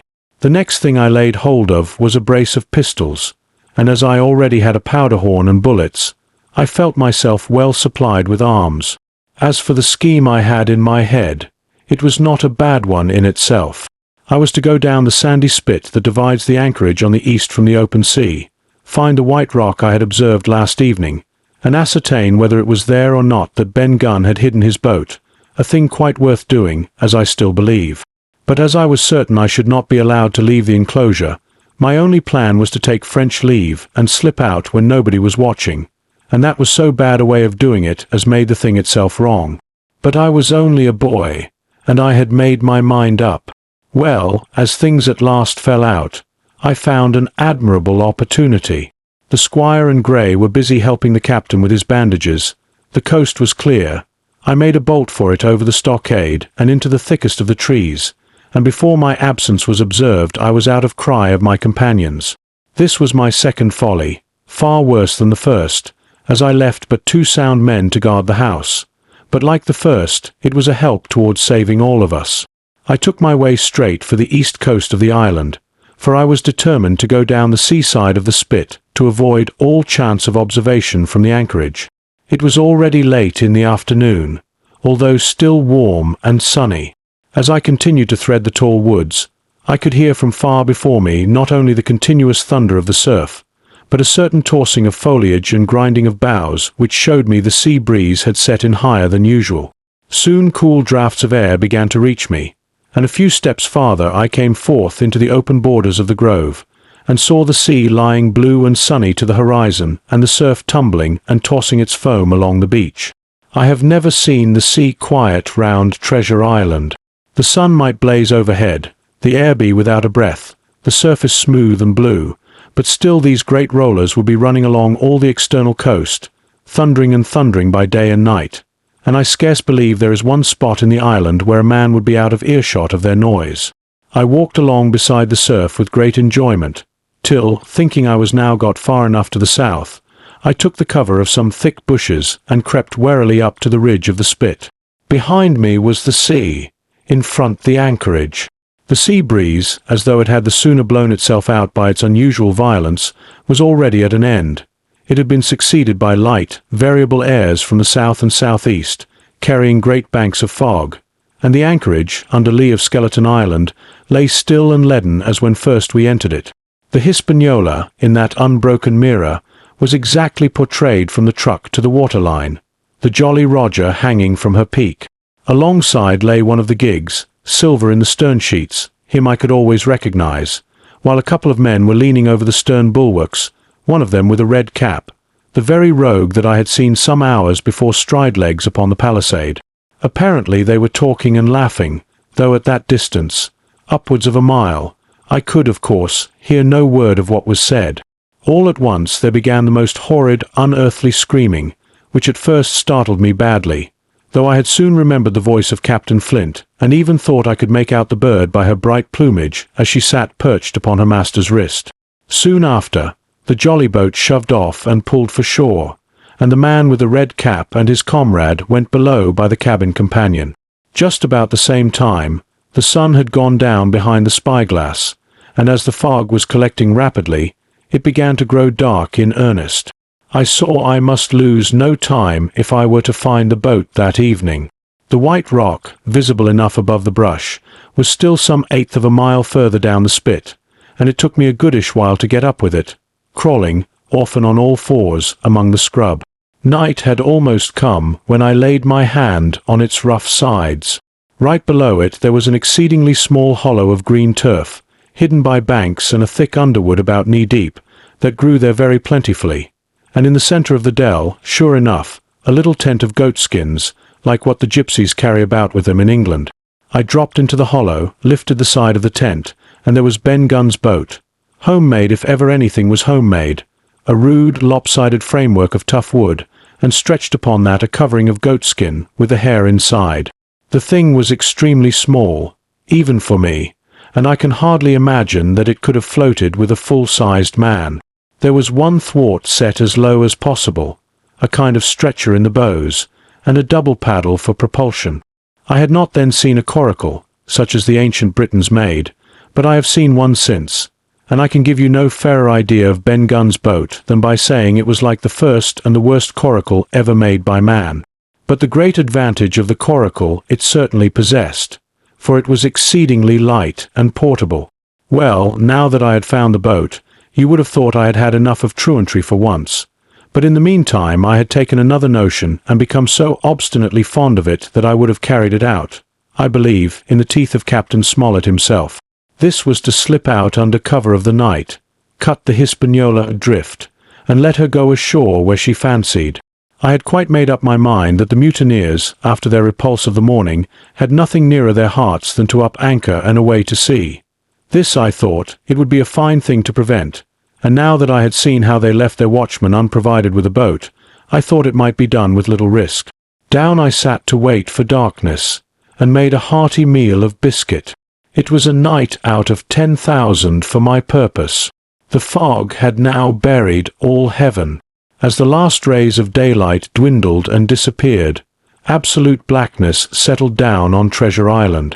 And when, at last, I shouldered the coracle and groped my way stumblingly out of the hollow where I had supped, there were but 2 points visible on the whole anchorage.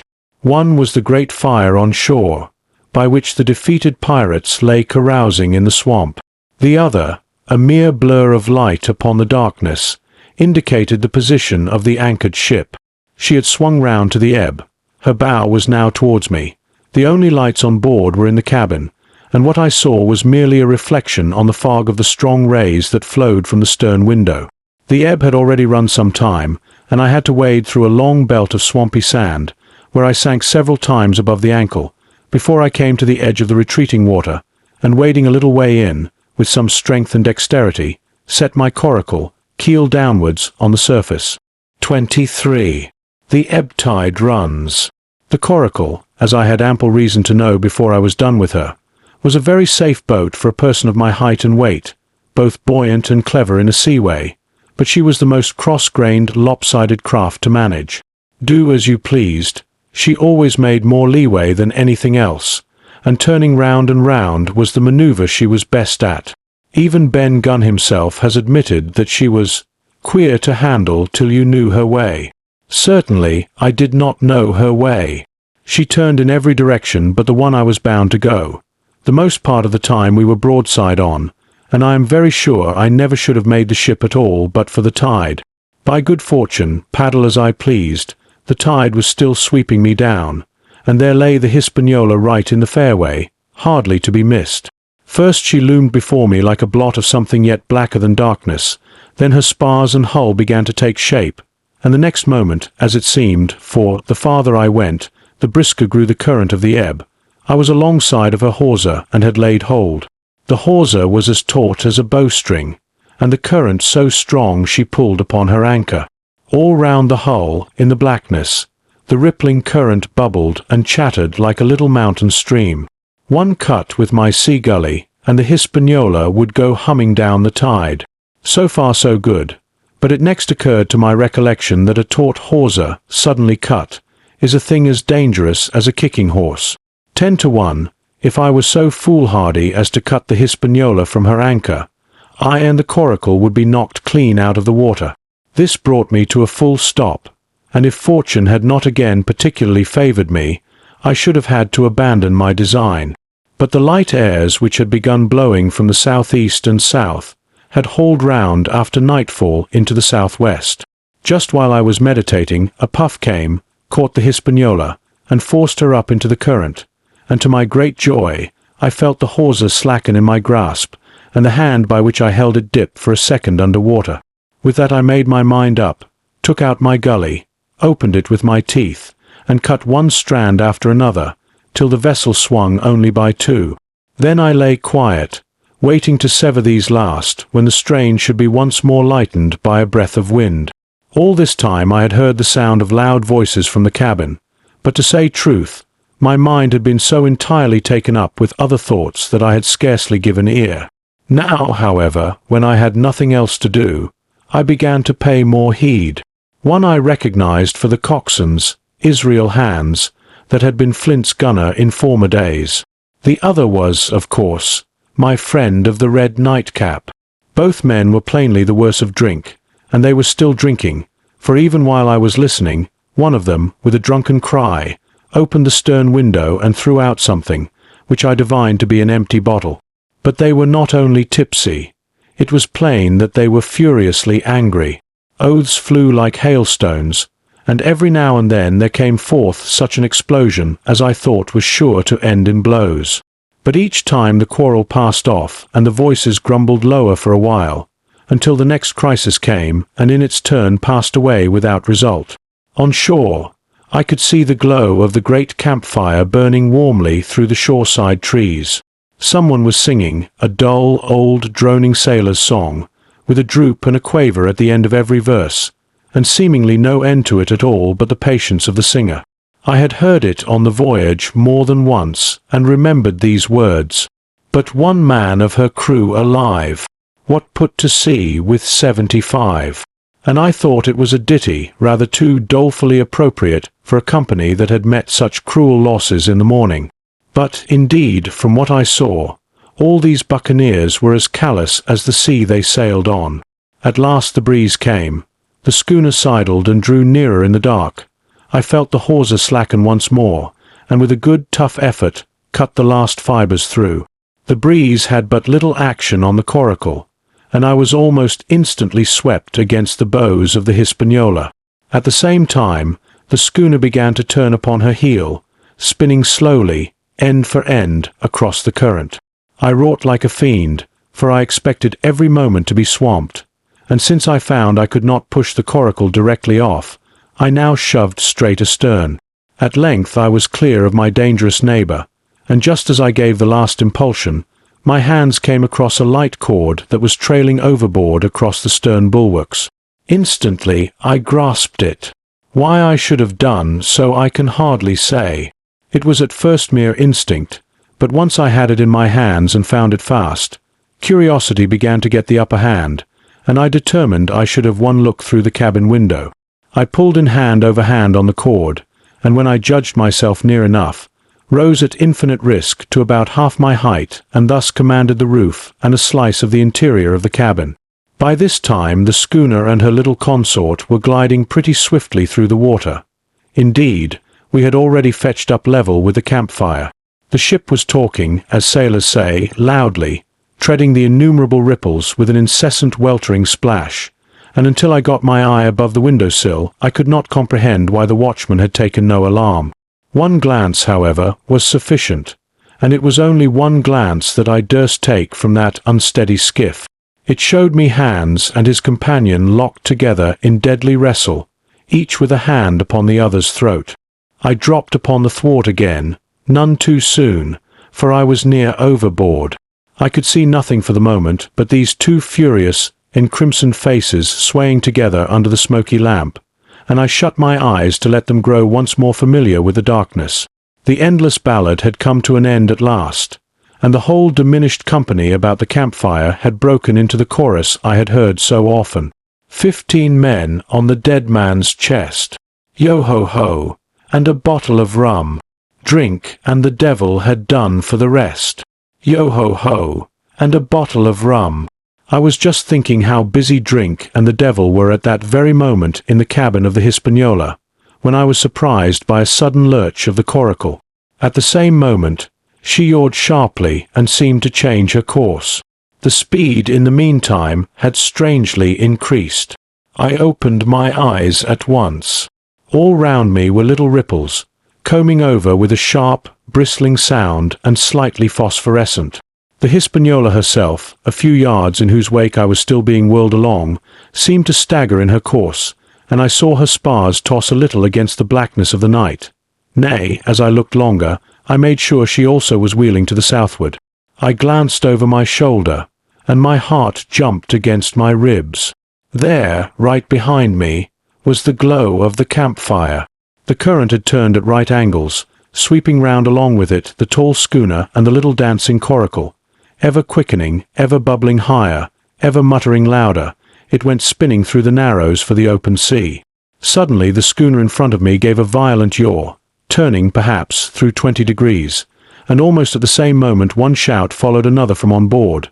I could hear feet pounding on the companion ladder, and I knew that the two drunkards had at last been interrupted in their quarrel and awakened to a sense of their disaster. I lay down flat in the bottom of that wretched skiff, and devoutly recommended my spirit to its maker. At the end of the straits, I made sure we must fall into some bar of raging breakers, where all my troubles would be ended speedily, and though I could, perhaps, bear to die, I could not bear to look upon my fate as it approached. So I must have lain for hours, continually beaten to and fro upon the billows, now and again wetted with flying sprays, and never ceasing to expect death at the next plunge. Gradually weariness grew upon me.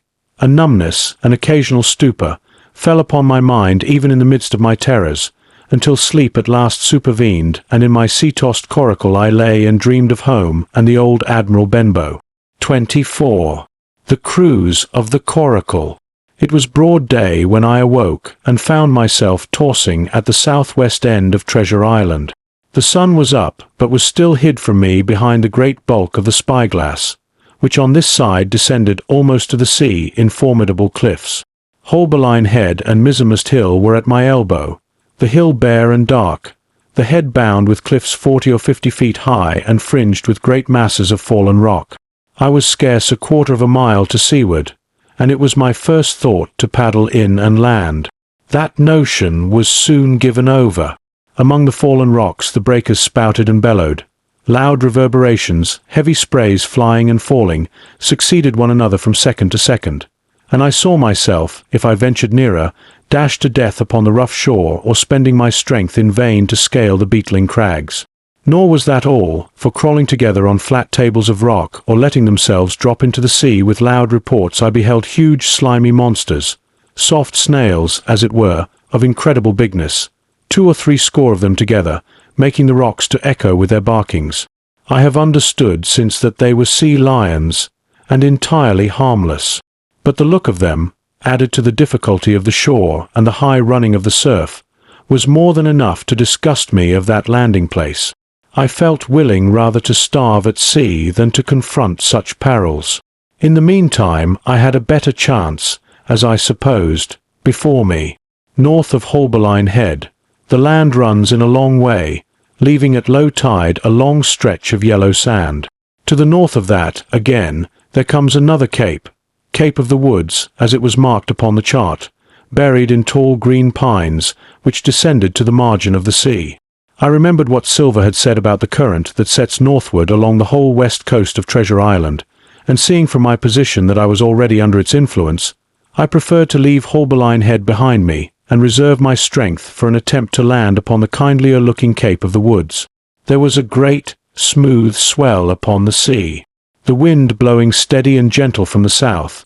There was no contrariety between that and the current, and the billows rose and fell unbroken. Had it been otherwise, I must long ago have perished, but as it was, it is surprising how easily and securely my little and light boat could ride.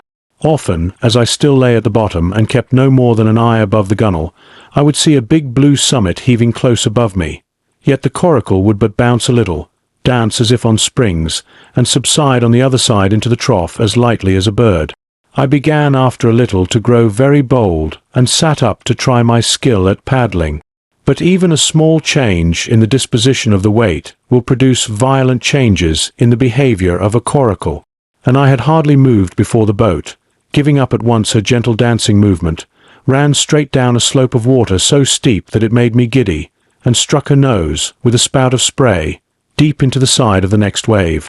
I was drenched and terrified, and fell instantly back into my old position, whereupon the coracle seemed to find her head again, and led me as softly as before among the billows.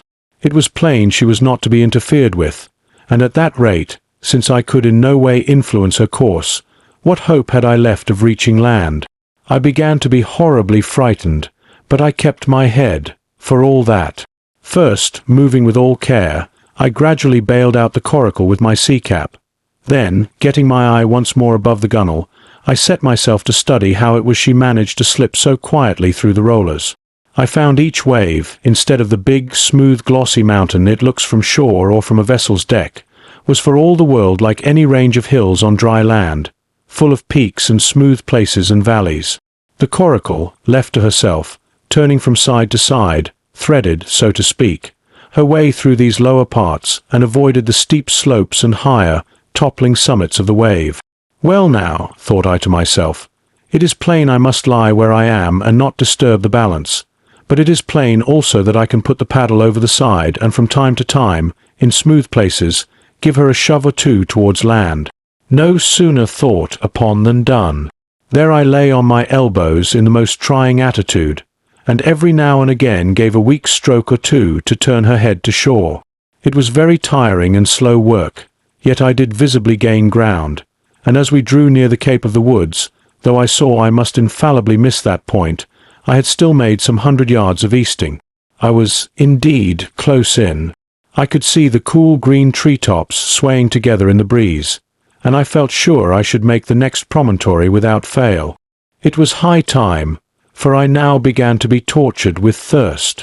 The glow of the sun from above, its thousand-fold reflection from the waves, the sea-water that fell and dried upon me, caking my very lips with salt, combined to make my throat burn and my brain ache.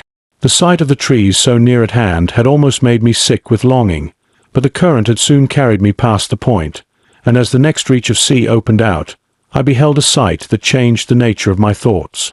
Right in front of me, not half a mile away, I beheld the Hispaniola under sail.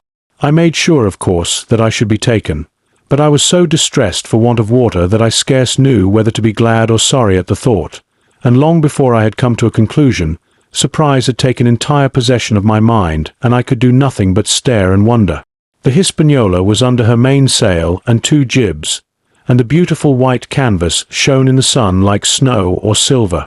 When I first sighted her, all her sails were drawing. She was lying a course about northwest, and I presumed the men on board were going round the island on their way back to the anchorage. Presently she began to fetch more and more to the westward, so that I thought they had sighted me and were going about in chase. At last, however, she fell right into the wind's eye, was taken dead aback, and stood there a while helpless, with her sails shivering. "Clumsy fellows," said I, "they must still be drunk as owls." And I thought how Captain Smollett would have set them skipping. Meanwhile the schooner gradually fell off and filled again upon another tack, sailed swiftly for a minute or so, and brought up once more dead in the wind's eye. Again and again was this repeated. To and fro, up and down, north, south, east, and west, the Hispaniola sailed by swoops and dashes, and at each repetition ended as she had begun, with idly flapping canvas. It became plain to me that nobody was steering, and if so, where were the men? Either they were dead drunk or had deserted her, I thought, and perhaps if I could get on board I might return the vessel to her captain. The current was bearing Coracle and schooner southward at an equal rate. As for the latter's sailing, it was so wild and intermittent, and she hung each time so long in irons, that she certainly gained nothing, if she did not even lose. If only I dared to sit up and paddle, I made sure that I could overhaul her. The scheme had an air of adventure that inspired me, and the thought of the water breaker beside the fore companion doubled my growing courage. Up I got, was welcomed almost instantly by another cloud of spray, but this time stuck to my purpose and set myself, with all my strength and caution, to paddle after the unsteered Hispaniola. Once I shipped a sea so heavy that I had to stop and bail, with my heart fluttering like a bird, but gradually I got into the way of the thing and guided my coracle among the waves, with only now and then a blow upon her bows and a dash of foam in my face. I was now gaining rapidly on the schooner. I could see the brass glisten on the tiller as it banged about, and still no soul appeared upon her decks. I could not choose but suppose she was deserted. If not, the men were lying drunk below, where I might batten them down, perhaps, and do what I chose with the ship. For some time she had been doing the worst thing possible for me, standing still. She headed nearly due south, yawing, of course, all the time. Each time she fell off, her sails partly filled, and these brought her in a moment right to the wind again. I have said this was the worst thing possible for me, for helpless as she looked in this situation, with the canvas cracking like cannon and the blocks trundling and banging on the deck, she still continued to run away from me, not only with the speed of the current, but by the whole amount of her leeway, which was naturally great. But now, at last, I had my chance. The breeze fell for some seconds, very low, and the current gradually turning her, the Hispaniola revolved slowly round her centre, and at last presented me her stern, with the cabin window still gaping open and the lamp over the table still burning on into the day. The mainsail hung drooped like a banner. She was stock still but for the current. For the last little while I had even lost, but now redoubling my efforts, I began once more to overhaul the chase. I was not 100 yards from her when the wind came again in a clap. She filled on the port tack and was off again, stooping and skimming like a swallow. My first impulse was one of despair, but my second was towards joy. Round she came, till she was broadside on to me, round still till she had covered a half, and then 2/3, and then 3/4 of the distance that separated us. I could see the waves boiling white under her forefoot. Immensely tall, she looked to me from my low station in the coracle, and then, of a sudden, I began to comprehend. I had scarce time to think, scarce time to act and save myself. I was on the summit of one swell when the schooner came stooping over the next. The bowsprit was over my head. I sprang to my feet and leaped, stamping the coracle under water. With one hand I caught the jib boom, while my foot was lodged between the stay and the brace, and as I still clung there panting, a dull blow told me that the schooner had charged down upon and struck the coracle, and that I was left without retreat on the Hispaniola. 25. I strike the Jolly Roger. I had scarce gained a position on the bowsprit when the flying jib flapped and filled upon the other tack, with a report like a gun. The schooner trembled to her keel under the reverse, but next moment, the other sails still drawing, the jib flapped back again and hung idle. This had nearly tossed me off into the sea, and now I lost no time, crawled back along the bowsprit, and tumbled head foremost on the deck. I was on the lee side of the forecastle, and the mainsail, which was still drawing, concealed from me a certain portion of the after deck. Not a soul was to be seen. The planks, which had not been swabbed since the mutiny, bore the print of many feet, and an empty bottle, broken by the neck, tumbled to and fro like a live thing in the scuppers. Suddenly the Hispaniola came right into the wind. The jibs behind me cracked aloud, the rudder slammed to, the whole ship gave a sickening heave and shudder, and at the same moment the main boom swung inboard, the sheet groaning in the blocks, and showed me the lee after deck. There were the two watchmen, sure enough, Redcap on his back, as stiff as a handspike, with his arms stretched out like those of a crucifix and his teeth showing through his open lips. Israel hands propped against the bulwarks, his chin on his chest, his hands lying open before him on the deck, his face as white, under its tan, as a tallow candle. For a while the ship kept bucking and sidling like a vicious horse, the sails filling, now on one tack, now on another, and the boom swinging to and fro till the mast groaned aloud under the strain. Now and again, too, there would come a cloud of light sprays over the bulwark and a heavy blow of the ship's bows against the swell. So much heavier weather was made of it by this great rigged ship than by my homemade, lopsided coracle, now gone to the bottom of the sea. At every jump of the schooner, red caps slipped to and fro, but, what was ghastly to behold, neither his attitude nor his fixed teeth-disclosing grin was any way disturbed by this rough usage. At every jump, too, Hans appeared still more to sink into himself and settle down upon the deck, his feet sliding ever the farther out, and the whole body canting towards the stern, so that his face became, little by little, hid from me, and at last I could see nothing beyond his ear and the frayed ringlet of one whisker. At the same time I observed, around both of them, splashes of dark blood upon the planks, and began to feel sure that they had killed each other in their drunken wrath. While I was thus looking and wondering, in a calm moment, when the ship was still, Israel Hands turned partly round, and with a low moan writhed himself back to the position in which I had seen him first. The moan, which told of pain and deadly weakness, and the way in which his jaw hung open went right to my heart. But when I remembered the talk I had overheard from the apple barrel, all pity left me. I walked aft until I reached the mainmast. "Come aboard, Mr. Hands," I said ironically. He rolled his eyes round heavily, but he was too far gone to express surprise. All he could do was to utter one word, "Brandy." It occurred to me there was no time to lose, and dodging the boom as it once more lurched across the deck, I slipped aft and down the companion stairs into the cabin. It was such a scene of confusion as you can hardly fancy. All the lockfast places had been broken open in quest of the chart. The floor was thick with mud where ruffians had sat down to drink or consult after wading in the marshes round their camp. The bulkheads, all painted in clear white and beaded round with gilt, bore a pattern of dirty hands. Dozens of empty bottles clinked together in corners to the rolling of the ship. One of the doctor's medical books lay open on the table, half of the leaves gutted out, I suppose, for pipe lights. In the midst of all this, the lamp still cast a smoky glow, obscure and brown as umber. I went into the cellar. All the barrels were gone, and of the bottles a most surprising number had been drunk out and thrown away. Certainly, since the mutiny began, not a man of them could ever have been sober.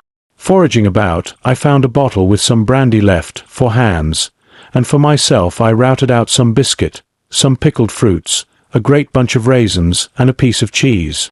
With these I came on deck, put down my own stock behind the rudder head and well out of the coxswain's reach, went forward to the water breaker, and had a good deep drink of water, and then, and not till then, gave Hans the brandy. He must have drunk a gill before he took the bottle from his mouth. "Aye," said he, "by thunder, but I wanted some o' that." I had sat down already in my own corner and begun to eat. "Much hurt?" I asked him. He grunted, or rather I might say, he barked. "If that doctor was aboard," he said, "I'd be right enough in a couple of turns, but I don't have no manner of luck, you see, and that's what's the matter with me. As for that swab, he's good and dead, he is," he added, indicating the man with the red cap. "He warn't no seaman anyhow. And where mought you have come from?" "Well," said I, "I've come aboard to take possession of this ship, Mr. Hands, and you'll please regard me as your captain until further notice." He looked at me sourly enough, but said nothing. Some of the colour had come back into his cheeks, though he still looked very sick, and still continued to slip out and settle down as the ship banged about. "By the by," I continued, "I can't have these colours, Mr. Hands, and by your leave I'll strike 'em. Better none than these."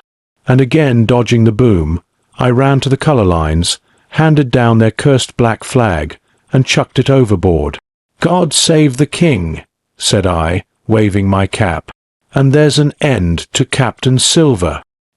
He watched me keenly and slyly, his chin all the while on his breast.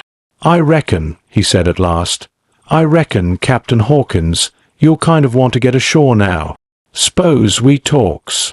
"Why, yes," says I, "with all my heart, Mr. Hands. Say on." And I went back to my meal with a good appetite. "This man," he began, nodding feebly at the corpse, "O'Brien were his name, a rank Irelander. This man and me got the canvas on her, meaning for to sail her back. Well, he's dead now, he is, as dead as bilge, and who's to sail this ship I don't see. Without I gives you a hint, you ain't that man, as far as I can tell. Now, look here, you gives me food and drink and an old scarf or ankshare to tie my wound up, you do, and I'll tell you how to sail her, and that's about square all round, I take it. I'll tell you one thing, says I, I'm not going back to Captain Kidd's anchorage. I mean to get into North Inlet and beach her quietly there. To be sure you did, he cried. Why, I ain't sich an infernal lubber after all. I can see, can't I? I've tried my fling, I have, and I've lost, and it's you has the wind of me. North Inlet. Why, I haven't no such ice, not I. I'd help you sail her up to Execution Dock. By thunder. So I would. Well, as it seemed to me, there was some sense in this. We struck our bargain on the spot. In 3 minutes I had the Hispaniola sailing easily before the wind along the coast of Treasure Island, with good hopes of turning the northern point ere noon and beating down again as far as North Inlet before high water, when we might beach her safely and wait till the subsiding tide permitted us to land. Then I lashed the tiller and went below to my own chest, where I got a soft silk handkerchief of my mother's. With this, and with my aid, Hans bound up the great bleeding stab he had received in the thigh, and after he had eaten a little and had a swallow or two more of the brandy, he began to pick up visibly, sat straighter up, spoke louder and clearer, and looked in every way another man. The breeze served us admirably. We skimmed before it like a bird, the coast of the island flashing by and the view changing every minute.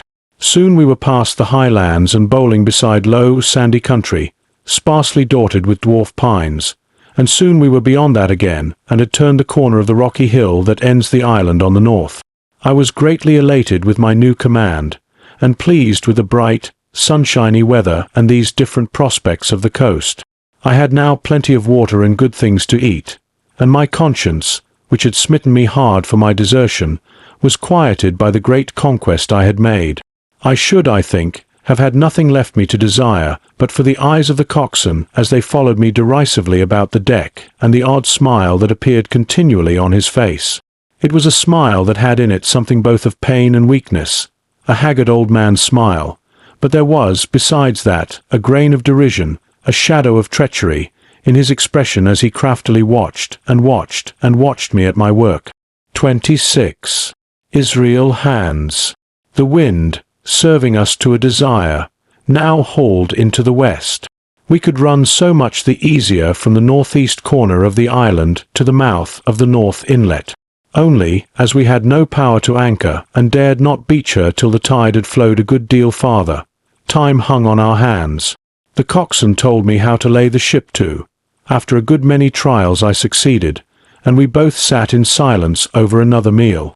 "Captain," said he at length with that same uncomfortable smile, "here's my old shipmate O'Brien. I suppose you was to heave him overboard. I ain't particular as a rule, and I don't take no blame for settling his hash, but I don't reckon him ornamental now, do you? I'm not strong enough, and I don't like the job, and there he lies for me," said I. "This here's an unlucky ship, this Hispaniola, Jim," he went on, blinking. "There's a power of men been killed in this Hispaniola, a sight of poor seamen dead and gone since you and me took ship to Bristol. I never seen sich dirty luck, not I. There was this here O'Brien now. He's dead, ain't he? Well now, I'm no scholar, and you're a lad as can read and figure, and to put it straight, do you take it as a dead man is dead for good, or do he come alive again? You can kill the body, Mr. Hands, but not the spirit. You must know that already," I replied. "O'Brien there is in another world, and may be watching us." "Ah," says he. "Well, that's unfortunate. Appears as if killing parties was a waste of time. Howsomever, sperrits don't reckon for much, by what I've seen. I'll chance it with the sperrits, Jim. And now you've spoke up free, and I'll take it kind if you'd step down into that there cabin and get me a shiver my timbers. I can't hit the name on tea. Well, you get me a bottle of wine, Jim, This here brandy's too strong for my head." Now, the coxswain's hesitation seemed to be unnatural, and as for the notion of his preferring wine to brandy, I entirely disbelieved it. The whole story was a pretext. He wanted me to leave the deck, so much was plain, but with what purpose I could in no way imagine. His eyes never met mine. They kept wandering to and fro, up and down, now with a look to the sky, now with a flitting glance upon the dead O'Brien. All the time he kept smiling and putting his tongue out in the most guilty, embarrassed manner, so that a child could have told that he was bent on some deception. I was prompt with my answer, however, for I saw where my advantage lay, and that with a fellow so densely stupid I could easily conceal my suspicions to the end. "Some wine," I said. "Far better. Will you have white or red?" "Well, I reckon it's about the blessed same to me, shipmate," he replied. "So it's strong, and plenty of it. What's the odds?" "All right," I answered. "I'll bring you port, Mr. Hands, but I'll have to dig for it." With that I scuttled down the companion with all the noise I could, slipped off my shoes, ran quietly along the sparred gallery, mounted the forecastle ladder, and popped my head out of the fore companion. I knew he would not expect to see me there, yet I took every precaution possible, and certainly the worst of my suspicions proved too true. He had risen from his position to his hands and knees, and though his leg obviously hurt him pretty sharply when he moved, for I could hear him stifle a groan, yet it was at a good, rattling rate that he trailed himself across the deck. In half a minute he had reached the port scuppers and picked, out of a coil of rope, a long knife, or rather a short dirk, discoloured to the hilt with blood. He looked upon it for a moment, thrusting forth his under jaw, tried the point upon his hand, and then, hastily concealing it in the bosom of his jacket, trundled back again into his old place against the bulwark. This was all that I required to know. Israel could move about. He was now armed, and if he had been at so much trouble to get rid of me, it was plain that I was meant to be the victim. What he would do afterwards, whether he would try to crawl right across the island from North Inlet to the camp among the swamps, or whether he would fire Long Tom, trusting that his own comrades might come first to help him, was, of course, more than I could say. Yet I felt sure that I could trust him in one point, since in that our interests jumped together, and that was in the disposition of the schooner. We both desired to have her stranded safe enough, in a sheltered place, and so that, when the time came, she could be got off again with as little labour and danger as might be, and until that was done I considered that my life would certainly be spared. While I was thus turning the business over in my mind, I had not been idle with my body. I had stolen back to the cabin, slipped once more into my shoes, and laid my hand at random on a bottle of wine, and now, with this for an excuse, I made my reappearance on the deck. Hands lay as I had left him, all fallen together in a bundle, and with his eyelids lowered as though he were too weak to bear the light. He looked up, however, at my coming, knocked the neck off the bottle like a man who had done the same thing often, and took a good swig, with his favourite toast of "Here's luck." Then he lay quiet for a little, and then, pulling out a stick of tobacco, begged me to cut him a quid. "Cut me a junker that," says he, "for I haven't no knife and hardly strength enough, so be as I had. Ah, Jim, I reckon I've missed stays. Cut me a quid, as'll likely be the last, lad, for I'm for my long home, and no mistake." "Well," said I, "I'll cut you some tobacco, but if I was you and thought myself so badly, I would go to my prayers like a Christian man." "Why?" said he. "Now, you tell me why." "Why?" I cried. "You were asking me just now about the dead. You've broken your trust. You've lived in sin and lies and blood. There's a man you killed lying at your feet this moment, and you ask me why.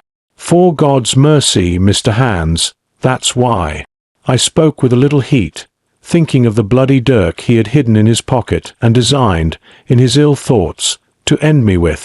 He, for his part, took a great draught of the wine and spoke with the most unusual solemnity. "For 30 years, he said, "I've sailed the seas and seen good and bad, better and worse, fair weather and foul, provisions running out, knives going, and what not. Well, now I tell you, I never seen good come o' goodness yet. Him as strikes first is my fancy. Dead men don't bite. Them's my views, and so be it.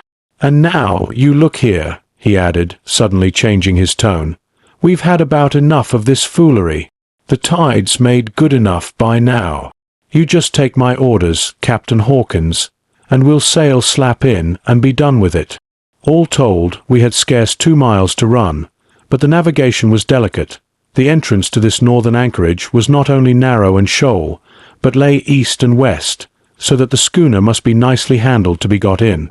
I think I was a good, prompt subaltern, and I am very sure that Hans was an excellent pilot, for we went about and dodged in, shaving the banks, with a certainty and a neatness that were a pleasure to behold. Scarcely had we passed the heads before the land closed around us. The shores of North Inlet were as thickly wooded as those of the southern anchorage, but the space was longer and narrower and more like, what in truth it was, the estuary of a river. Right before us, at the southern end, we saw the wreck of a ship in the last stages of dilapidation. It had been a great vessel of 3 masts, but had lain so long exposed to the injuries of the weather that it was hung about with great webs of dripping seaweed, and on the deck of it shore bushes had taken root and now flourished thick with flowers. It was a sad sight, but it showed us that the anchorage was calm. "Now," said Hans, "look there, there's a pet bit for to beach a ship in. Fine flat sand, never a cat's paw, trees all around of it, and flowers are blowing like a guarding on that old ship." "And once beached," I inquired, "how shall we get her off again?" "Why so," he replied. "You take a line ashore there on the other side at low water, take a turn about one of them big pines, bring it back, take a turn around the capstan, and lie to for the tide. Come high water, all hands take a pull upon the line, and off she comes as sweet as natur. And now, boy, you stand by. We're near the bit now, and she's too much way on her. Starboard a little, so, steady, starboard, larboard a little, steady, steady." So he issued his commands, which I breathlessly obeyed, till, all of a sudden, he cried, "Now, my hearty luff!" And I put the helm hard up, and the Hispaniola swung round rapidly and ran stem on for the low, wooded shore. The excitement of these last manoeuvres had somewhat interfered with the watch I had kept hitherto, sharply enough, upon the coxswain. Even then I was still so much interested, waiting for the ship to touch, that I had quite forgot the peril that hung over my head and stood craning over the starboard bulwarks and watching the ripples spreading wide before the bows. I might have fallen without a struggle for my life had not a sudden disquietude seized upon me and made me turn my head. Perhaps I had heard a creak or seen his shadow moving with the tail of my eye.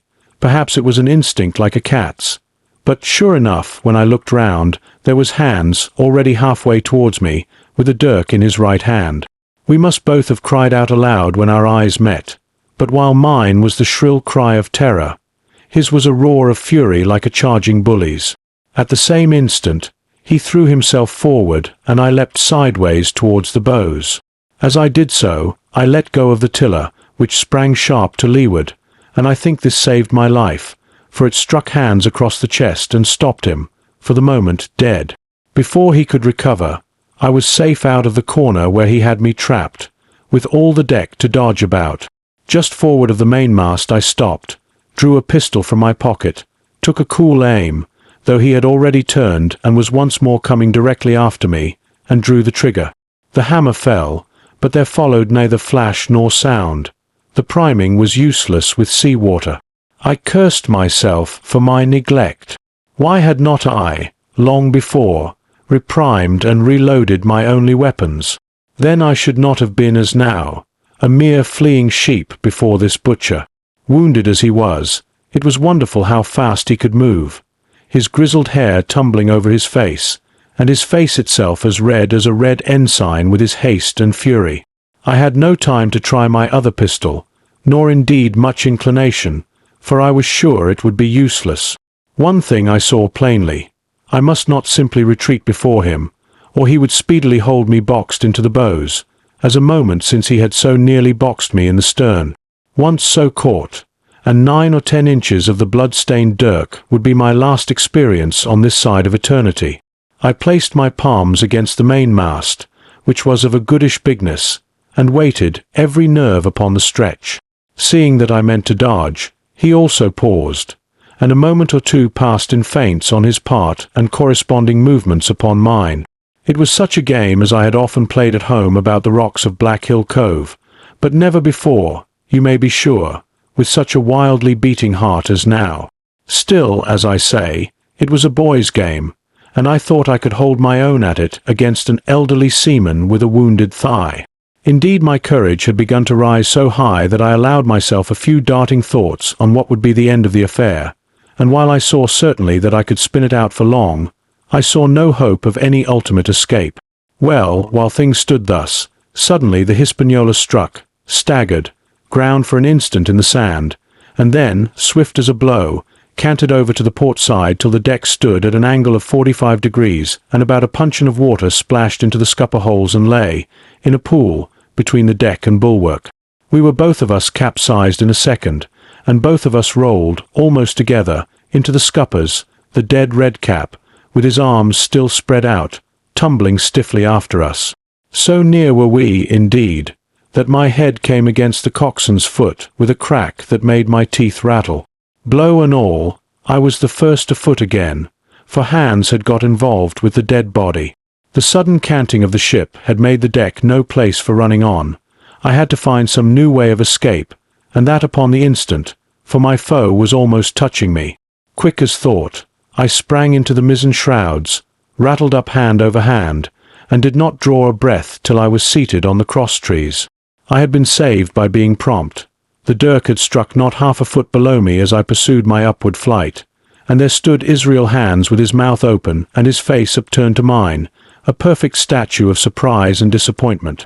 Now that I had a moment to myself, I lost no time in changing the priming of my pistol, and then, having one ready for service, and to make assurance doubly sure, I proceeded to draw the load of the other and recharge it afresh from the beginning. My new employment struck Hands all of a heap. He began to see the dice going against him, and after an obvious hesitation, he also hauled himself heavily into the shrouds, and with the dirk in his teeth, began slowly and painfully to mount. It cost him no end of time and groans to haul his wounded leg behind him, and I had quietly finished my arrangements before he was much more than a third of the way up. Then, with a pistol in either hand, I addressed him. "One more step, Mr. Hands," said I, "and I'll blow your brains out. Dead men don't bite, you know," I added with a chuckle. He stopped instantly. I could see by the working of his face that he was trying to think, and the process was so slow and laborious that, in my new-found security, I laughed aloud. At last, with a swallow or two, he spoke, his face still wearing the same expression of extreme perplexity. In order to speak, he had to take the dagger from his mouth, but in all else he remained unmoved. "Jim," says he, "I reckon we're fouled, you and me, and we'll have to sign articles. I'd have had you but for that there lurch, but I don't have no luck, not I. And I reckon I'll have to strike, which comes hard, you see, for a master mariner to a ship's yunker like you, Jim." I was drinking in his words and smiling away, as conceited as a cock upon a wall, when, all in a breath, back went his right hand over his shoulder. Something sang like an arrow through the air. I felt a blow and then a sharp pang, and there I was pinned by the shoulder to the mast. In the horrid pain and surprise of the moment, I scarce can say it was by my own volition, and I am sure it was without a conscious aim. Both my pistols went off, and both escaped out of my hands. They did not fall alone. With a choked cry, the coxswain loosed his grasp upon the shrouds and plunged head first into the water. 27 pieces of 8. Owing to the cant of the vessel, the masts hung far out over the water, and from my perch on the cross-trees I had nothing below me but the surface of the bay. Hands, who was not so far up, was in consequence nearer to the ship, and fell between me and the bulwarks. He rose once to the surface in a lather of foam and blood, and then sank again for good. As the water settled, I could see him lying huddled together on the clean, bright sand in the shadow of the vessel's sides. A fish or two whipped past his body. Sometimes, by the quivering of the water, he appeared to move a little, as if he were trying to rise. But he was dead enough, for all that, being both shot and drowned, and was food for fish in the very place where he had designed my slaughter. I was no sooner certain of this than I began to feel sick, faint, and terrified. The hot blood was running over my back and chest. The dirk, where it had pinned my shoulder to the mast, seemed to burn like a hot iron. Yet it was not so much these real sufferings that distressed me, for these, it seemed to me, I could bear without a murmur. It was the horror I had upon my mind of falling from the cross-trees into that still green water beside the body of the coxswain. I clung with both hands till my nails ached, and I shut my eyes as if to cover up the peril. Gradually my mind came back again, my pulses quieted down to a more natural time, and I was once more in possession of myself. It was my first thought to pluck forth the dirk, but either it stuck too hard or my nerve failed me, and I desisted with a violent shudder. Oddly enough, that very shudder did the business. The knife, in fact, had come the nearest in the world to missing me altogether. It held me by a mere pinch of skin, and this the shudder tore away. The blood ran down the faster, to be sure, but I was my own master again, and only tacked to the mast by my coat and shirt. These last I broke through with a sudden jerk, and then regained the deck by the starboard shrouds. For nothing in the world would I have again ventured, shaken as I was, upon the overhanging port shrouds from which Israel had so lately fallen. I went below and did what I could for my wound. It pained me a good deal and still bled freely, but it was neither deep nor dangerous, nor did it greatly gall me when I used my arm. Then I looked around me, and as the ship was now, in a sense, my own, I began to think of clearing it from its last passenger, the dead man O'Brien.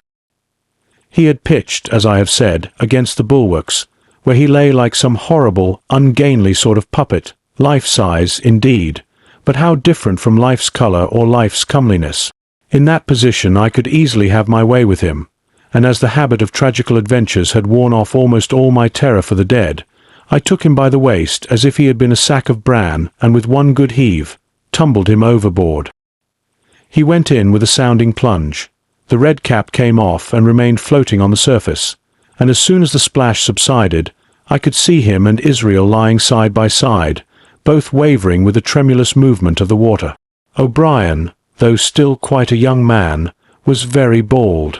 There he lay, with that bald head across the knees of the man who had killed him, and the quick fishes steering to and fro over both. I was now alone upon the ship. The tide had just turned. The sun was within so few degrees of setting that already the shadow of the pines upon the western shore began to reach right across the anchorage and fall in patterns on the deck.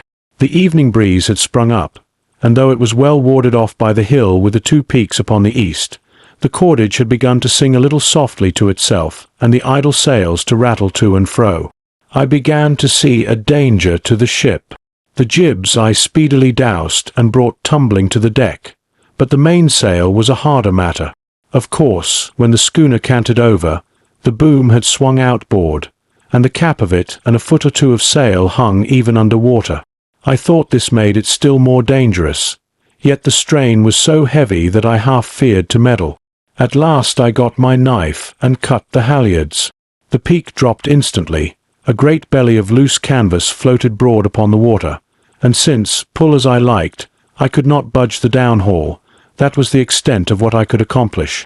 For the rest, the Hispaniola must trust to luck, like myself. By this time the whole anchorage had fallen into shadow, the last rays, I remember, falling through a glade of the wood and shining bright as jewels on the flowery mantle of the wreck. It began to be chill. The tide was rapidly fleeting seaward, the schooner settling more and more on her beam ends. I scrambled forward and looked over. It seemed shallow enough, and holding the cut hawser in both hands for a last security, I let myself drop softly overboard. The water scarcely reached my waist. The sand was firm and covered with ripple marks, and I waded ashore in great spirits, leaving the Hispaniola on her side, with her mainsail trailing wide upon the surface of the bay. About the same time, the sun went fairly down, and the breeze whistled low in the dusk among the tossing pines. At least, and at last, I was off the sea, nor had I returned thence empty-handed. There lay the schooner, clear at last from buccaneers and ready for our own men to board and get to sea again.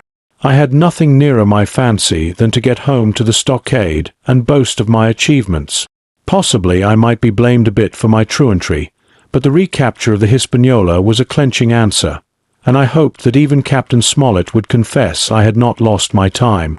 So thinking, and in famous spirits, I began to set my face homeward for the blockhouse and my companions.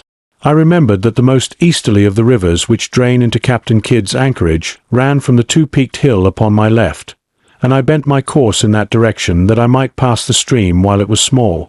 The wood was pretty open, and keeping along the lower spurs, I had soon turned the corner of that hill, and not long after waded to the midcalf across the watercourse. This brought me near to where I had encountered Ben Gunn, the maroon, and I walked more circumspectly, keeping an eye on every side.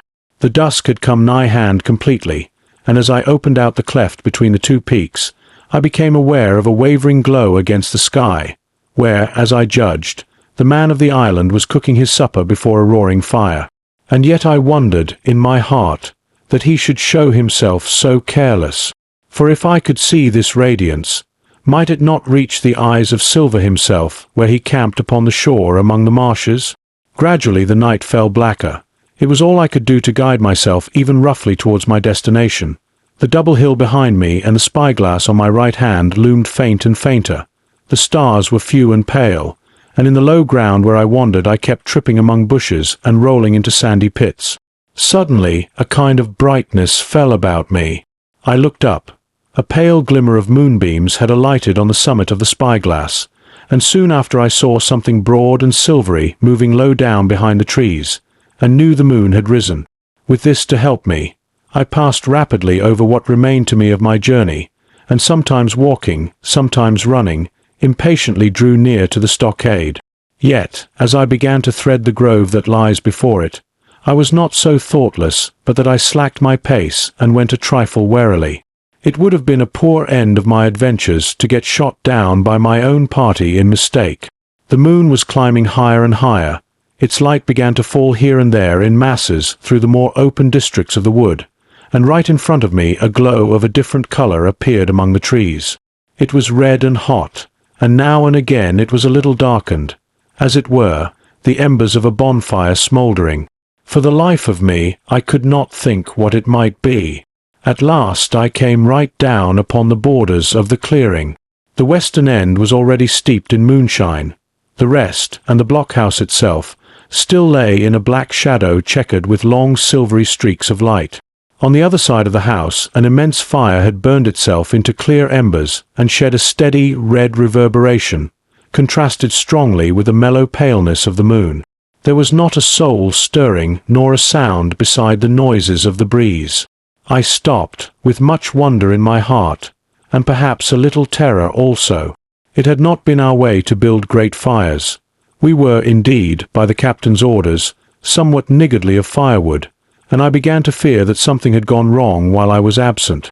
I stole round by the eastern end, keeping close in shadow, and at a convenient place, where the darkness was thickest, crossed the palisade. To make assurance surer, I got upon my hands and knees and crawled, without a sound, towards the corner of the house. As I drew nearer, my heart was suddenly and greatly lightened. It is not a pleasant noise in itself, and I have often complained of it at other times, but just then it was like music to hear my friends snoring together so loud and peaceful in their sleep. The sea-cry of the watch, that beautiful all's well, never fell more reassuringly on my ear. In the meantime, there was no doubt of one thing: they kept an infamous bad watch. If it had been Silver and his lads that were now creeping in on them, not a soul would have seen daybreak. That was what it was, thought I, to have the captain wounded, and again I blamed myself sharply for leaving them in that danger with so few to mount guard.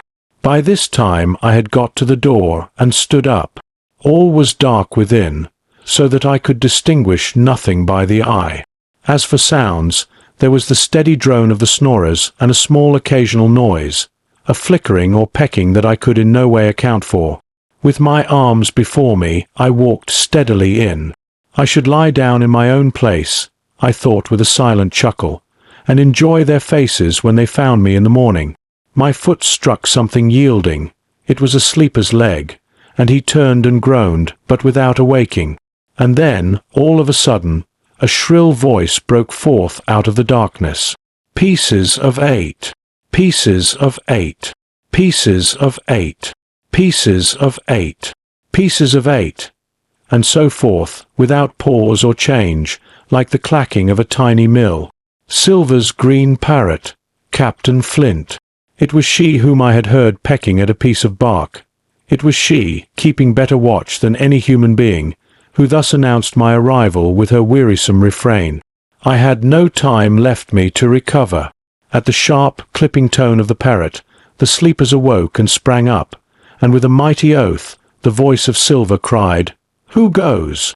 I turned to run, struck violently against one person, recoiled, and ran full into the arms of a second, who for his part closed upon and held me tight.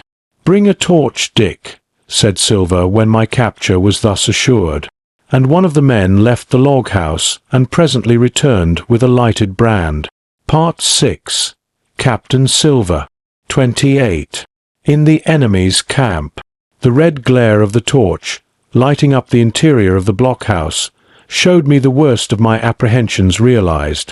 The pirates were in possession of the house and stores.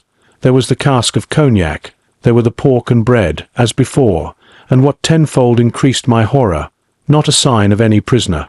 I could only judge that all had perished, and my heart smote me sorely that I had not been there to perish with them. There were 6 of the buccaneers, all told. Not another man was left alive.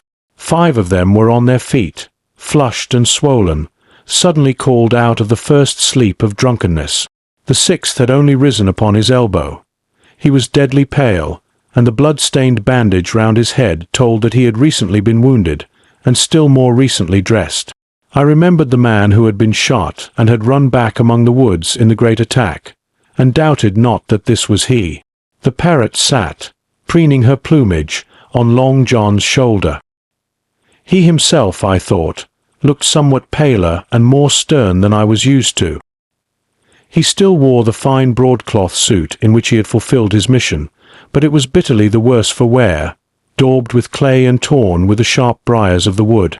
"So," said he, "here's Jim Hawkins, shiver my timbers.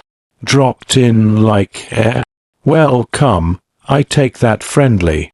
And thereupon he sat down across the brandy cask and began to fill a pipe. "Give me a loan of the link, Dick," said he, and then, when he had a good light, "That'll do, lad," he added. "Stick the glim in the wood heap, and you, gentlemen, bring yourselves to. You needn't stand up for Mr. Hawkins. He'll excuse you, you may lay to that. And so, Jim," stopping the tobacco, "here you were, and quite a pleasant surprise for poor old John. I see you were smart when first I set my eyes on you, but this here gets away from me clean, it do." To all this, as may be well supposed, I made no answer.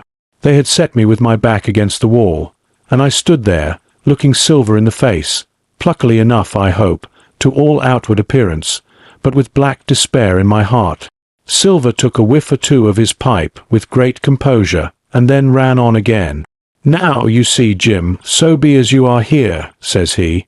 "I'll give you a piece of my mind. I've always liked you, I have, for a lad of spirit, and the picture of my own self when I was young and handsome. I always wanted you to jine and take your share, and die a gentleman, and now, my cock, you've got to. Captain Smollett's a fine seaman, as I'll own up to any day, but stiff on discipline. Duty is duty," says he, and right he is. "Just you keep clear of the captain. The doctor himself is gone dead again, you ungrateful scamp," was what he said, and the short and the long of the whole story is about here. You can't go back to your own lot, for they won't have you, and without you start a 3rd ship's company all by yourself, which might be lonely, you'll have to jine with Captain Silver. So far, so good. My friends, then, were still alive, and though I partly believed the truth of Silver's statement, that the cabin party were incensed at me for my desertion, I was more relieved than distressed by what I heard.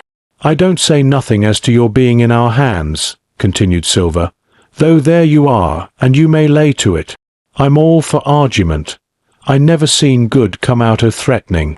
If you like the service, well, you'll jine, and if you don't, Jim, why, you're free to answer no. Free and welcome, shipmate, and if fairer can be said by mortal seaman, shiver my sides. Am I to answer, then? I asked with a very tremulous voice. Through all this sneering talk, I was made to feel the threat of death that overhung me, and my cheeks burned and my heart beat painfully in my breast. Lad, said Silver, no one's a-pressing of you. Take your bearings. None of us won't hurry you, mate. Time goes so pleasant in your company, you see. Well, says I, growing a bit bolder, if I'm to choose, I declare I have a right to know what's what, and why you're here, and where my friends are. What's what? Repeated one of the buccaneers in a deep growl. Ah, he'd be a lucky one as knowed that. You'll perhaps batten down your hatches till you're spoke to, my friend, cried Silver truculently to this speaker. And then, in his first gracious tones, he replied to me, Yesterday morning, Mr. Hawkins, said he, in the dog watch, down came Dr. Livesey with a flag of truce. Says he, Captain Silver, you're sold out. Ship's gone. Well, maybe we'd been taking a glass, and a song to help it round. I won't say no. Leastways, none of us had looked out. We looked out, and by thunder, the old ship was gone. I never seen a pack of fools look fishier, and you may lay to that, if I tells you that looked the fishiest. Well, says the doctor, let's bargain.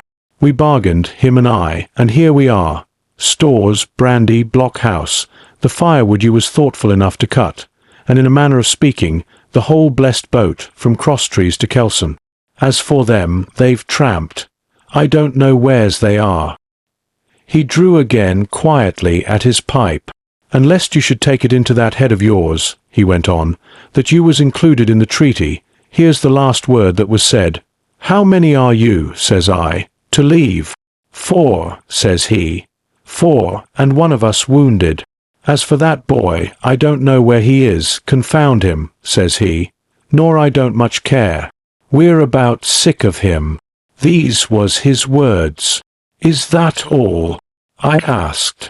Well, it's all that you're to hear, my son, returned Silver. And now I am to choose? And now you are to choose, and you may lay to that, said Silver. Well, said I am not such a fool, but I know pretty well what I have to look for. Let the worst come to the worst. It's little I care. I've seen too many die since I fell in with you. But there's a thing or two I have to tell you, I said, and by this time I was quite excited. And the first is this. Here you are, in a bad way. Ship lost, treasure lost, men lost, your whole business gone to wreck. And if you want to know who did it, it was I. I was in the apple barrel the night we sighted land. And I heard you, John, and you, Dick Johnson, and Hans, who is now at the bottom of the sea, and told every word you said before the hour was out. And as for the schooner, it was I who cut her cable, and it was I that killed the men you had aboard of her, and it was I who brought her where you'll never see her more, not one of you. The laugh's on my side. I've had the top of this business from the first. I no more fear you than I fear a fly. Kill me, if you please, or spare me. But one thing I'll say, and no more. If you spare me, bygones are bygones, and when you fellows are in court for piracy, I'll save you all I can. It is for you to choose. Kill another and do yourselves no good, or spare me and keep a witness to save you from the gallows. I stopped, for I tell you I was out of breath, and to my wonder, not a man of them moved, but all sat staring at me like as many sheep. And while they were still staring, I broke out again. And now, Mr. Silver, I said, I believe you're the best man here, and if things go to the worst, I'll take it kind of you to let the doctor know the way I took it. I'll bear it in mind, said Silver with an accent so curious that I could not, for the life of me, decide whether he were laughing at my request or had been favourably affected by my courage. I'll put one to that, cried the old mahogany-faced seaman, Morgan by name, whom I had seen in Long John's public-house upon the quays of Bristol. It was him that knowed Black Dog. Well, and see here, added the sea-cook, I'll put another again to that, by thunder. for it was this same boy that faked the chart from Billy Bones. First and last, we've split upon Jim Hawkins. Then here goes, said Morgan with an oath, and he sprang up, drawing his knife as if he had been 20. "Avast there!" cried Silver. "Who are you, Tom Morgan? Maybe you thought you was captain here, perhaps. By the powers, but I'll teach you better. Cross me, and you'll go where many a good man's gone before you, first and last, these 30 year back. Some to the yardarm, shiver my timbers, and some by the board, and all to feed the fishes.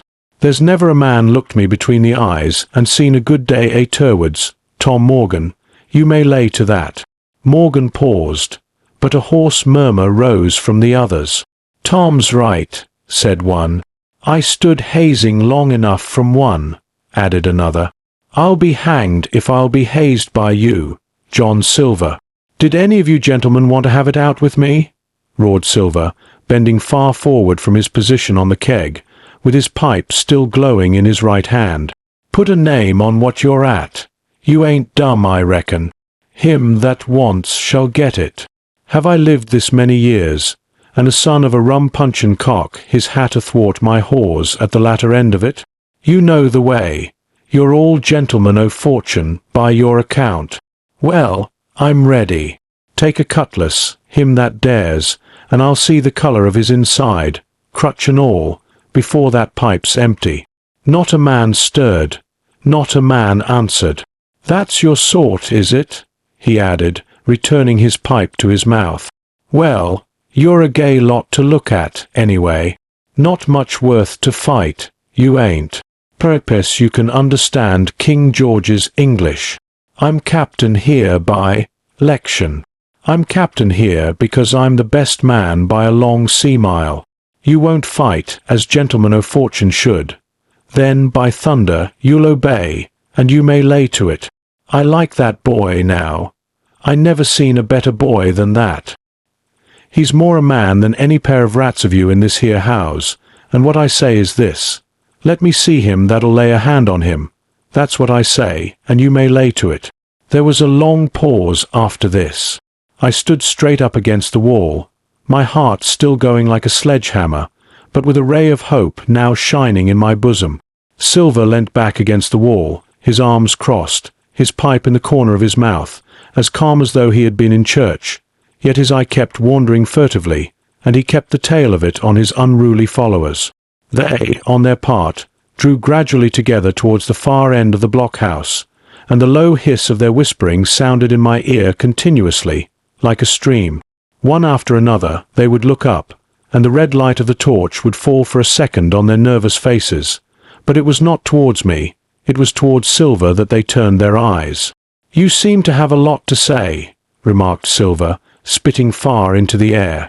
"Pipe up and let me hear it, or lay to." "Ax your pardon, sir," returned one of the men. "You're pretty free with some of the rules. Maybe you'll kindly keep an eye upon the rest. This crew's dissatisfied. This crew don't vally bullying a marlinspike. This crew has its rights like other crews. I'll make so free as that, and by your own rules, I take it we can talk together. I ax your pardon, sir, acknowledging you for to be capting at this present, but I claim my right, and steps outside for a council, and with an elaborate sea salute, this fellow, a long, ill-looking, yellow-eyed man of 35, stepped coolly towards the door and disappeared out of the house. One after another the rest followed his example, each making a salute as he passed, each adding some apology. "According to rules," said one. "Forecastle council," said Morgan. And so with one remark or another all marched out and left Silver and me alone with the torch.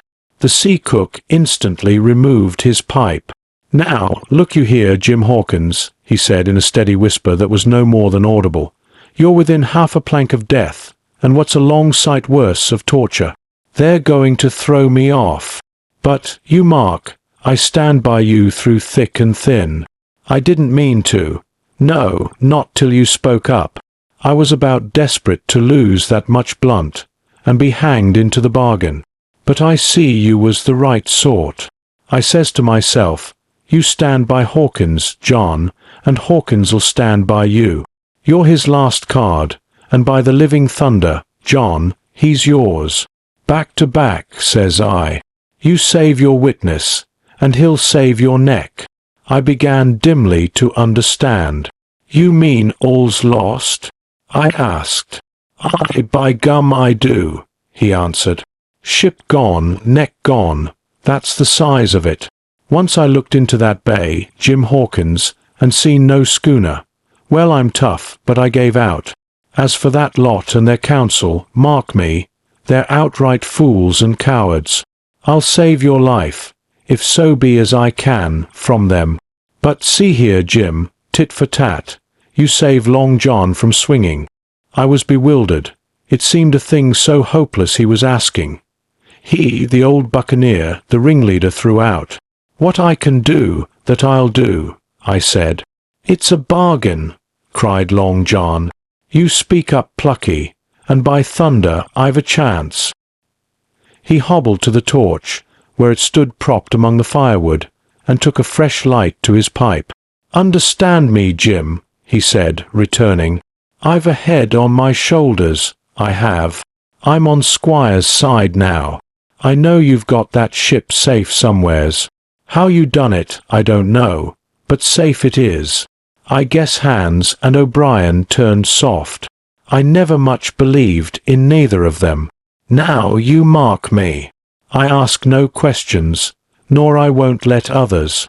I know when a game's up, I do, and I know a lad that's staunch. Ah, you that's young. You and me might have done a power of good together. He drew some cognac from the cask into a tin cannikin. Will you taste, messmate? He asked, and when I had refused, Well, I'll take a dram myself, Jim, said he.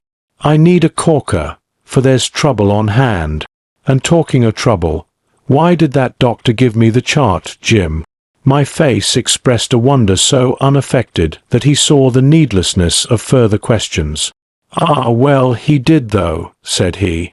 And there's something under that, no doubt. Something, surely, under that, Jim, bad or good.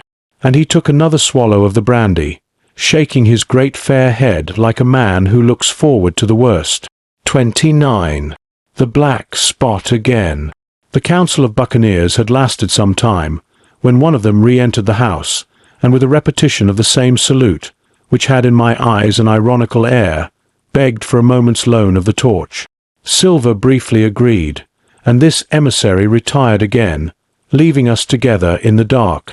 There's a breeze coming, Jim, said Silver, who had by this time adopted quite a friendly and familiar tone. I turned to the loophole nearest me and looked out. The embers of the great fire had so far burned themselves out, and now glowed so low and duskily that I understood why these conspirators desired a torch. About halfway down the slope to the stockade, they were collected in a group. One held the light, another was on his knees in their midst, and I saw the blade of an open knife shine in his hand with varying colours in the moon and torchlight. The rest were all somewhat stooping, as though watching the manoeuvres of this last. I could just make out that he had a book as well as a knife in his hand, and was still wondering how anything so incongruous had come in their possession when the kneeling figure rose once more to his feet, and the whole party began to move together towards the house. Here they come, said I, and I returned to my former position, for it seemed beneath my dignity that they should find me watching them. Well, let 'em come, lad, let 'em come, said Silver cheerily. I've still a shot in my locker. The door opened, and the 5 men, standing huddled together just inside, pushed one of their number forward. In any other circumstances it would have been comical to see his slow advance, hesitating as he set down each foot, but holding his closed right hand in front of him. Step up, lad, cried Silver. I won't eat you. Hand it over, lubber. I know the rules, I do. I won't hurt a deputation. Thus encouraged, the buccaneer stepped forth more briskly, and having passed something to Silver from hand to hand, slipped yet more smartly back again to his companions. The sea cook looked at what had been given him. The black spot. I thought so, he observed. Where might you have got the paper? Why, hillo! Look here now. This ain't lucky. You've gone and cut this out of a Bible. What fools cut a Bible? Ah, there, said Morgan. There. What did I say? No good'll come o' that, I said. Well, you've about fixed it now among you, continued Silver. You'll all swing now, I reckon. What soft-headed lubber had a Bible? It was Dick, said one. Dick, was it? Then Dick can get to prayers, said Silver. He's seen his slice of luck, has Dick, and you may lay to that. But here the long man with the yellow eyes struck in. Belay that talk, John Silver, he said. This crew has tipped you the black spot in full council, as in duty bound. Just you turn it over, as in duty bound, and see what's wrote there. Then you can talk. Thank'ee, George, replied the sea cook. You always was brisk for business, and has the rules by heart, George, as I'm pleased to see. Well, what is it, anyway? Ah, deposed. That's it, is it? Very pretty wrote, to be sure. Like print, I swear. Your hand o' right, George? Why, you was gettin' quite a leer-din man in this here crew. You'll be captain next, I shouldn't wonder. Just oblige me with that torch again, will you? This pipe don't draw. Come now, said George. You don't fool this crew no more. You're a funny man by your account, but you're over now, and you'll maybe step down off that barrel and help vote. I thought you said you knowed the rules, returned Silver contemptuously. Leastways, if you don't, I do, and I wait here, and I'm still your captain, mind, till you outs with your grievances and I reply. In the meantime, your black spot ain't worth a biscuit. After that, we'll see. Oh, replied George, you don't be under no kind of apprehension. We're all square, we are. First, you've made a hash of this cruise. You'll be a bold man to say no to that. Second, you let the enemy out of this here trap for nothing. Why did they want out? I dunno, but it's pretty plain they wanted it. Third, you wouldn't let us go at them upon the march. Oh, we see through you, John Silver. You want to play booty, that's what's wrong with you. And then, fourth, there's this here boy. Is that all? Asked Silver quietly. Enough too, retorted George. We'll all swing and sun-dry for your bungling. Well now, look here, I'll answer these fourpence. One after another I'll answer 'em. I made a hash o' this cruise, did I? Well now, you all know what I wanted, and you all know if that had been done that we'd have been aboard the Hispaniola this night as ever was, every man of us alive and fit, and full of good plum duff, and the treasure in the hold of her, by thunder. Well, who crossed me? Who forced my hand, as was the lawful captain? Who tipped me the black spot the day we landed and began this dance? Ah, it's a fine dance. I'm with you there, and looks mighty like a hornpipe in a rope's end at Execution Dock by London town. It does. But who done it? Why, it was Anderson and Hans, and you, George Mary, and you're the last above board of that same meddling crew, and you have the Davy Jones's insolence to up and stand for captain over me. You that sank the lot of us. By the powers! But this tops the stiffest yarn to nothing. Silver paused, and I could see by the faces of George and his late comrades that these words had not been said in vain. That's for number one, cried the accused, wiping the sweat from his brow, for he had been talking with a vehemence that shook the house. Why, I give you my word, I'm sick to speak to you. You've neither sense nor memory, and I leave it to fancy where your mother's was that let you come to see. See, gentlemen, oh, fortune! I reckon tailors is your trade. Go on, John, said Morgan. Speak up to the others. Ah, the others, returned John. They're a nice lot, ain't they? You say this cruise is bungled. Ah, by gum, if you could understand how bad it's bungled, you would see. We're that near the gibbet that my neck's stiff with thinking on it. You've seen 'em, maybe, hanged in chains, birds about 'em, seamen peanting 'em out as they go down with the tide. Who's that? Says one. That? Why, "That's John Silver. I knowed him well," says another. "And you can hear the chains jangle as you go about and reach for the other buoy. Now, that's about where we are, every mother's son of us, thanks to him, and Hans, and Anderson, and other ruination fools of you. And if you want to know about number 4, and that boy, why, shiver my timbers, isn't he a hostage? Are we going to waste a hostage? No, not us. He might be our last chance, and I shouldn't wonder. Kill that boy. Not me, mates. And number 3? Ah, well, there's a deal to say to number 3. Maybe you don't count it nothing to have a real college doctor to see you every day. You, John, with your head broke. Or you, George Mary, that had the ague shakes upon you not 6 hours agone, and has your eyes the colour of lemon peel to this same moment on the clock. And maybe, perhaps, you didn't know there was a consort coming either? But there is, and not so long till then, and we'll see who'll be glad to have a hostage when it comes to that. And as for number 2, and why I made a bargain, well, you came crawling on your knees to me to make it. On your knees you came, you was that downhearted, and you'd have starved too if I hadn't, but that's a trifle. You look there, that's why." And he cast down upon the floor a paper that I instantly recognized, none other than the chart on yellow paper, with the 3 red crosses, that I had found in the oilcloth at the bottom of the captain's chest. Why the doctor had given it to him was more than I could fancy. But if it were inexplicable to me, the appearance of the chart was incredible to the surviving mutineers. They leaped upon it like cats upon a mouse. It went from hand to hand, one tearing it from another, and by the oaths and the cries and the childish laughter with which they accompanied their examination, you would have thought, not only they were fingering the very gold, but were at sea with it, besides, in safety. "Yes," said one, "that's Flint, sure enough.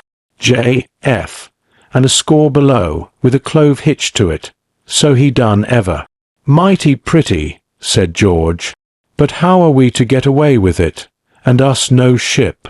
Silver suddenly sprang up, and supporting himself with a hand against the wall. "Now I give you warning, George," he cried. "One more word of your sauce, and I'll call you down and fight you." "How? Why, how do I know? You had ought to tell me that. You and the rest, that lost me my schooner, with your interference, burn you. But not you, you can't. You hain't got the invention of a cockroach. But civil you can speak, and shall, George Mary, you may lay to that." "That's fair enow," said the old man Morgan. "Fair? I reckon so," said the sea cook. "You lost the ship. I found the treasure. Who's the better man at that? And now I resign, by thunder. Elect whom you please to be your captain now. I'm done with it." "Silver," they cried. "Barbecue forever. Barbecue for captain." "So that's the tune, is it?" cried the cook. "George, I reckon you'll have to wait another turn, friend, and lucky for you as I'm not a revengeful man. But that was never my way. And now, shipmates, this black spot? Tain't much good now, is it? Dick's crossed his luck and spoiled his Bible, and that's about all. It'll do to kiss the book on still, won't it?" growled Dick, who was evidently uneasy at the curse he had brought upon himself. "A Bible with a bit cut out," returned Silver derisively. "Not it. It don't bind no more'n a ballad book." "Don't it, though?" cried Dick with a sort of joy. "Well, I reckon that's worth having too. Here, Jim, here's a curiosity for you," said Silver, and he tossed me the paper. It was around about the size of a crown piece. One side was blank, for it had been the last leaf.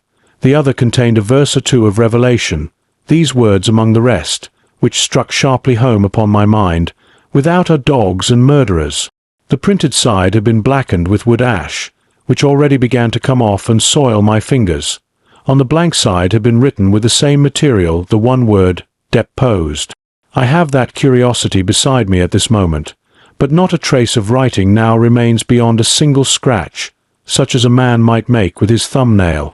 That was the end of the night's business. Soon after, with a drink all round, we lay down to sleep, and the outside of Silver's vengeance was to put George Merry up for sentinel and threaten him with death if he should prove unfaithful. It was long ere I could close an eye, and heaven knows I had matter enough for thought in the man whom I had slain that afternoon, in my own most perilous position, and above all, in the remarkable game that I saw Silver now engaged upon, keeping the mutineers together with one hand and grasping with the other after every means, possible and impossible, to make his peace and save his miserable life.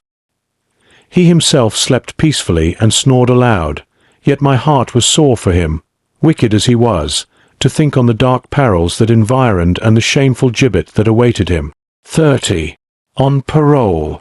I was wakened. Indeed, we were all wakened, for I could see even the sentinel shake himself together from where he had fallen against the doorpost, by a clear, hearty voice hailing us from the margin of the wood.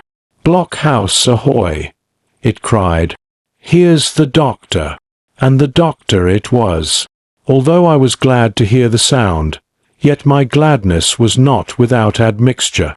I remembered with confusion my insubordinate and stealthy conduct, and when I saw where it had brought me, among what companions and surrounded by what dangers, I felt ashamed to look him in the face. He must have risen in the dark, for the day had hardly come, and when I ran to a loophole and looked out, I saw him standing, like Silver once before, up to the mid-leg in creeping vapour. "You, doctor!" "Top of the morning to you, sir," cried Silver, broad awake and beaming with good nature in a moment. "Bright and early, to be sure, and it's the early bird, as the saying goes, that gets the rations. George, shake up your timbers, son, and help Dr. Livesey over the ship's side. All are doing well, your patience was, all well and merry." So he pattered on, standing on the hilltop with his crutch under his elbow and one hand upon the side of the log-house, quite the old John in voice, manner, and expression. "We've quite a surprise for you too, sir," he continued. "We've a little stranger here, he, a no boarder and lodger, sir, and looking fit and taut as a fiddle. Slept like a supercargo, he did, right alongside of John, stem to stem we was, all night. Dr. Livesey was by this time across the stockade and pretty near the cook, and I could hear the alteration in his voice as he said, 'Not Jim.' 'The very same Jim as ever was,' says Silver. The doctor stopped outright, although he did not speak, and it was some seconds before he seemed able to move on. 'Well, well,' he said at last, 'duty first and pleasure afterwards, as you might have said yourself, Silver. Let us overhaul these patients of yours.' A moment afterwards he had entered the blockhouse, and with one grim nod to me proceeded with his work among the sick. He seemed under no apprehension, though he must have known that his life, among these treacherous demons, depended on a hair, and he rattled on to his patients as if he were paying an ordinary professional visit in a quiet English family. His manner, I suppose, reacted on the men, for they behaved to him as if nothing had occurred, as if he was still ship's doctor, and they still faithful hands before the mast. "You're doing well, my friend," he said to the fellow with the bandaged head, "and if ever any person had a close shave, it was you. Your head must be as hard as iron. Well, George, how goes it? You're a pretty colour, certainly. Why, your liver, man, is upside down. Did you take that medicine? Did he take that medicine, men?" "Aye, sir, he took it, sure enough," returned Morgan. "Because, you see, since I am mutineer's doctor, or prison doctor as I prefer to call it," says Dr. Livesey in his pleasantest way, "I make it a point of honour not to lose a man for King George, God bless him, and the gallows." The rogues looked at each other, but swallowed the home, thrust in silence. "Dick don't feel well, sir," said one. "Don't he?" replied the doctor. "Well, step up here, Dick, and let me see your tongue." "No, I should be surprised if he did. The man's tongue is fit to frighten the French. Another fever." "Ah, there," said Morgan, "that ComEd of espioling Bibles." "That comes, as you call it, of being errant asses," retorted the doctor, "and not having sense enough to know honest air from poison, and the dry land from a vile, pestiferous slough.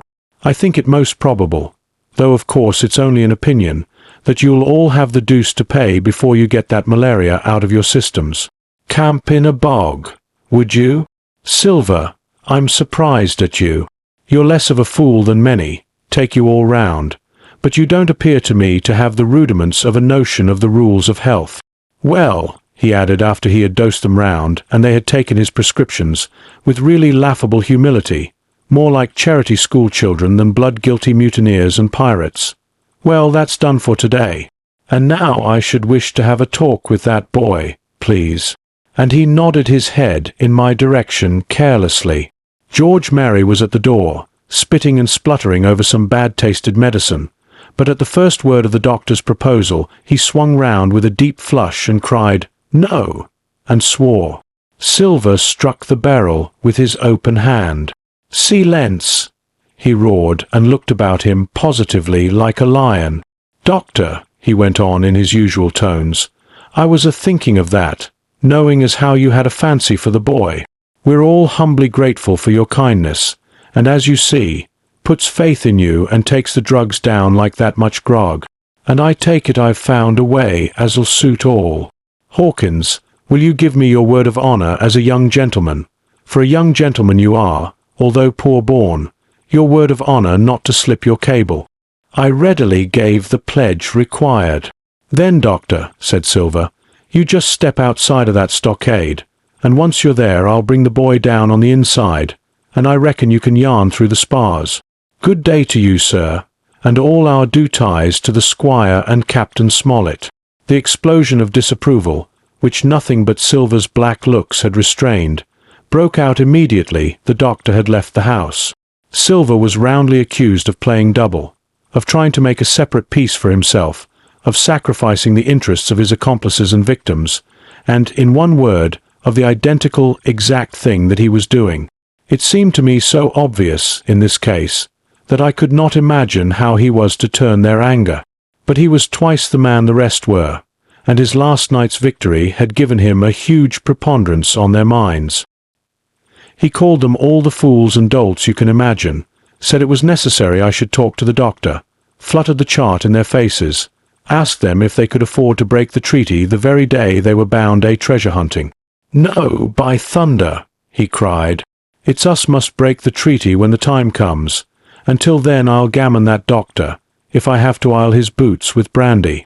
And then he bade them get the fire lit, and stalked out upon his crutch, with his hand on my shoulder, leaving them in a disarray, and silenced by his volubility rather than convinced. "Slow, lad, slow," he said. "They might round upon us in a twinkle of an eye if we was seen to hurry." Very deliberately, then, did we advance across the sand to where the doctor awaited us on the other side of the stockade, and as soon as we were within easy speaking distance Silver stopped. "You'll make a note of this here also, Doctor," says he, "and the boy'll tell you how I saved his life, and were deposed for it too, and you may lay to that.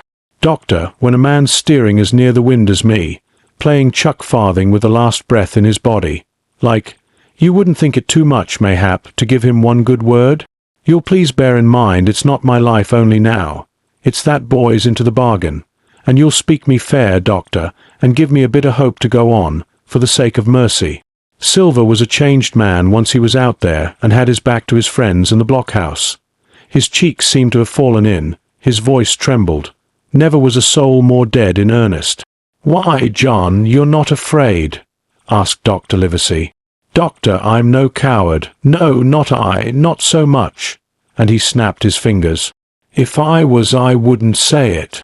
But I'll own up fairly. I've the shakes upon me for the gallows. You're a good man and a true. I never seen a better man. And you'll not forget what I done good. Not any more than you'll forget the bad, I know. And I step aside, see here, and leave you and Jim alone. And you'll put that down for me too, for it's a long stretch, is that?"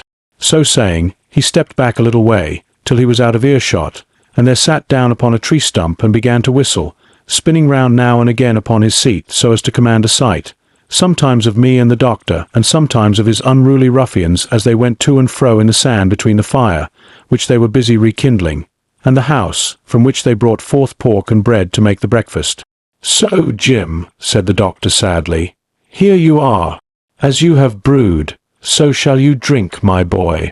Heaven knows, I cannot find it in my heart to blame you, but this much I will say, be it kind or unkind. When Captain Smollett was well, you dared not have gone off, and when he was ill and couldn't help it, by George, it was downright cowardly. I will own that I here began to weep. Doctor, I said, you might spare me. I have blamed myself enough. My life's forfeit anyway, and I should have been dead by now if Silver hadn't stood for me. And doctor, believe this, I can die, and I dare say I deserve it, but what I fear is torture.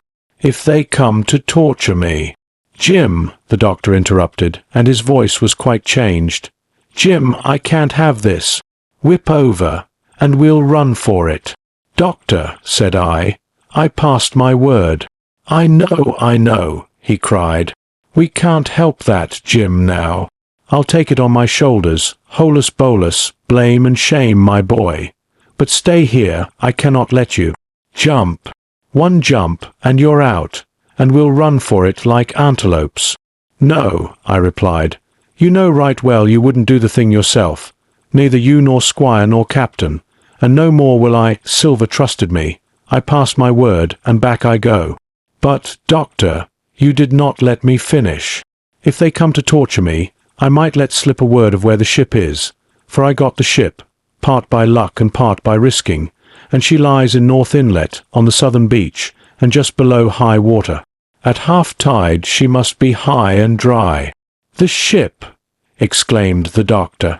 Rapidly I described to him my adventures, and he heard me out in silence. There is a kind of fate in this, he observed when I had done. Every step, it's you that saves our lives. And do you suppose by any chance that we are going to let you lose yours? That would be a poor return, my boy. You found out the plot. You found Ben Gunn, the best deed that ever you did or will do, though you live to 90.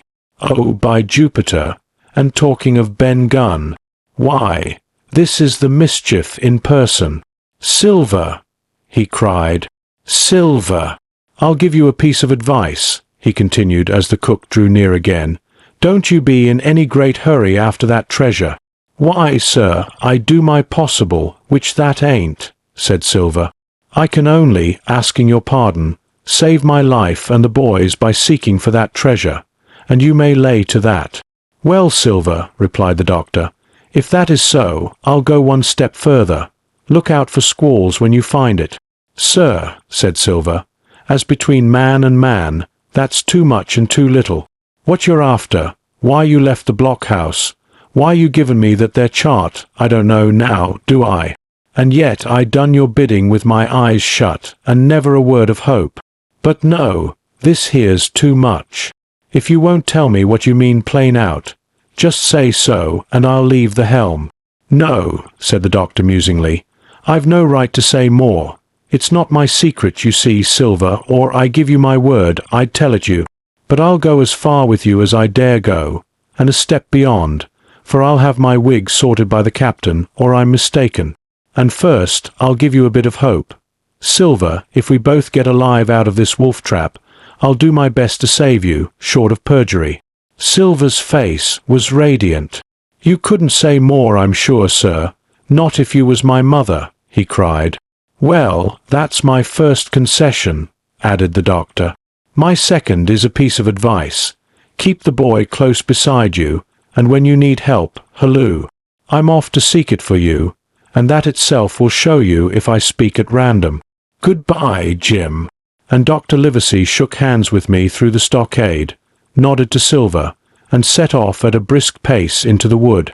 31. The Treasure Hunt. Flint's Pointer. Jim, said Silver when we were alone, if I saved your life, you saved mine, and I'll not forget it. I seen the doctor waving you to run for it. With the tail of my eye, I did. And I seen you say no, as plain as hearing. Jim, that's one to you. This is the first glint of hope I had since the attack failed, and I owe it you. And now, Jim, we're to go in for this here treasure hunting, with sealed orders too, and I don't like it. And you and me must stick close, back to back like, and we'll save our necks in spite of fate and fortune. Just then a man hailed us from the fire that breakfast was ready, and we were soon seated here and there about the sand over biscuit and fried junk. They had lit a fire fit to roast an ox, and it was now grown so hot that they could only approach it from the windward, and even then not without precaution. In the same wasteful spirit, they had cooked, I suppose, 3 times more than we could eat, and one of them, with an empty laugh, threw what was left into the fire, which blazed and roared again over this unusual fuel. I never in my life saw men so careless of the morrow. Hand to mouth is the only word that can describe their way of doing, and what with wasted food and sleeping sentries, though they were bold enough for a brush and be done with it, I could see their entire unfitness for anything like a prolonged campaign. Even Silver, eating away, with Captain Flint upon his shoulder, had not a word of blame for their recklessness. And this the more surprised me, for I thought he had never shown himself so cunning as he did then. "Aye, mates," said he, "it's lucky you have barbecue to think for you with this here head.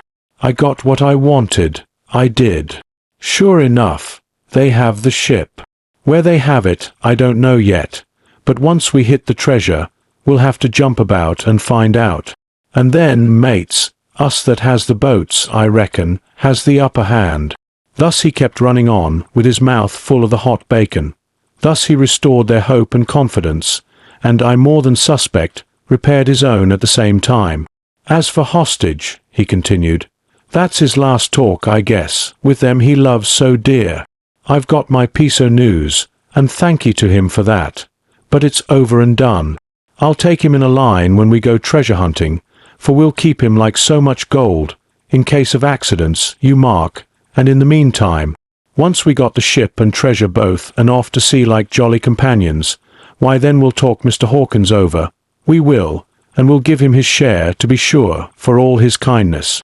It was no wonder the men were in a good humour now. For my part, I was horribly cast down.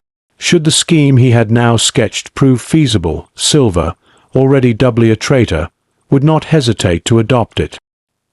He had still a foot in either camp, and there was no doubt he would prefer wealth and freedom with the pirates to a bare escape from hanging, which was the best he had to hope on our side. Nay, and even if things so fell out that he was forced to keep his faith with Dr. Livesey, even then what danger lay before us?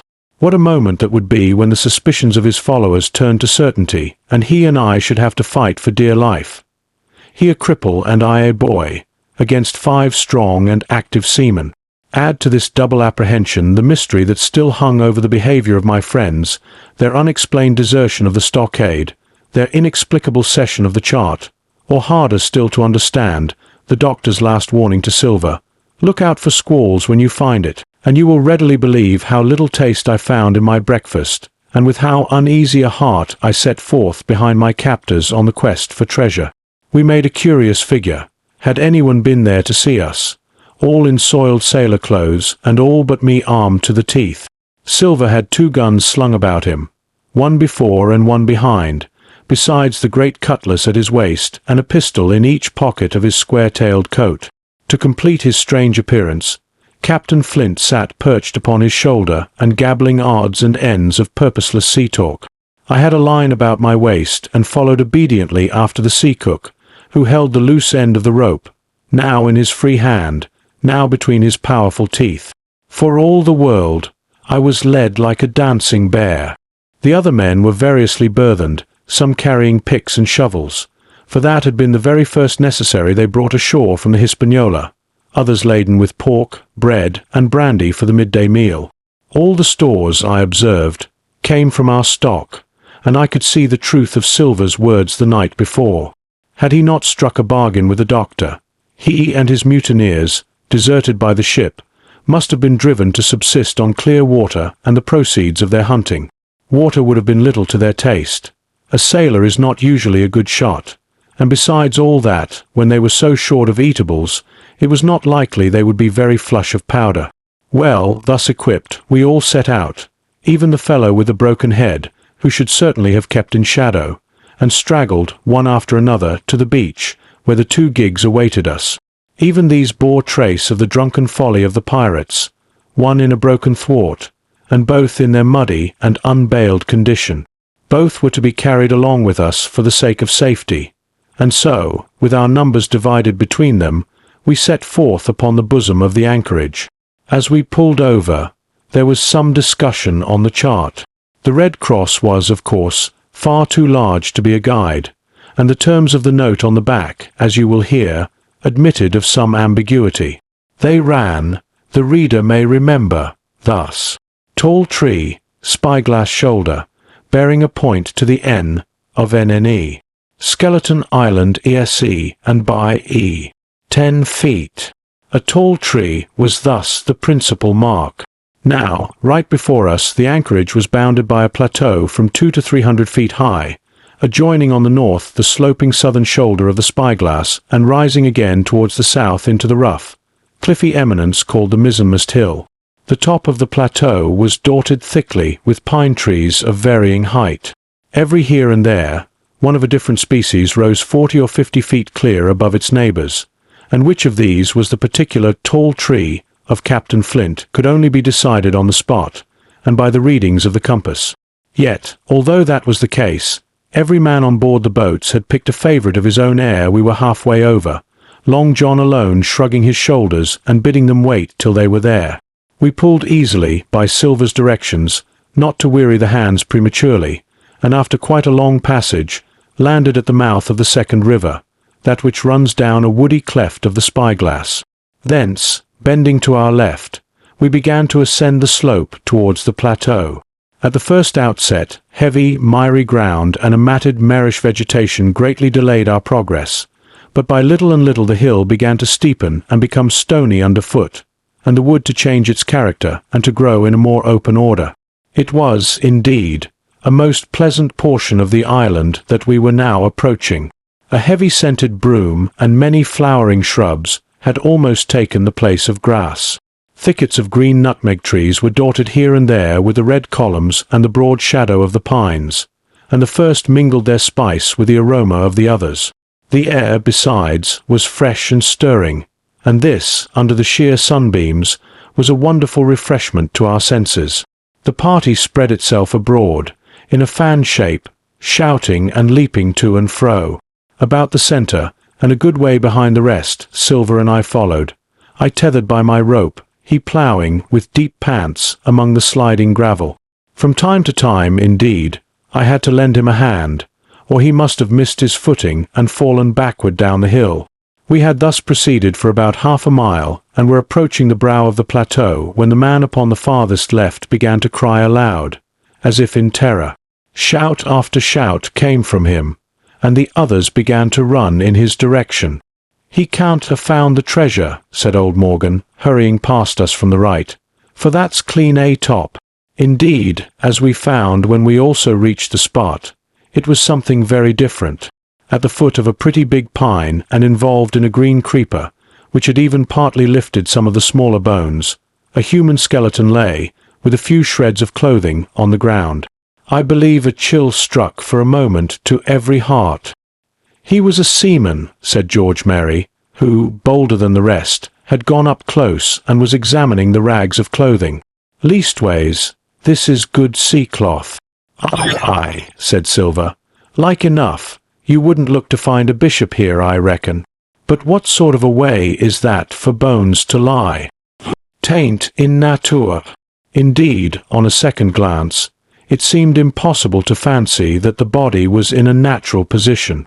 But for some disarray, the work, perhaps, of the birds that had fed upon him, or of the slow-growing creeper that had gradually enveloped his remains, the man lay perfectly straight, his feet pointing in one direction, his hands, raised above his head like a diver's, pointing directly in the opposite.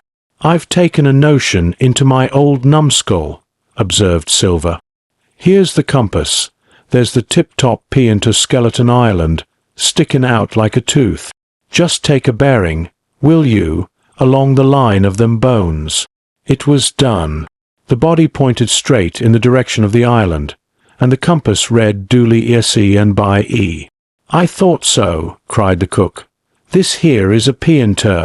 Right up there is our line for the Pole Star and the Jolly Dollars. But, by thunder, if it don't make me cold inside to think of Flint. This is one of his jokes, and no mistake. Him and these 6 was alone here. He killed 'em, every man, and this one he hauled here and laid down by compass. Shiver my timbers. They're long bones, and the hair's been yellow. Aye, that would be Allardyce. You mind Allardyce, Tom Morgan? Aye, returned Morgan. I mind him. He owed me money, he did, and took my knife ashore with him. Speaking of knives, said another, why don't we find his and lying round? Flint warned the man to pick a seaman's pocket, and the birds, I guess, would leave it be. By the powers, and that's true, cried Silver. There ain't a thing left here, said Mary, still feeling round among the bones. Not a copper doit nor a bocce box. It don't look nat'ral to me. No, by gum it don't, agreed Silver. Not nat'ral, nor not nice, says you. Great guns. Messmates, but if Flint was living, this would be a hot spot for you and me. 6 they were, and 6 are we, and bones is what they are now. I saw him dead with these here deadlights, said Morgan. Billy took me in. There he laid, with penny pieces on his eyes. Dead, aye, sure enough he's dead and gone below, said the fellow with the bandage. But if ever spirit walked, it would be Flint's. Dear heart, but he died bad, did Flint. Aye, that he did, observed another. Now he raged, and now he hollered for the rum, and now he sang. 15 men were his only song, mates, and I tell you true, I never rightly liked to hear it since. It was main hot, and the windy was open, and I hear that old song comin' out as clear, and the death hall on the man already. Come, come, said Silver, stow this talk. He's dead, and he don't walk, that I know. Leastways, he won't walk by day, and you may lay to that. Care killed a cat. Fetch a head for the doubloons. We started, certainly, but in spite of the hot sun and the staring daylight, the pirates no longer ran separate and shouting through the wood, but kept side by side and spoke with bated breath. The terror of the dead buccaneer had fallen on their spirits. 32. The treasure hunt. The voice among the trees. Partly from the damping influence of this alarm, partly to rest Silver and the sick folk, the whole party sat down as soon as they had gained the brow of the ascent. The plateau being somewhat tilted towards the west, this spot on which we had paused commanded a wide prospect on either hand. Before us, over the tree-tops, we beheld the cape of the woods fringed with surf. Behind, we not only looked down upon the anchorage and Skeleton Island, but saw, clear across the spit and the eastern lowlands, a great field of open sea upon the east. Sheer above us rose the spyglass, here dotted with single pines, their black with precipices. There was no sound but that of the distant breakers, mounting from all round, and the chirp of countless insects in the brush. Not a man, not a sail, upon the sea. The very largeness of the view increased the sense of solitude. Silver, as he sat, took certain bearings with his compass. There are 3 tall trees, said he, about in the right line from Skeleton Island. Spyglass shoulder, I take it, means that lower peant there. It's child's play to find the stuff now. I've half a mind to dine first. I don't feel sharp, growled Morgan. Thinkin' o' Flint, I think it were, as done me. Ah, well, my son, you praise your stars he's dead, said Silver. He were an ugly devil, cried a third pirate with a shudder. That blue in the face, too. That was how the rum took him, added Mary. Blue. Well, I reckon he was blue. That's a true word. Ever since they had found the skeleton and got upon this train of thought, they had spoken lower and lower, and they had almost got to whispering by now, so that the sound of their talk hardly interrupted the silence of the wood. All of a sudden, out of the middle of the trees in front of us, a thin, high, trembling voice struck up the well-known air and words. 15 men on the dead man's chest. Yo-ho-ho, and a bottle of rum. I never have seen men more dreadfully affected than the pirates. The colour went from their 6 faces like enchantment. Some leaped to their feet, some clawed hold of others. Morgan grovelled on the ground. It's Flint, by, cried Mary. The song had stopped as suddenly as it began. Broken off, you would have said, in the middle of a note, as though someone had laid his hand upon the singer's mouth. Coming through the clear, sunny atmosphere among the green treetops, I thought it had sounded airily and sweetly, and the effect on my companions was the stranger. "Come," said Silver, struggling with his ashen lips to get the word out. "This won't do. Stand by to go about. This is a rum start, and I can't name the voice, but it's someone skylarking, someone that's flesh and blood, and you may lay to that." His courage had come back as he spoke, and some of the colour to his face along with it. Already the others had begun to lend an ear to this encouragement and were coming a little to themselves, when the same voice broke out again, not this time singing, but in a faint, distant hail that echoed yet fainter among the clefts of the spyglass. "Darby mgraw," it wailed, for that is the word that best describes the sound. "Darby mgraw, Darby mgraw," again and again and again, and then rising a little higher, and with an oath that I leave out, "Fetch aft the rum, Darby." The buccaneers remained rooted to the ground, their eyes starting from their heads. Long after the voice had died away, they still stared in silence, dreadfully, before them. "That fixes it," gasped one. "Let's go." "They was his last words," moaned Morgan, "his last words above board." Dick had his Bible out, and was praying volubly. He had been well brought up, had Dick, before he came to sea and fell among bad companions. Still Silver was unconquered. I could hear his teeth rattle in his head, but he had not yet surrendered. "Nobody in this here island ever heard of Darby," he muttered. "Not one but us that's here." And then, making a great effort, "Shipmates," he cried, "I'm here to get that stuff, and I'll not be beat by man or devil. I never was feared of Flint in his life, and, by the powers, I'll face him dead.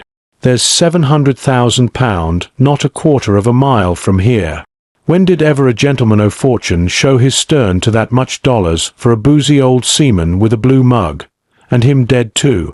But there was no sign of reawakening courage in his followers, rather, indeed, of growing terror at the irreverence of his words. "Belay there, John," said Mary. "Don't you cross a sperrit." And the rest were all too terrified to reply. They would have run away severally had they dared, but fear kept them together, and kept them close by John, as if his daring helped them. He, on his part, had pretty well fought his weakness down. Sperrit? "Well, maybe," he said, "but there's one thing not clear to me. There was an echo. Now, no man ever seen a sperrit with a shadow. Well then, what's he doing with an echo to him, I should like to know? That ain't in nature. Surely." This argument seemed weak enough to me, but you can never tell what will affect the superstitious, and to my wonder, George Merry was greatly relieved. "Well, that's so," he said. "You've a head upon your shoulders, John, and no mistake. 'Bout ship, mates. This here crew is on a wrong tack, I do believe. And come to think on it, it was like Flint's voice, I grant you, but not just so clear away like it, after all. It was like somebody else's voice now. It was like By the powers, Ben Gunn," roared Silver. "Aye, and so it were," cried Morgan, springing on his knees. "Ben Gunn it were." "It don't make much odds, do it now?" asked Dick. "Ben Gunn's not here in the body any more in Flint." But the older hands greeted this remark with scorn. "Why, nobody minds Ben Gunn," cried Mary. "Dead or alive, nobody minds him." It was extraordinary how their spirits had returned, and how the natural colour had revived in their faces. Soon they were chatting together, with intervals of listening, and not long after, hearing no further sound, they shouldered the tools and set forth again, Mary walking first with Silver's compass to keep them on the right line with Skeleton Island. He had said the truth. Dead or alive, nobody minded Ben Gunn. Dick alone still held his Bible, and looked around him as he went, with fearful glances, but he found no sympathy, and Silver even joked him on his precautions. "I told you," said he, "I told you you had espialed your Bible. If it ain't no good to swear by, what do you suppose a sperrit would give for it? Not that." And he snapped his big fingers, halting a moment on his crutch. But Dick was not to be comforted. Indeed, it was soon plain to me that the lad was falling sick, hastened by heat, exhaustion, and the shock of his alarm. The fever, predicted by Dr. Livesey, was evidently growing swiftly higher. It was fine open walking here upon the summit. Our way lay a little downhill, for, as I have said, the plateau tilted towards the west. The pines, great and small, grew wide apart, and even between the clumps of nutmeg and azalea, wide open spaces baked in the hot sunshine. Striking, as we did, pretty near northwest across the island, we drew, on the one hand, ever nearer under the shoulders of the spyglass, and on the other, looked ever wider over that western bay where I had once tossed and trembled in the Coracle. The first of the tall trees was reached, and by the bearings proved the wrong one. So with the second. The third rose nearly 200 feet into the air above a clump of underwood, a giant of a vegetable, with a red column as big as a cottage, and a wide shadow around in which a company could have manoeuvred. It was conspicuous far to see both on the east and west, and might have been entered as a sailing mark upon the chart. But it was not its size that now impressed my companions. It was the knowledge that £700,000 in gold lay somewhere buried below its spreading shadow. The thought of the money, as they drew nearer, swallowed up their previous terrors. Their eyes burned in their heads, their feet grew speedier and lighter. Their whole soul was bound up in that fortune, that whole lifetime of extravagance and pleasure that lay waiting there for each of them. Silver hobbled, grunting, on his crutch. His nostrils stood out and quivered. He cursed like a madman when the flies settled on his hot and shiny countenance. He plucked furiously at the line that held me to him, and from time to time turned his eyes upon me with a deadly look. Certainly he took no pains to hide his thoughts, and certainly I read them like print. In the immediate nearness of the gold, all else had been forgotten. His promise and the doctor's warning were both things of the past, and I could not doubt that he hoped to seize upon the treasure, find and board the Hispaniola under cover of night, cut every honest throat about that island, and sail away as he had at first intended, laden with crimes and riches. Shaken as I was with these alarms, it was hard for me to keep up with the rapid pace of the treasure hunters. Now and again I stumbled, and it was then that Silver plucked so roughly at the rope and launched at me his murderous glances. Dick, who had dropped behind us and now brought up the rear, was babbling to himself both prayers and curses as his fever kept rising. This also added to my wretchedness, and to crown all, I was haunted by the thought of the tragedy that had once been acted on that plateau, when that ungodly buccaneer with the blue face, he who died at Savannah, singing and shouting for drink, had there, with his own hand, cut down his 6 accomplices. This grove that was now so peaceful must then have rung with cries, I thought, and even with the thought I could believe I heard it ringing still. We were now at the margin of the thicket. "Huzzah, mates, all together!" shouted Mary, and the foremost broke into a run, and suddenly, not 10 yards further, we beheld them stop. A low cry arose. Silver doubled his pace, digging away with the foot of his crutch like one possessed, and next moment he and I had come also to a dead halt. Before us was a great excavation, not very recent, for the sides had fallen in and grass had sprouted on the bottom.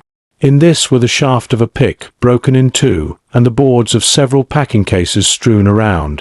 On one of these boards I saw, branded with a hot iron, the name Walrus, the name of Flint's ship. All was clear to probation. The cash had been found and rifled. The £700,000 were gone. 33. The fall of a chieftain. There never was such an overturn in this world. Each of these 6 men was as though he had been struck. But with Silver the blow passed almost instantly. Every thought of his soul had been set full stretch, like a racer, on that money. Well, he was brought up, in a single second, dead, and he kept his head, found his temper, and changed his plan before the others had had time to realize the disappointment. "Jim," he whispered, "take that, and stand by for trouble." And he passed me a double-barreled pistol. At the same time, he began quietly moving northward, and in a few steps had put the hollow between us two and the other 5. Then he looked at me and nodded, as much as to say, "Here is a narrow corner," as indeed I thought it was. His looks were not quite friendly, and I was so revolted at these constant changes that I could not forbear whispering, "So you've changed sides again." There was no time left for him to answer in. The buccaneers, with oaths and cries, began to leap, one after another, into the pit and to dig with their fingers, throwing the boards aside as they did so. Morgan found a piece of gold. He held it up with a perfect spout of oaths. It was a 2-guinea piece, and it went from hand to hand among them for a quarter of a minute. 2 guineas! Roared Mary, shaking it at Silver. "That's your £700,000, is it? You're the man for bargains, ain't you? You're him that never bungled nothing, you wooden-headed lubber." "Dig away, boys," said Silver with the coolest insolence. "You'll find some pig-nuts, and I shouldn't wonder." "Pig-nuts," repeated Mary in a scream. "Mates, do you hear that? I tell you now, that man there knew it all along. Look in the face of him, and you'll see it wrote there." "Ah, Mary," remarked Silver, "standing for captain again? You're a pushing lad, to be sure." But this time everyone was entirely in Mary's favour. They began to scramble out of the excavation, darting furious glances behind them. One thing I observed, which looked well for us. They all got out upon the opposite side from Silver. Well, there we stood, 2 on one side, 5 on the other, the pit between us, and nobody screwed up high enough to offer the first blow. Silver never moved. He watched them, very upright on his crutch, and looked as cool as ever I saw him. He was brave, and no mistake. At last Mary seemed to think a speech might help matters. "Mates," says he, "there's 2 of them alone there. One's the old cripple that brought us all here and blundered us down to this. The other's the cub that I mean to have the heart of. Now, mates." He was raising his arm and his voice, and plainly meant to lead a charge. But just then, crack, crack, crack, 3 musket shots flashed out of the thicket. Mary tumbled head foremost into the excavation. The man with the bandage spun round like a teetotum and fell all his length upon his side, where he lay dead, but still twitching, and the other 3 turned and ran for it with all their might. Before you could wink, Long John had fired 2 barrels of a pistol into the struggling Mary, and as the man rolled up his eyes at him in the last agony, "George," said he, "I reckon I settled you." At the same moment, the doctor, Gray, and Ben Gunn joined us, with smoking muskets, from among the nutmeg trees. "Forward!" cried the doctor. "Double quick, my lads. We must head them off the boats." And we set off at a great pace, sometimes plunging through the bushes to the chest. I tell you, but Silver was anxious to keep up with us. The work that man went through, leaping on his crutch till the muscles of his chest were fit to burst, was work no sound man ever equalled, and so thinks the doctor. As it was, he was already 30 yards behind us, and on the verge of strangling when we reached the brow of the slope. "Doctor," he hailed, "see there! No hurry!" Sure enough, there was no hurry. In a more open part of the plateau, we could see the 3 survivors still running in the same direction as they had started, right for Mizzenmast Hill. We were already between them and the boats, and so we 4 sat down to breathe, while Long John, mopping his face, came slowly up with us. "Thank ye kindly, doctor," says he. "You came in about the nick, I guess, for me and Hawkins. And so it's you, Ben Gunn," he added. "Well, you're a nice one, to be sure." "I'm Ben Gunn, I am," replied the Maroon, wriggling like an eel in his embarrassment. "And," he added, after a long pause, "how do, Mr. Silver?" "Pretty well, I thank ye," says you.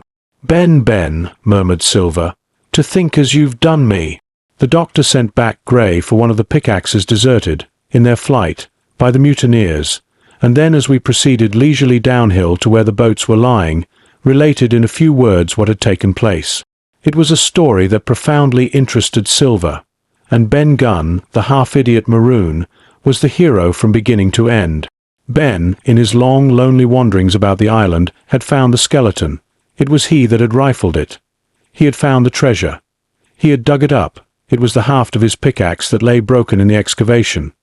He had carried it on his back, in many weary journeys, from the foot of the tall pine to a cave he had on the two-pointed hill at the northeast angle of the island, and there it had lain stored in safety since 2 months before the arrival of the Hispaniola.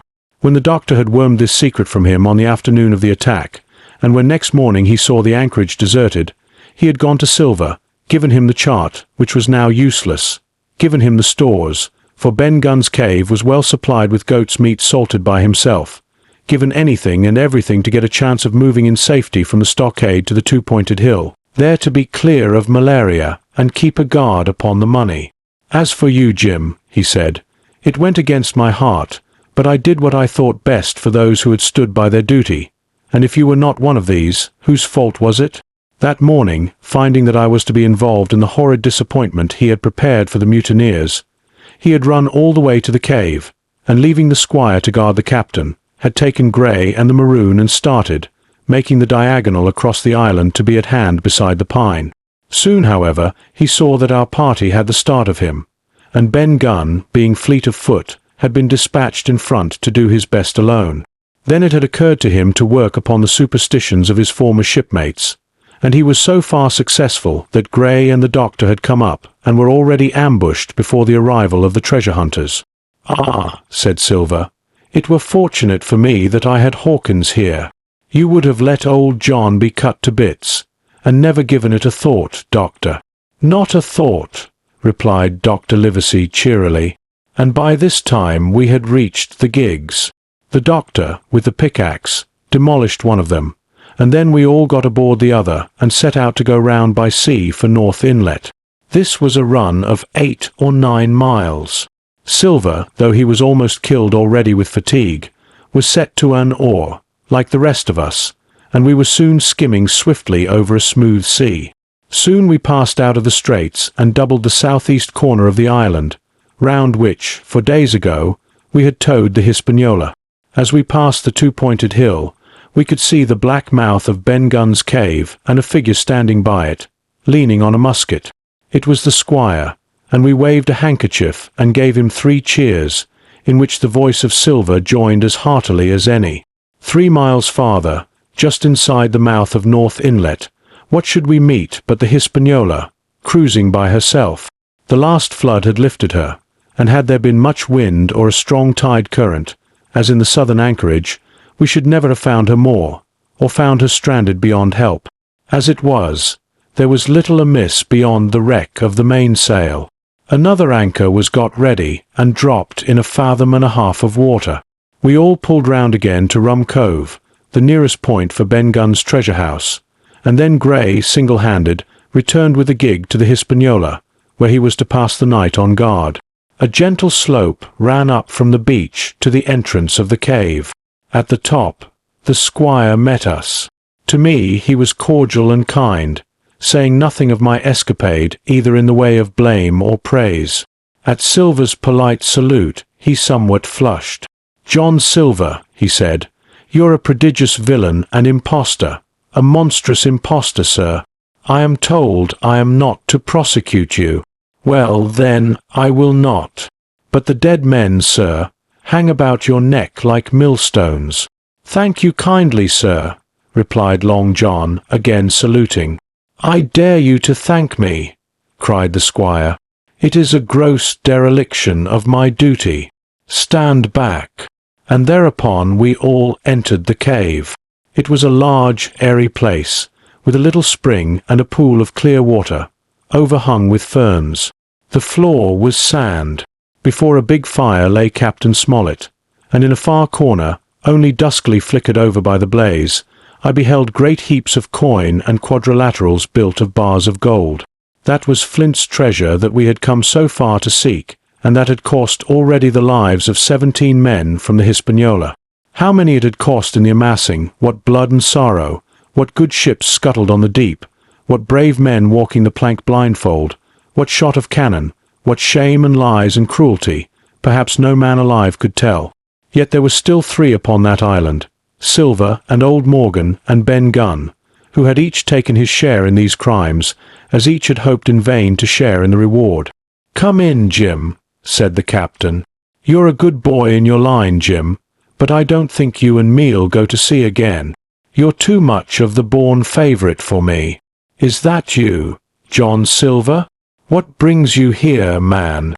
"Come back to my duty, sir," returned Silver. "Ah," said the captain, and that was all he said.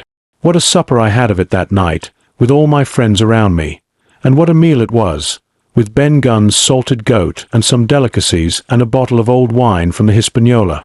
Never, I am sure, were people gayer or happier, and there was Silver sitting back almost out of the firelight, but eating heartily, prompt to spring forward when anything was wanted, even joining quietly in our laughter, the same bland, polite, obsequious seaman of the voyage out.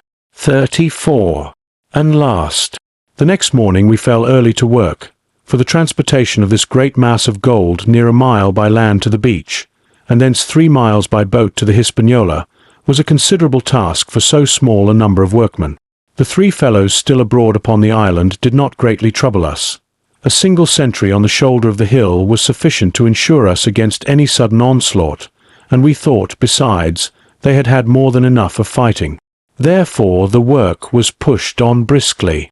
Gray and Ben Gunn came and went with the boat, while the rest during their absences piled treasure on the beach.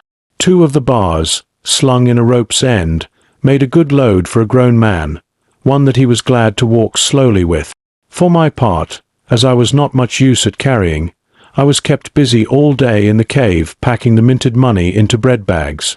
It was a strange collection, like Billy Bones's hoard for the diversity of coinage, but so much larger and so much more varied that I think I never had more pleasure than in sorting them. English, French, Spanish, Portuguese, Georges and Louises, doubloons and double guineas and moidors and sequins, the pictures of all the kings of Europe for the last 100 years, strange oriental pieces stamped with what looked like wisps of string or bits of spider's web, round pieces and square pieces, and pieces bored through the middle, as if to wear them round your neck. Nearly every variety of money in the world must, I think, have found a place in that collection, and for number I am sure they were like autumn leaves, so that my back ached with stooping and my fingers with sorting them out. Day after day this work went on. By every evening a fortune had been stowed aboard, but there was another fortune waiting for the morrow, and all this time we heard nothing of the 3 surviving mutineers. At last, I think it was on the 3rd night, the doctor and I were strolling on the shoulder of the hill where it overlooks the lowlands of the isle, when, from out the thick darkness below, the wind brought us a noise between shrieking and singing. It was only a snatch that reached our ears, followed by the former silence. "Heaven forgive them," said the doctor. "'Tis the mutineers." "All drunk, sir," struck in the voice of Silver from behind us. Silver, I should say, was allowed his entire liberty, and in spite of daily rebuffs, seemed to regard himself once more as quite a privileged and friendly dependent. Indeed, it was remarkable how well he bore these slights, and with what unwearying politeness he kept on trying to ingratiate himself with all. Yet, I think, none treated him better than a dog, unless it was Ben Gunn, who was still terribly afraid of his old quartermaster, or myself, who had really something to thank him for. Although for that matter, I suppose, I had reason to think even worse of him than anybody else, for I had seen him meditating a fresh treachery upon the plateau. Accordingly, it was pretty gruffly that the doctor answered him. "Drunk or raving," said he. "Right you were, sir," replied Silver, "and precious little odds which, to you and me." "I suppose you would hardly ask me to call you a humane man," returned the doctor with a sneer, "and so my feelings may surprise you, Master Silver. But if I were sure they were raving, as I am morally certain one, at least, of them is down with fever, I should leave this camp, and at whatever risk to my own carcass, take them the assistance of my skill." "Ask your pardon, sir, you would be very wrong," quoth Silver. "You would lose your precious life, and you may lay to that. I'm on your side now, hand and glove, and I shouldn't wish for to see the party weakened, let alone yourself, seeing as I know what I owes you. But these men down there, they couldn't keep their word. No, not supposing they wished to, and what's more, they couldn't believe as you could. No, said the doctor. You're the man to keep your word. We know that. Well, that was about the last news we had of the 3 pirates. Only once we heard a gunshot a great way off, and supposed them to be hunting.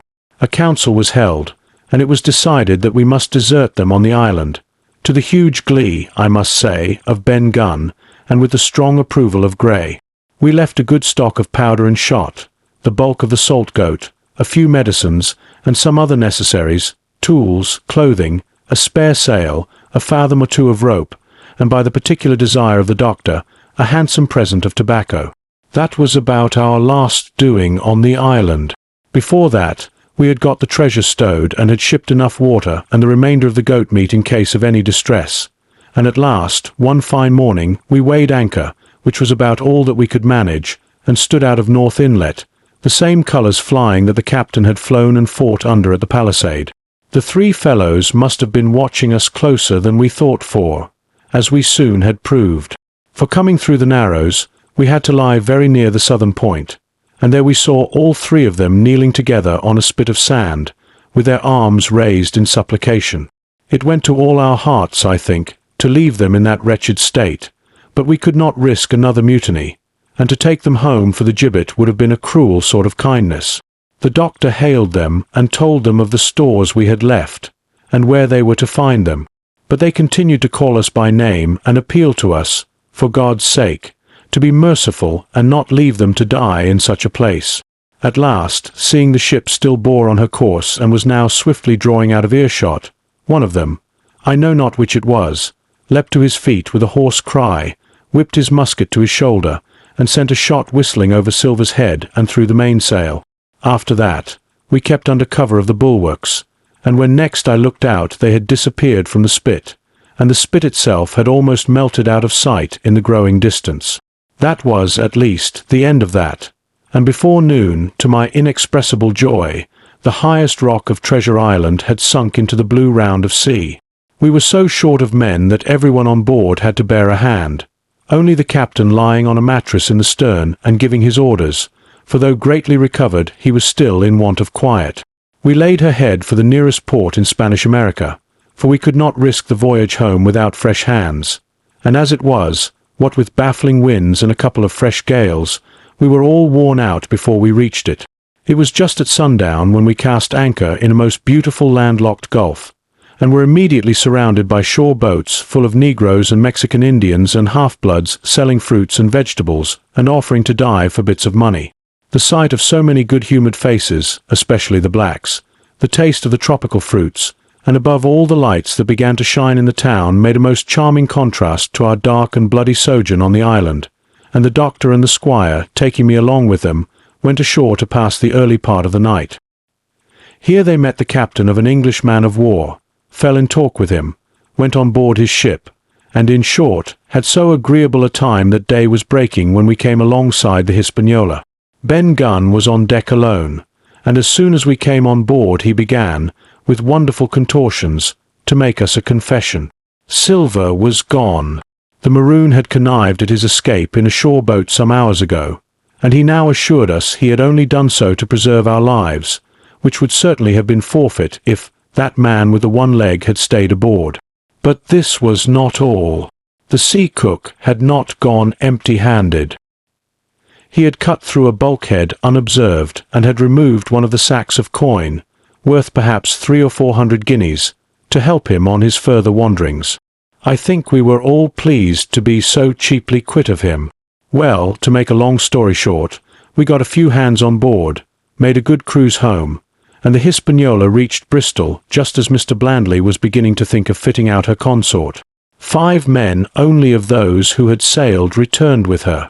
Drink and the devil had done for the rest, with a vengeance, although, to be sure, we were not quite in so bad a case as that other ship they sang about, with 1 man of her crew alive. What put to sea with 75? All of us had an ample share of the treasure, and used it wisely or foolishly, according to our natures. Captain Smollett is now retired from the sea. Gray not only saved his money, but being suddenly smit with a desire to rise, also studied his profession, and he is now mate and part owner of a fine full-rigged ship, married besides, and the father of a family. As for Ben Gunn, he got £1,000, which he spent or lost in 3 weeks, or to be more exact, in 19 days, for he was back begging on the 20th. Then he was given a lodge to keep, exactly as he had feared upon the island, and he still lives, a great favourite, though something of a butt, with the country boys, and a notable singer in church on Sundays and saints' days. Of Silver we have heard no more. That formidable seafaring man with one leg has at last gone clean out of my life, but I dare say he met his old negress, and perhaps still lives in comfort with her and Captain Flint.